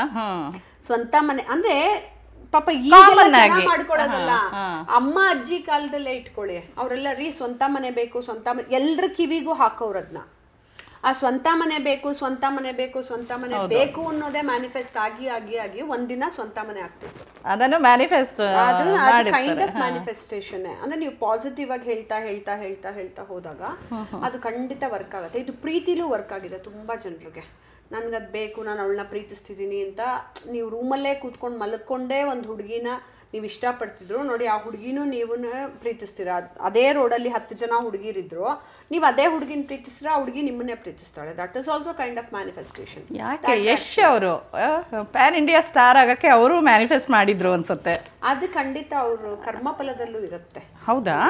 ಜಾತಕದಲ್ಲಿ ಇರುತ್ತೆ ಅಂತೀರಾ? ಜೊತೆಗೆ ನಿಮ್ಗೆ ಕರ್ಮಫಲದಲ್ಲೂ ಇರಬೇಕು. ಮತ್ತೆ ಯಶ್ ಸರ್ ತುಂಬಾ ಎಫರ್ಟ್ ಹಾಕಿದ್ದಾರೆ. ನಾ ಹೇಳ್ದಂಗೆ ನೀವು ಸುಮ್ಮನೆ ಮೈಂಡಲ್ಲಿ ಆಸೆ ಪಟ್ಬಿಟ್ರೆ ನಾನು ನಾಳೆ ಮಹಾರಾಜ ಆಗ್ತೀನಿ ಅಂತ, ಇನ್ಕ್ಲೂಡಿಂಗ್ ಮಹಾರಾಜರಿಗೇನೆ ವರ್ಕ್ ಆಗಲ್ಲ. ಯುದ್ಧ ಮಾಡ್ಲೇಬೇಕಲ್ವಾ. ನಾ ಮಹಾರಾಜ, ನಾ ಮಲ್ಕೊಂಡಿರ್ತೀನಿ ಮನೇಲಿ ಊಟ ಮಾಡ್ಕೊಂಡು ಒಬ್ಬಟ್ಟು ತಿನ್ಕೊಂಡು ಅಂದ್ರೆ ಆಗ್ತಿತ್ತ? ಮಹಾರಾಜ ಕೂಡ ಎದ್ದು ತನ್ನ ಪ್ರಾಣ ಭಯವನ್ನ ಬಿಟ್ಟು ಹೋರಾಟ ಮಾಡ್ಬೇಕಾಗಿತ್ತು. ಯಾವುದೇ ನೀವು ಕೆಲಸವನ್ನ ತಗೊಂಡು ಏನನ್ನೇ ಮ್ಯಾನಿಫೆಸ್ಟ್ ಮಾಡ್ಕೊಂಡ್ರು ಪ್ರತಿಯೊಂದನ್ನು ಪಾಸಿಟಿವ್ ಆಗಿ ಮಾಡ್ಕೊಂಡು ಎಲ್ಲಾ ರೀತಿಯ ಎಫರ್ಟ್ ಹಾಕಿ. ಒಂದಿಷ್ಟು ಉದಾಹರಣೆಗಳನ್ನು ಕೊಡ್ಬೋದಾ? ಒಂದಿಷ್ಟು ಎಕ್ಸಾಂಪಲ್ಸ್ ಎಲ್ರಿಗೂ ಗೊತ್ತಿರೋ ಅಂತವ್ರು ಮ್ಯಾನಿಫೆಸ್ಟ್ ಮಾಡಿರ್ಬೋದು ಅಂತ ಅಂದಾಜ್ ಮಾಡ್ಬೋದಾ? ಪ್ರಿಯಾಂಕಾ ಚೋಪ್ರಾ ಹೇಳಿದ್ರು, ಅವರಮ್ಮ ಮ್ಯಾನಿಫೆಸ್ಟ್ ಮಾಡಿದ್ರು ಈ ತರ ಅಂತ ಆಗ್ಬೇಕು ಅನ್ನೋದನ್ನ. ಮತ್ತೆ ಇವ್ರು ಹೇಳಿದ್ರು, ಇನ್ನೊಂದಷ್ಟು ಜನ ತುಂಬಾ ಜನ ಹೀರೋಯಿನ್ಗಳು ಅದೇ ರೀತಿ ದೊಡ್ಡ ಲೆವೆಲ್ಗೆ ಹೋಗಿ ರೀಚ್ ಆಗ್ಬೇಕು ಅಂತ ತುಂಬಾ ಜನ ಮಾಡ್ಕೊಂಡಿದ್ರು. ಶಾರುಖ್ ಖಾನ್ ಸಹಿತ ಒಂದ್ಸರಿ ಮಾಡ್ಕೊಂಡಿದ್ರು. ನಾನು ಹೇಳಿದ್ನಲ್ಲ, ನಮ್ಗಳಿಗೂ ಎಲ್ರಿಗೂ ಚಿಕ್ಕ ವಯಸ್ಸಿಂದ ನಾನು ಮುಂದೊಂದು ದಿನ ದೊಡ್ಡ ಆರ್ಟಿಸ್ಟ್ ಆಗ್ಬೇಕು, ನಾ ಮುಂದೊಂದು ದಿನ ದೊಡ್ಡ ನಾಯಕರಾಗಬೇಕು, ನಾ ಮುಂದೊಂದು ದಿನ ದೊಡ್ಡ ಸಾಹಿತಿ ಆಗ್ಬೇಕು, ಆ ಥರ ಮ್ಯಾನಿಫೆಸ್ಟ್ ಮನಸ್ಸಿನಲ್ಲಿ ಅಂತರಾಳದ ಆಸೆ ಅಂತ ಹೇಳ್ತೀವಲ್ಲ, ಆ ಅಂತರಾಳದ ಆಸೆಯನ್ನ ಇವತ್ತಿನ ದಿನ ಮ್ಯಾನಿಫೆಸ್ಟೇಷನ್ ಅಂದ್ರೆ ಒಂದ್ ಕಡೆ ಕೂತ್ಕೊಂಡು ದಿನದಲ್ಲಿ 3 ಸತಿ ಹಿಂಗೆ 9 ಟೈಮ್ಸ್ ಹೇಳ್ಕೊಳ್ಳಿ, 6 ಟೈಮ್ಸ್ ಹೇಳ್ಕೊಡಿ, 3 ಟೈಮ್ಸ್ ಹೇಳ್ಕೊಡಿ, ಮತ್ತು ಅಫರ್ಮೇಷನ್ ಬರೆದಿಟ್ಕೊಳ್ಳಿ ಅಂತ ಹೇಳ್ತಾರೆ. ಅವಾಗಲೂ ನಾವು ಶ್ರೀರಾಮ್ ಜೈರಾಮು ಮತ್ತು ಬುಕ್ಗಳೆಲ್ಲ ಭಕ್ತಿ ಮಾರ್ಗಕ್ಕೆ ಹೋಗೋರು ಕೂಡ ಮ್ಯಾನಿಫೆಸ್ಟೇಷನ್ನ ದೇವ್ರ ಜೊತೆ ಒಂದಾಗಕ್ಕೆ ಬುಕ್ಕಲ್ಲಿ ಬರೀತಿದ್ರು. ಶ್ರೀರಾಮ್ ಜೈರಾಮು ಮತ್ತು ದೇವ್ರದ್ದು ಓಂ ಶ್ರೀ ರಾಘವೇಂದ್ರಾಯ ನಮಃ ಅದೆಲ್ಲ, ಓಂ ಸಾಯಿರಾಮ್ ಎಲ್ಲಾನು ಬರೀತಿದ್ರು. ಸೊ ನಿಮಗೆ ಅಫರ್ಮೇಷನ್ನ ಅವಾಗಲೂ ಬರೆದಿಡ್ತಾ ಇದ್ರು. ನಾನು ಇದಾಗ್ತೀನಿ, ನಾನು ಅದಾಗ್ತೀನಿ. ಡೈರಿ ಬರೆಯೋ ಪದ್ಧತಿ ಅವಾಗಲೂ ಇತ್ತು. ಹೌದು. ನಾನು ಮುಂದೆ ಮಾಡೋ ಕೆಲಸನೂ ಬರೀತಿದ್ವಿ. ಅದೇನಂತ ಹೇಳಿದ್ರೆ, ನೀವು ಬರ್ದಿಡೋದ್ರಿಂದ ನಿಮ್ಮ ಎನರ್ಜಿ ಫ್ಲೋ ಅಲ್ಲಿ ಚಾಪು ಮೂಡಿಸಿರುತ್ತೆ. ಸೊ ನೀವು ಅದನ್ನ ಮಾಡ್ಲಿ ಅಂತ ಮುಂದಕ್ಕೆ ತಗೊಂಡು ಹೋಗುತ್ತೆ. ಇನ್ನ ಕೆಲವಷ್ಟು ಜನ ಮಾಡಿ ಗೋಡೆ ಮೇಲೆ ಅಂಟಿಸ್ಕೊಳ್ತಿದ್ರು, I must do this, I should become notice board, ನಾನು ಆಗ್ತೀನಿ ಅನ್ನೋದನ್ನೇ. ಸೊ ಆಗ್ತೀನಿ ಅನ್ನೋರು ನಿಜವಾದ ಲೀಡರ್ಸು ಎಷ್ಟು ಬ್ಯೂಟಿಫುಲ್ ಆಗಿ ವರ್ಕ್ ಮಾಡ್ತಾರೆ ಅಂದ್ರೆ, ಅಲ್ಲಿ ಹಾಕೊಂಡಿರೋದ್ರ ಜೊತೆಗೆ ಮೈಂಡಲ್ಲಿ ಇಟ್ಕೊಂಡು ಓಡ್ತಾರೆ ಆ ಕಡೆಗೆ. See that is when you are going to achieve. ಇನ್ನು ಕೆಲವ್ರು ಏನು ಮಾಡ್ತಾರೆ, ನಾನು ಮ್ಯಾನಿಫೆಸ್ಟೇಷನ್ ಮಾಡ್ತಾ ಇದ್ದೀನಿ ಅಂತ ಕೆಟ್ಟದಾಗಿ ನೆಗೆಟಿವ್ ಮಾಡೋದಕ್ಕೂ ಮ್ಯಾನಿಫೆಸ್ಟ್ ಮಾಡ್ತಾರೆ. ಅವರೆಲ್ಲ ಹಾಳಾಗೋಗ್ಲಿ, ಇವ್ರು ಹಾಳಾಗೋಗ್ಲಿ, ಅದು ವರ್ಕ್ ಆಗುತ್ತಾ ಆ ಥರ ಎಲ್ಲ ಮಾಡಿದ್ರೆ? ಅಂದ್ರೆ ನೆಗೆಟಿವ್ ಎನರ್ಜಿನ ಸ್ಪ್ರೆಡ್ ಮಾಡಕ್ಕೆ ಮಾಡ್ತಾರೆ ಅವರು, ಅದನ್ನು ಮಾಡ್ತಾರೆ ಕೆಟ್ಟವ್ರು. ಅಲ್ಲ, ಅದು ವರ್ಕ್ ಆಗುತ್ತಾ ಆ ಥರ ಮ್ಯಾನಿಫೆಸ್ಟ್ ಮಾಡಿದ್ರೆ? ಅಂದ್ರೆ ನೀವು ಎದುರು ಮನೆ ಮೇಲೆ ಪಕ್ಕದ ಮನೆ ಮೇಲೆ ಏನೋ ಹೊಟ್ಟೆ ಕಿಚ್ಪಡೋದು ಮ್ಯಾನಿಫೆಸ್ಟೇಷನ್ ಮಾಡಿ ತಲೆನೋವು ಬರ್ಬೋದು, ಜ್ವರ ಬರ್ಬೋದು, ಒಂದು ಎನರ್ಜಿ ಹೋಗಿ ನೆಗೆಟಿವ್, ಇದು ಒಂದು ಎನರ್ಜಿ ಹೋಗೇ ಹೋಗುತ್ತೆ. ಬಟ್ ಅದು ಮಾಡಿದವನಿಗೆ ಬ್ಯಾಡ್ ಕರ್ಮ ಅಲ್ವಾ, ಆ ಬ್ಯಾಡ್ ಕರ್ಮ ಆಗೇ ಆಗುತ್ತೆ. ಯಾವಾಗ್ಲೂ ಒಳ್ಳೇದನ್ನ ಮಾತಾಡಿ, ಅಶ್ವಿನಿ ದೇವತೆಗಳು ಅಸ್ತು ಅಂತಿರ್ತಾರೆ ಅಂತ ಒಳ್ಳೇದನ್ನೇ ಮಾತಾಡಿ ಅಂತ ಮೊದ್ಲಿಂದ ಹೇಳ್ಕೊಂಬಂತಿರೋದು. ಸಿ ಈ ಮ್ಯಾನಿಫೆಸ್ಟೇಷನ್ ಪದ್ಧತಿ ತಾತ ಮುತ್ತಾತಂದ್ರಗಳು ಎಲ್ಲಾ ಕಾಲದಲ್ಲೂ ಇತ್ತು. ಸೊ ಮ್ಯಾನಿಫೆಸ್ಟ್ ಮಾಡೋ ಅಂಥವ್ರಿಗೆ ಒಂದು 3 to 5 ಸಿಂಪಲ್ ಟಿಪ್ಸ್ ಹೇಳಿ. ಈಗ ಜೆನ್ಸಿ ಅವರೆಲ್ಲ ಮ್ಯಾನಿಫೆಸ್ಟೇಷನಲ್ಲಿ ಬಿಲೀವ್ ಮಾಡ್ತಾರೆ ಅಂತ ಹೇಳಿದೆ. ಸೊ ಯಾರ್ಯಾರು ಮ್ಯಾನಿಫೆಸ್ಟ್ ಮಾಡಬೇಕು ಅಂತಿದ್ದಾರೆ, ಮ್ಯಾನಿಫೆಸ್ಟೇಷನ್ ಅನ್ನ ಒಂದು ದೈವಿಕವಾಗಿ ಮಾಡ್ಕೊಂಡು ಹೋಗಿ, ತುಂಬಾ ಒಳ್ಳೆ ಪವರ್ಫುಲ್ ಆಗಿರುತ್ತೆ. ಇದು ನಾನು ಇವತ್ತು ಹೇಳ್ತಾ ಇರೋದಿಲ್ಲ, ಎಲ್ಲಾ ಋಷಿ ಮುನಿಗಳು ಕೂತು ತಪಸ್ ಮಾಡಿದ್ದು, ಧ್ಯಾನ ಮಾಡಿದ್ದು, ಅದೆಲ್ಲ ಮ್ಯಾನಿಫೆಸ್ಟೇಷನ್. ಸುಮ್ಮನೆ ಕೂತ್ಕೊಂಡ್ಬಿಟ್ಟು ನನಗೆ ಸೀರೆ ಕೊಡು, ನನಗೆ ಬಟ್ಟೆ ಕೊಡು, ಮನೆ ಕೊಡು ಮಾಡಲಿಲ್ಲ ಋಷಿ ಮುನಿಗಳಾಗ್ಲಿ, ದೇವರಾಗ್ಲಿ. ಇವನ್ ಶಿವನ್ ನೋಡಿದ್ರು ಅವನು ತಪಸ್ಸು ಮಾಡ್ತಾ ಇರ್ತಾನೆ, ಕೃಷ್ಣನ್ ನೋಡಿದ್ರು ತಪಸ್ಸಲ್ಲಿ ಇರ್ತಾನೆ ಅಂತ ಹೇಳಿದ್ರೆ ಯೋಗದಲ್ಲಿ ಅವರೆಲ್ಲರೂ ಮಾಡ್ತಿದ್ದ ಮ್ಯಾನಿಫೆಸ್ಟೇಷನ್ ಏನೇನು ಮ್ಯಾನಿಫೆಸ್ಟ್ ಮಾಡ್ತಿದ್ರು, ಏನು ಜಗತ್ತಿಗೆ ಬೇಕಾಗಿತ್ತು, ಹೇಗೆ ನಡಿಬೇಕು ಅನ್ನೋದನ್ನ ಮ್ಯಾನಿಫೆಸ್ಟ್ ಮಾಡ್ತಿದ್ರು. ಅದು ನಾವು ಮನುಷ್ಯರು ಚಿಕ್ಕ ಚಿಕ್ಕ ಲೆವೆಲಲ್ಲಿ ಮಾಡ್ಕೋತೀವಿ. ನಂಗೊಂದು ಸ್ವಂತ ಮನೆ ಕೊಡು, ನನಗೆ ಹಿಂಗೆ ಮಾಡಿಸು. ಏನು ಸಾಮಾನ್ಯ ಎಲ್ಲ ಮನುಷ್ಯರಿಗೂ ಅದದೇ ಆಸೆ ಇರುತ್ತೆ. ಏನಿರುತ್ತೆ ಆಸೆ? ಒಂದು ಮನೆ ಇರಬೇಕು, ದುಡ್ಡು ಇರಬೇಕು, ಕಾರ್ ಇರಬೇಕು. ಮನೆ ಇರಬೇಕು, ದುಡ್ಡು ಇರಬೇಕು, ಕಾರ್ ಇರಬೇಕು. ನೀನು ಕಂಫರ್ಟೇಬಲ್ ಆಗಿ ದುಡ್ಡು ಇದ್ಬಿಡ್ಬೇಕು, ನೀವು ಹೋಗಿ ಪಾರ್ಟಿ ಮಾಡ್ಕೊಂಡ್ಬಿಡ್ಬೇಕು. ಸರಿ, ಅದಾದ್ಮೇಲೆ ವಾಟ್ ನೆಕ್ಸ್ಟ್ ಅನ್ನೋದಕ್ಕೆ ಏನು ಮ್ಯಾನಿಫೆಸ್ಟೇಷನ್ ಮಾಡ್ತಿರ್ತೀರಾ? ಸೊ ಎಲ್ಲ ಮನುಷ್ಯಂಗೂ ಒಂದು ಸಾಮಾನ್ಯ ಮನುಷ್ಯನ ಸ್ಥಿತಿಯ ಆಸೆಗಳೇ ಅಂತೆ. ಪರಮಾತ್ಮ ಅದನ್ನು ಹೇಳ್ತಾನೆ. ಎಲ್ಲ ಮನುಷ್ಯರಿಗೂ ಸಾಮಾನ್ಯ ಮನುಷ್ಯರದ್ದೇ ಆಸೆ ಇರುತ್ತೆ ಅಷ್ಟೇ. ನನಗೆ ಹಿಂಗೆ ಮದುವೆ ಟೈಮಿಗೆ ಮದುವೆ ಆಗಬೇಕು, ದುಡ್ಡು ಟೈಮಿಗೆ ದುಡ್ಡು ಬರಬೇಕು, ನನಗೆ ಕಾರ್ ಇಟ್ಕೊಂಡ್ಬಿಡ್ಬೇಕು, ನಾನು ಎಲ್ಲರ ಮುಂದೆ ನಾನು ಹಿಂಗೆ ಇದ್ಬಿಡ್ಬೇಕು, ಬ್ಯಾಂಕಲ್ಲಿ ಒಂದಿಷ್ಟು ಬ್ಯಾಲೆನ್ಸ್ ಇರಬೇಕು, ನಾನು ಬೇಗ ರಿಟೈರ್ಡ್ ಆಗಬೇಕು, ನಾನು ಎಂಜಾಯ್ ಮಾಡ್ಬೇಕು ಲೈಫ್ನ ಅಂತ. What you mean by enjoying? So ಅದಕ್ಕೆ ಮ್ಯಾನಿಫೆಸ್ಟೇಷನನ್ನು ಏನು ಸ್ಟ್ರಾಂಗಾಗಿ ಮಾಡ್ಕೊಳ್ತೀರಾ ಅಂತ ಅನ್ನೋದ್ರ ಮೇಲೆ ಡಿಪೆಂಡ್ ಆಗುತ್ತೆ. ಸಾಮಾನ್ಯ ಮನುಷ್ಯರೆಲ್ಲ ಮ್ಯಾಮ್ ಅಷ್ಟೇ ಮಾಡ್ಕೊಳ್ಳೋದು. ದುಡ್ಡು ಬೇಕು ಅನ್ಕೋತಾರೆ, ಮನೆ ಬೇಕು ಅನ್ಕೊತಾರೆ, ಅಥವಾ ಒಂದು ಒಳ್ಳೆ ಸ್ಥಾನಕ್ಕೆ ಹೋಗಬೇಕು ಅಂತ ಅನ್ಕೊತಾರೆ. ಸೊ ಇದನ್ನು ನೀವು ದೈವಿಕವಾಗಿ ಮಾಡಿದಾಗ ಇದೇನು ಅಂದರೆ ಸ್ಪೀಡಾಗಿ ಹೋಗಿ ಅಚೀವ್ ಮಾಡ್ತೀರಾ. ಹೇಗೆ ಋಷಿ ಮುನಿಗಳು ಮಾಡಿದ್ರು, ಹೇಗೆ ಪರಮಾತ್ಮನೇ ಕೂತ್ಕೊಂಡು ತಪಸ್ಸನ್ನ ಮಾಡುತ್ತೋ ಆ ರೀತಿ ಬೇಗ ಹೋಗಿ ರೀಚ್ ಆಗ್ತೀರಾ. ಇವಾಗೆಲ್ಲ ಬಂದಿರೋದೇನು ಅಂತ ಹೇಳಿದ್ರೆ ಒಂದು ಸಿಂಪ್ಲೆಸ್ಟ್ ವೇನಲ್ಲಿ ಒಂದು ಇಮ್ಯಾಜಿನ್ ಮಾಡ್ಕೊಳ್ಳಿ. ನೀವು ತೊಗೋತಿದ್ದೀರಾ, ನಿಮಗೆ ಸಿಗ್ತಿದೆ, ನಿಮಗೆಲ್ಲ ಬರ್ತಿದೆ, ನಿಮ್ಮ ಹತ್ರ ಬರ್ತಿದೆ ಅನ್ನೋದನ್ನು ಎನರ್ಜಿನ ಮಾಡ್ಕೋತೀರಾ, ಅಥವಾ ನೀವು ಆಲ್ರೆಡಿ ಆಗೋಗಿದ್ದೀರಾ ಅನ್ನೋ ರೀತಿ ಫ್ಯೂಚರ್ ಟೆನ್ಸಲ್ಲಿ ನೀವು ಮಾಡ್ಕೊಳ್ಳಿ. ಆವಾಗ ನಿಮಗೆ ಅದು ಬರುತ್ತೆ ಬ್ರಹ್ಮಾಂಡದಿಂದ ಅಂತ. ನಾವು ಹೆಂಗೆ ಮ್ಯಾನಿಫೆಸ್ಟ್ ಮಾಡ್ತೀವಿ ಅಂದರೆ ಬೈ ಯೂಸಿಂಗ್ ಬೀಜಾಕ್ಷರ ಮಂತ್ರ. ಯಾಕೆ ಅಂದರೆ those are more powerful. So ಬೀಜಾಕ್ಷರ ಮಂತ್ರದ ಜೊತೆಗೆ ನೀವು ಮ್ಯಾನಿಫೆಸ್ಟ್ ಮಾಡ್ಕೊಳ್ತಾ ಹೋದಾಗ ದ ಬೀಜಾಕ್ಷರ ಮಂತ್ರದ ವೈಬ್ರೇಷನ್ ಆ್ಯಂಡ್ ಎನರ್ಜಿ ಅದು ಹೋಗ್ತಾ ಇರುತ್ತೆ. ನಿಮ್ಮ ಮ್ಯಾನಿಫೆಸ್ಟೇಷನ್ ಚಿತ್ಶಕ್ತಿ ಅಂತ ಕರಿತೀವಿ, ಇಮ್ಯಾಜಿನೇಷನ್ನು. ಚಿತ್ಶಕ್ತಿಯಲ್ಲಿ ಇಮ್ಯಾಜಿನೇಷನ್ನು ಹೋಗ್ತಾ ಇರುತ್ತೆ, ಮಂತ್ರದ ವೈಬ್ರೇಷನ್ನು ಹೋಗ್ತಾ ಇರುತ್ತೆ. ಆವಾಗ ನಿಮಗೆ ಬೇಗ ಅದು ವರ್ಕ್ ಆಗುತ್ತೆ. ಅಂದರೆ ವರ್ಕ್ ಹೆಂಗಾಗುತ್ತೆ ಗೊತ್ತಾ? ನೀವು ಮನೇಲೇ ಕೂತಿರೋ ವರ್ಕ್ ಆಗಲ್ಲ. ನೀವು ಎದ್ದು ಏನು ಕೆಲಸ ಮಾಡಬೇಕು ಅಂತ ಒಂದು ದಾರಿ ತೋರಿಸುತ್ತೆ. ಓಕೆ, ಅದನ್ನು ನೀವೇ ಮಾಡಬೇಕು ವರ್ಕು. ಕರ್ಮ ಮಾರ್ಗದಲ್ಲಿ ಇಫ್ ಯು ಡೋಂಟ್ ವರ್ಕ್ ಯಾವ ಮ್ಯಾನಿಫೆಸ್ಟೇಷನ್ ವರ್ಕ್ ಆಗಲ್ಲ. ನೀವು ಊಟ ಮಾಡಬೇಕು ಅಂದರೆ ನೀವು ಹಿಂಗೆ ಕೈ ಎತ್ತಿ ಕೈ ಆ್ಯಕ್ಷನ್ ಮಾಡೇ you have to eat. Okay, ನಾನು ಒಂದಿಷ್ಟು ಇನ್ಸ್ಟಾಗ್ರಾಮ್ ಆಗ್ಬೋದು, ಈ ಸೋಷಿಯಲ್ ಮೀಡಿಯಾದಲ್ಲಿ ಒಂದಿಷ್ಟು ಮ್ಯಾನಿಫೆಸ್ಟೇಷನ್ ಎಕ್ಸ್ಪರ್ಟ್ಸಿಂದು ಒಂದಿಷ್ಟು ರೀಲ್ಸ್ ನೋಡ್ತಿರ್ತೀವಲ್ಲ, ಒಂದಿಷ್ಟು ಜನ ಹೇಳ್ತಾರೆ ಈ ನೀರನ್ನ ಇಡಿ, ಅದನ್ನ ಮ್ಯಾನಿಫೆಸ್ಟ್, ಅದೆಲ್ಲ ನಿಜಾನಾ? ನಾವು ಅದನ್ನೇ ಮಂತ್ರ ರೂಪದಲ್ಲಿ ನಾವು ಮಾಡ್ತೀವಿ. ಇವಾಗ ಮಾಂತ್ರಿಕರೆಲ್ಲ ಒಂದು ಕಮಂಡಲ ಹಿಡ್ಕೊಂಡು, ಮಾಂತ್ರಿಕರು ಯಾಕೆ ಋಷಿಮುನಿಗಳು ಕಮಂಡಲದಲ್ಲಿ ನೋಡಿ ಆ ನೀರಿನ ಮಂತ್ರ ಹಿಂಗಾಕಿ ನೀನ್ ನಾಯಿ ಆಗು ಅಂದ್ರೆ ನಾಯಿ ಆಗ್ತಿದ್ರು, ಕೋತಿ ಆಗು ಅಂದ್ರೆ ಕೋತಿ ಆಗ್ತಿದ್ರು. ಶಾಪಗ್ರಸ್ತರೆಲ್ಲ ಬರೋದು, ದೇವಾನುದೇವತೆಗಳಿಗೂ ದೇವರು ಶಾಪ ಕೊಡ್ತಿದ್ರಲ್ಲ, ನೀನು ಕುಬ್ಜನಾಗಿ ಹೋಗು, ಇದಾಗು, ನೀನು ಭೂಲೋಕದಲ್ಲಿ ಒಂದು ಇದಾಗಿ ಹೋಗು ಅಂತ ಹೇಳಕ್ ಕೊಟ್ಬಿಟ್ರೆ ಆ ನೀರ್ಗೆ ಅಷ್ಟು ಮಂತ್ರಶಕ್ತಿ ಇತ್ತು. ಆ ನೀರಿಗೆ ಒಂದು ಪಂಚಭೂತಗಳಲ್ಲಿ ನೀರಿಗೆ ಒಂದು ಹಿಡ್ಕೊಳ್ಳೋ ಎನರ್ಜಿ ಇದೆ. ಇವನ್ ಈ ರುದ್ರಾಕ್ಷಿ ಬಗ್ಗೆ ನಾನು ಕೇಳಬೇಕು ಅಂತಿದ್ದೆ. ಇದ್ರದ್ದು ಏನು ಮಹತ್ವ? ರುದ್ರಾಕ್ಷಿ ಆಗ್ಲಿ, ತುಳಸಿ ಆಗ್ಲಿ, ರುದ್ರನಾಕ್ಷಿ ಶಿವಂದಿದು. ರುದ್ರಾಕ್ಷಿ ಆಗ್ಲಿ, ತುಳಸಿ ಆಗ್ಲಿ, ಎನಿ ಬೀಡ್ಸು, ವುಡ್ ಬೇಸ್ಡ್ ಬೀಡ್ಸ್ಗೆ ಒಂದು ಹಿಡ್ಕೊಳ್ಳೋ ಶಕ್ತಿ ಇರುತ್ತೆ, ಎನರ್ಜಿಯನ್ನು. ಸೊ ಅದಕ್ಕೆ ನೀವು ಇದನ್ನೇನೇ ಮ್ಯಾನಿಫೆಸ್ಟ್ ಮಾಡಿದ್ರು ಅಥವಾ ಪೂಜೆ ಮಾಡಿಕೊಂಡ್ರು, ನೀವೇನೇ ಜಪ ಮಾಡಿಕೊಂಡ್ರು, ನೀವೇ ಹಾಕೊಂಡಾಗ ಆ ಎನರ್ಜಿ ಅದ್ರದ್ದು ಒಂದು ಟೈಮ್ ಫ್ರೇಮಲ್ಲಿ ಅಲ್ಲೇ ಕೂತಿರುತ್ತೆ. ಸೊ ಅದಕ್ಕೆ ಅವಾಗಿನ ಕಾಲದಿಂದ ನಾವು ಜಪಕ್ಕೆ ವುಡ್ ಬೇಸ್ಡ್ ಅಂದ್ರೆ ಯಾರು ಬೇಕಾದ್ರೂ ಹಾಕ್ಬೋದಾ? ಅದು ಯಾರು ಬೇಕಾದ್ರೂ ಹಾಕ್ಬೋದು. ರುದ್ರಾಕ್ಷಿ ಮರದಿಂದ ಸಿಗೋದಲ್ವಾ, ಯಾರು ಬೇಕಾದ್ರೂ, ಯಾರ್ಯಾರು ದೇವರನ್ನ ಪ್ರೀತಿಸ್ತಾರೋ ಅವರೆಲ್ಲ ಹಾಕೋಬಹುದು. ಅದಕ್ಕೆ ಅಂತ ಮಡಿ ಮೈಲ್ಗೆ ಏನಿಲ್ಲ ಮ್ಯಾಮ್. ಇದಕ್ಕೆಲ್ಲ ಜಾತಿ, ಮಡಿ, ಮೈಲ್ಗೆ, ತೊಂದರೆ, ಸೂತ್ಕ ಅವೆಲ್ಲ ಏನಿಲ್ಲ. ಇದೆಲ್ಲ ದೇವ್ರಿಗೆ. ಇನ್ನೊಂದು ನಾನು ಒಂದು ಪ್ರಶ್ನೆ ಇದೆ. ಒಂದು ಮಾಲ, ಕರಂಗುಲಿ ಮಾಲ, ಅದ್ರ ಬಗ್ಗೆ ಈಗ ಬಹಳ ಈ ಸೋಷಿಯಲ್ ಮೀಡಿಯಾದಲ್ಲಿ ಇದನ್ನ ಹಾಕಿ ಅದನ್ನ ಹಾಕಿ ಇದು ಒಳ್ಳೇದು, ಅದ್ರ ಬಗ್ಗೆ ಏನ್ ಹೇಳ್ತೀರಾ? ಬಟ್ ಕರಂಗುಲಿ ಮಾಲ you have to be careful. ಏನು ಅಂತ ಹೇಳಿದ್ರೆ ಕರಂಗುಲಿ ಅನ್ನೋದು ಒಂದು ಮರದ್ದು ಪೀಸ್. ಹೌದಾ? ಅದು ನಿಮ್ಗೆ ಏನಾದ್ರೂ ಕೋರ್ಟ್ ಕೇಸ್ ಇದ್ರೆ, ತುಂಬಾ ತೊಂದರೆ ಆಗ್ತಿದ್ರೆ, ತುಂಬಾ ಏನೋ ಜೀವ ಭಯ ಇದ್ರೆ, ಅಂತ ಟೈಮ್ಗಳಲ್ಲಿ ನಾನು ಕೋರ್ಟ್ ಕೇಸ್ಗೆ ಅಂತ ಹಾಕೊಂಡ್ರೆ ನಿಮಗೆ ನೆಗೆಟಿವ್ ಎನರ್ಜಿ ತುಂಬಾ ಬರ್ತಿದೆ ಅಂತ. ಈಗ ಇನ್ನೊಂದು ಸೈಕಲಾಜಿಕಲ್ ಇಲ್ನೆಸ್ ಏನಾಗಿದೆ ಗೊತ್ತಾ ಎಲ್ರಿಗೂ? ಸುಮ್ಮನೆ ಸಿಂಪಲ್ ಆಗಿ ಮನೇಲಿ ಕೂತಿರೋರ್ನು, ಮೇಡಮ್ ಅವರೆಲ್ಲ ನನ್ನ ಮೇಲೆ ಕಣ್ಣಾಕ್ಬಿಟ್ಟಿದ್ದಾರೆ, ಮೇಡಮ್ ಅವರೆಲ್ಲ ನನ್ನ ಮೇಲೆ ಹೊಟ್ಟೆ ಕಿಚ್ಪಡ್ತಾರೆ ಮೇಡಮ್. ನಂದು ದೊಡ್ಡ ವ್ಯಕ್ತಿಗಳನ್ನೇ ಹೊಟ್ಟೆ ಕಿಚ್ಪಡಕ್ಕೆ ಟೈಮ್ ಇರಲ್ಲ. ಯಾಕೆ ನೀವು ಹಂಗೆ ಅಸ್ಯೂಮ್ ಮಾಡ್ಕೊಂಡು ಮನೇಲೇ ಕೂತ್ಕೊಂಡ್ಬಿಡ್ತಾರೆ ಇವರು ಸೈಕಲಾಜಿಕಲಿ. ಎಲ್ಲರೂ ನನ್ನೇ ನೋಡ್ತಿದ್ದಾರೆ, ಎಲ್ಲರೂ ನನ್ನ ಹೊಟ್ಟೆ ಕಿಚ್ಪಡ್ತಾರೆ, ಎಲ್ಲರೂ ನನ್ನ ಮೇಲೆ ಕಣ್ಣಾಕ್ಬಿಟ್ಟಿದ್ದಾರೆ ಅಂತ. ಅದೆಲ್ಲ ಏನು ತಟ್ಟಲ್ಲ. ಡಾಕ್ಟರ್ ರಾಜ್ಕುಮಾರ್ ಅವರೇನೆ ಎಲ್ರಿಗೂ ಪ್ರಿಯವಾಗಿ ಎಲ್ಲಾ ಕಡೆ ಓಡಾಡ್ತಿದ್ರು, ಎಲ್ಲರೂ ಕಣ್ಣಾಕ್ತಾರೆ ಅಂತ ಮನೇಲೆ ಕೂತ್ಕೊಂಡ್ಬಿಟ್ರೆ ಹೆಂಗ್ ಮಾಡಕ್ ಆಗ್ತಿದ್? ದೊಡ್ಡ ಲೀಡರ್ಸ್. ಇವಾಗ ಮೋದಿಜಿಗೆ ಎಷ್ಟು ಜನ ಕಣ್ಣಾಕ್ತಾ ಇರ್ತಾರೆ, ನಂಗೆ ಕಣ್ಣಾಕ್ತಾರೆ ಅಂತ ಮನೇಲೆ ಕೂತ್ಕೊಂಡ್ಬಿಡಕ್ ಆಗತ್ತ? ಹಂಗಲ್ಲ ಅದು. ಕರಂಗುಲಿ ಮಾಲ ದೇವಿ ದಿವನ್ ಕರಂಗುಲಿ ನಕೋತ್ಪನ್ನ ನಾರಾಯಣ ದಶಾಕೃತಿಯ ನಮಃ ಅಂತ ದೇವಿ ಲಲಿತಾ ಸಹಸ್ರನಾಮದಲ್ಲೂ ಬರುತ್ತೆ. ಅದು ಮರ ಏನು ಅಂದರೆ it absorbs negative energy, but ಅದು ಕೆಲವು ಎನರ್ಜಿನ ಏನು ಮಾಡುತ್ತೆ, ಬರೋ ಎಲ್ಲ ಎನರ್ಜಿನೂ ತಡೆದು ಬಿಡುತ್ತೆ. ಸೊ ನೀವು ನೋಡ್ಬಿಟ್ಟು ಹಾಕ್ಕೋಬೇಕು, ಕರಂಗುಲಿ ಮಲ ಹಾಕ್ಕೋಬೇಕು. ಇವಾಗ ನಿಮ್ಗೇನೋ ಒಳ್ಳೇದೇ ಫೋರ್ಸ್ಫುಲಿ ಹಿಂಗೆ ಬರ್ತಿದ್ರು ಆ ಎನರ್ಜಿನ ಸ್ಟಾಪ್ ಮಾಡಿದ್ರೆ ನಿಮಗೆ ಬರೋದು ಹೊರಟೋಗುತ್ತೆ. ಜಪ ಮಾಡಿ ನೀವು ಪೂಜೆ ಮಾಡ್ಕೊಳ್ತಾ ಇರೋರು, ತುಂಬ ದೊಡ್ಡ ಮಟ್ಟದಲ್ಲಿರೋರು, ಖಂಡಿತವಾಗ್ಲೂ ಆಧ್ಯಾತ್ಮಿಕವಾಗಿ ಉದ್ದಾಂತ ಮಟ್ಟದಲ್ಲಿರೋರು ದೇ ಕ್ಯಾನ್ ಪ್ರೊಟೆಕ್ಟ್ ದಟ್, ಹಾಕ್ಕೋಬಹುದು. ಸೊ ಇಲ್ಲದೇ ಇರೋರು ಸುಮ್ಮನೆ ಹಾಕ್ಕೋಬೇಡಿ ಕರಂಗುಲಿ ಮಾಲನ, ಯಾಕಂದ್ರೆ ನಿಮ್ಗೇನೋ ಒಳ್ಳೇದು ಬರೋದನ್ನು ಅದು ಸ್ಟಾಪ್ ಮಾಡ್ಬೋದು. ಅದೇನಂದ್ರೆ ಎನರ್ಜಿ ಸ್ಟಾಪ್ ಮಾಡೋ ವೆಪನ್. ಟೋಟಲಿ ಎನರ್ಜಿ ಸ್ಟಾಪ್ ಮಾಡುತ್ತೆ. ನೆಗೆಟಿವ್ ಆಗ್ಬೋದು, ಪಾಸಿಟಿವ್ ಆಗ್ಬೋದು. ಅದಕ್ಕೆ ನೆಗೆಟಿವ್ ಪಾಸಿಟಿವ್ ಅನ್ನೋದು. ಬಟ್ ನೀವು ಅದನ್ನ ಪಾಸಿಟಿವ್ ಆಗಿ ಮಂತ್ರ ಜಪ ಮಾಡಿ ಮಾಡಿ ಮಾಡಿ ಮಾಡಿ ಮಾಡಿ ಹಾಕೋತೀರಾ ಅಂದ್ರೆ ಹಾಕೊಳ್ಳಿ. ಸುಮ್ಮನೆ ನೀವು ಹಾಕ್ಕೊಂಡಾಗ ಕೆಲವು ನಿಮಗೆ ಬರಬೇಕು ಅಂತಿರೋದು ನಿಂತೋಗ್ಬಿಡುತ್ತೆ. ಓಕೆ. ಕೊನೆಯದಾಗಿ ಇನ್ನೊಂದು ಪ್ರಶ್ನೆ.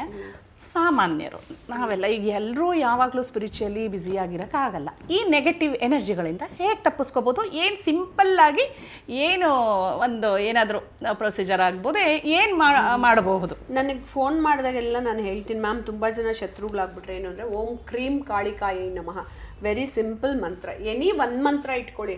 ಮೇಡಮ್ ನಂಗೆ ನಾಲ್ಗೆ ಹೊರಳ್ತಿಲ್ಲ, ನಾನೆಲ್ಲ ಮಂತ್ರ ಮಾಡೋಕ್ಕಾಗಲ್ಲ, ಅದು ಮಾಡೋಕ್ಕಾಗಲ್ಲ ಅನ್ನೋದಲ್ಲಪ್ಪ. ನಾನು ಎಲ್ಲಿ ಟ್ರಾವೆಲ್ ಮಾಡ್ತಿದ್ರು ನಾವು ಹೇಳ್ಕೊತೀವಿ. ಯಾವುದೋ ಆಫೀಸ್ಗೆ ಹೋಗಿ ಕೂತ್ಕೊಂಡ್ರು ಆದಿತ್ಯ ಹೃದಯ ಹೇಳ್ಕೊಳ್ತೀನಿ. ಸೊ ನೀವು ಯಾವುದೋ ಒಂದು ಮಂತ್ರನ ಇಟ್ಕೋಬಹುದು. ನಿಮಗೆ ಶತ್ರುಗಳ ಕಾಟ ತುಂಬ ತೊಂದರೆ ಅಂತ ಹೇಳಿದ್ರೆ ಕಾಳಿ ಮಂತ್ರ ಇಟ್ಕೊಳ್ಳಿ, ಅಥವಾ ಸುದರ್ಶನ ಮಹಾಮಂತ್ರ ಇಟ್ಕೊಳ್ಳಿ, ಅಥವಾ ಯಾವುದೋ ಒಂದು ಬೀಜಾಕ್ಷರ ಮಂತ್ರನ ಇಟ್ಕೊಳ್ಳಿ.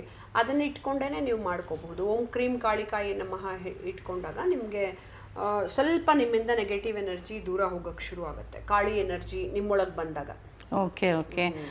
ರೂಪಾ ಅವರೇ ಭಾಳಷ್ಟು ಮಾಹಿತಿ ಹೇಳಿದ್ರಿ. ಮ್ಯಾನಿಫೆಸ್ಟೇಷನ್ ಏನು, ರುದ್ರಾಕ್ಷಿ ಮಹತ್ವ ಏನು, ಎಲ್ಲದ್ರ ಬಗ್ಗೆ ಹೇಳಿದ್ರಿ. ರೂಪಾ ಅವರೇ, ನಮಗೆ ಭಾಳಷ್ಟು ಮಾಹಿತಿ ಎಲ್ಲ ಹೇಗಂದರೆ ನೀವು ಆಲ್ರೌಂಡರ್ ಅಂತ ಹೇಳಬಹುದು.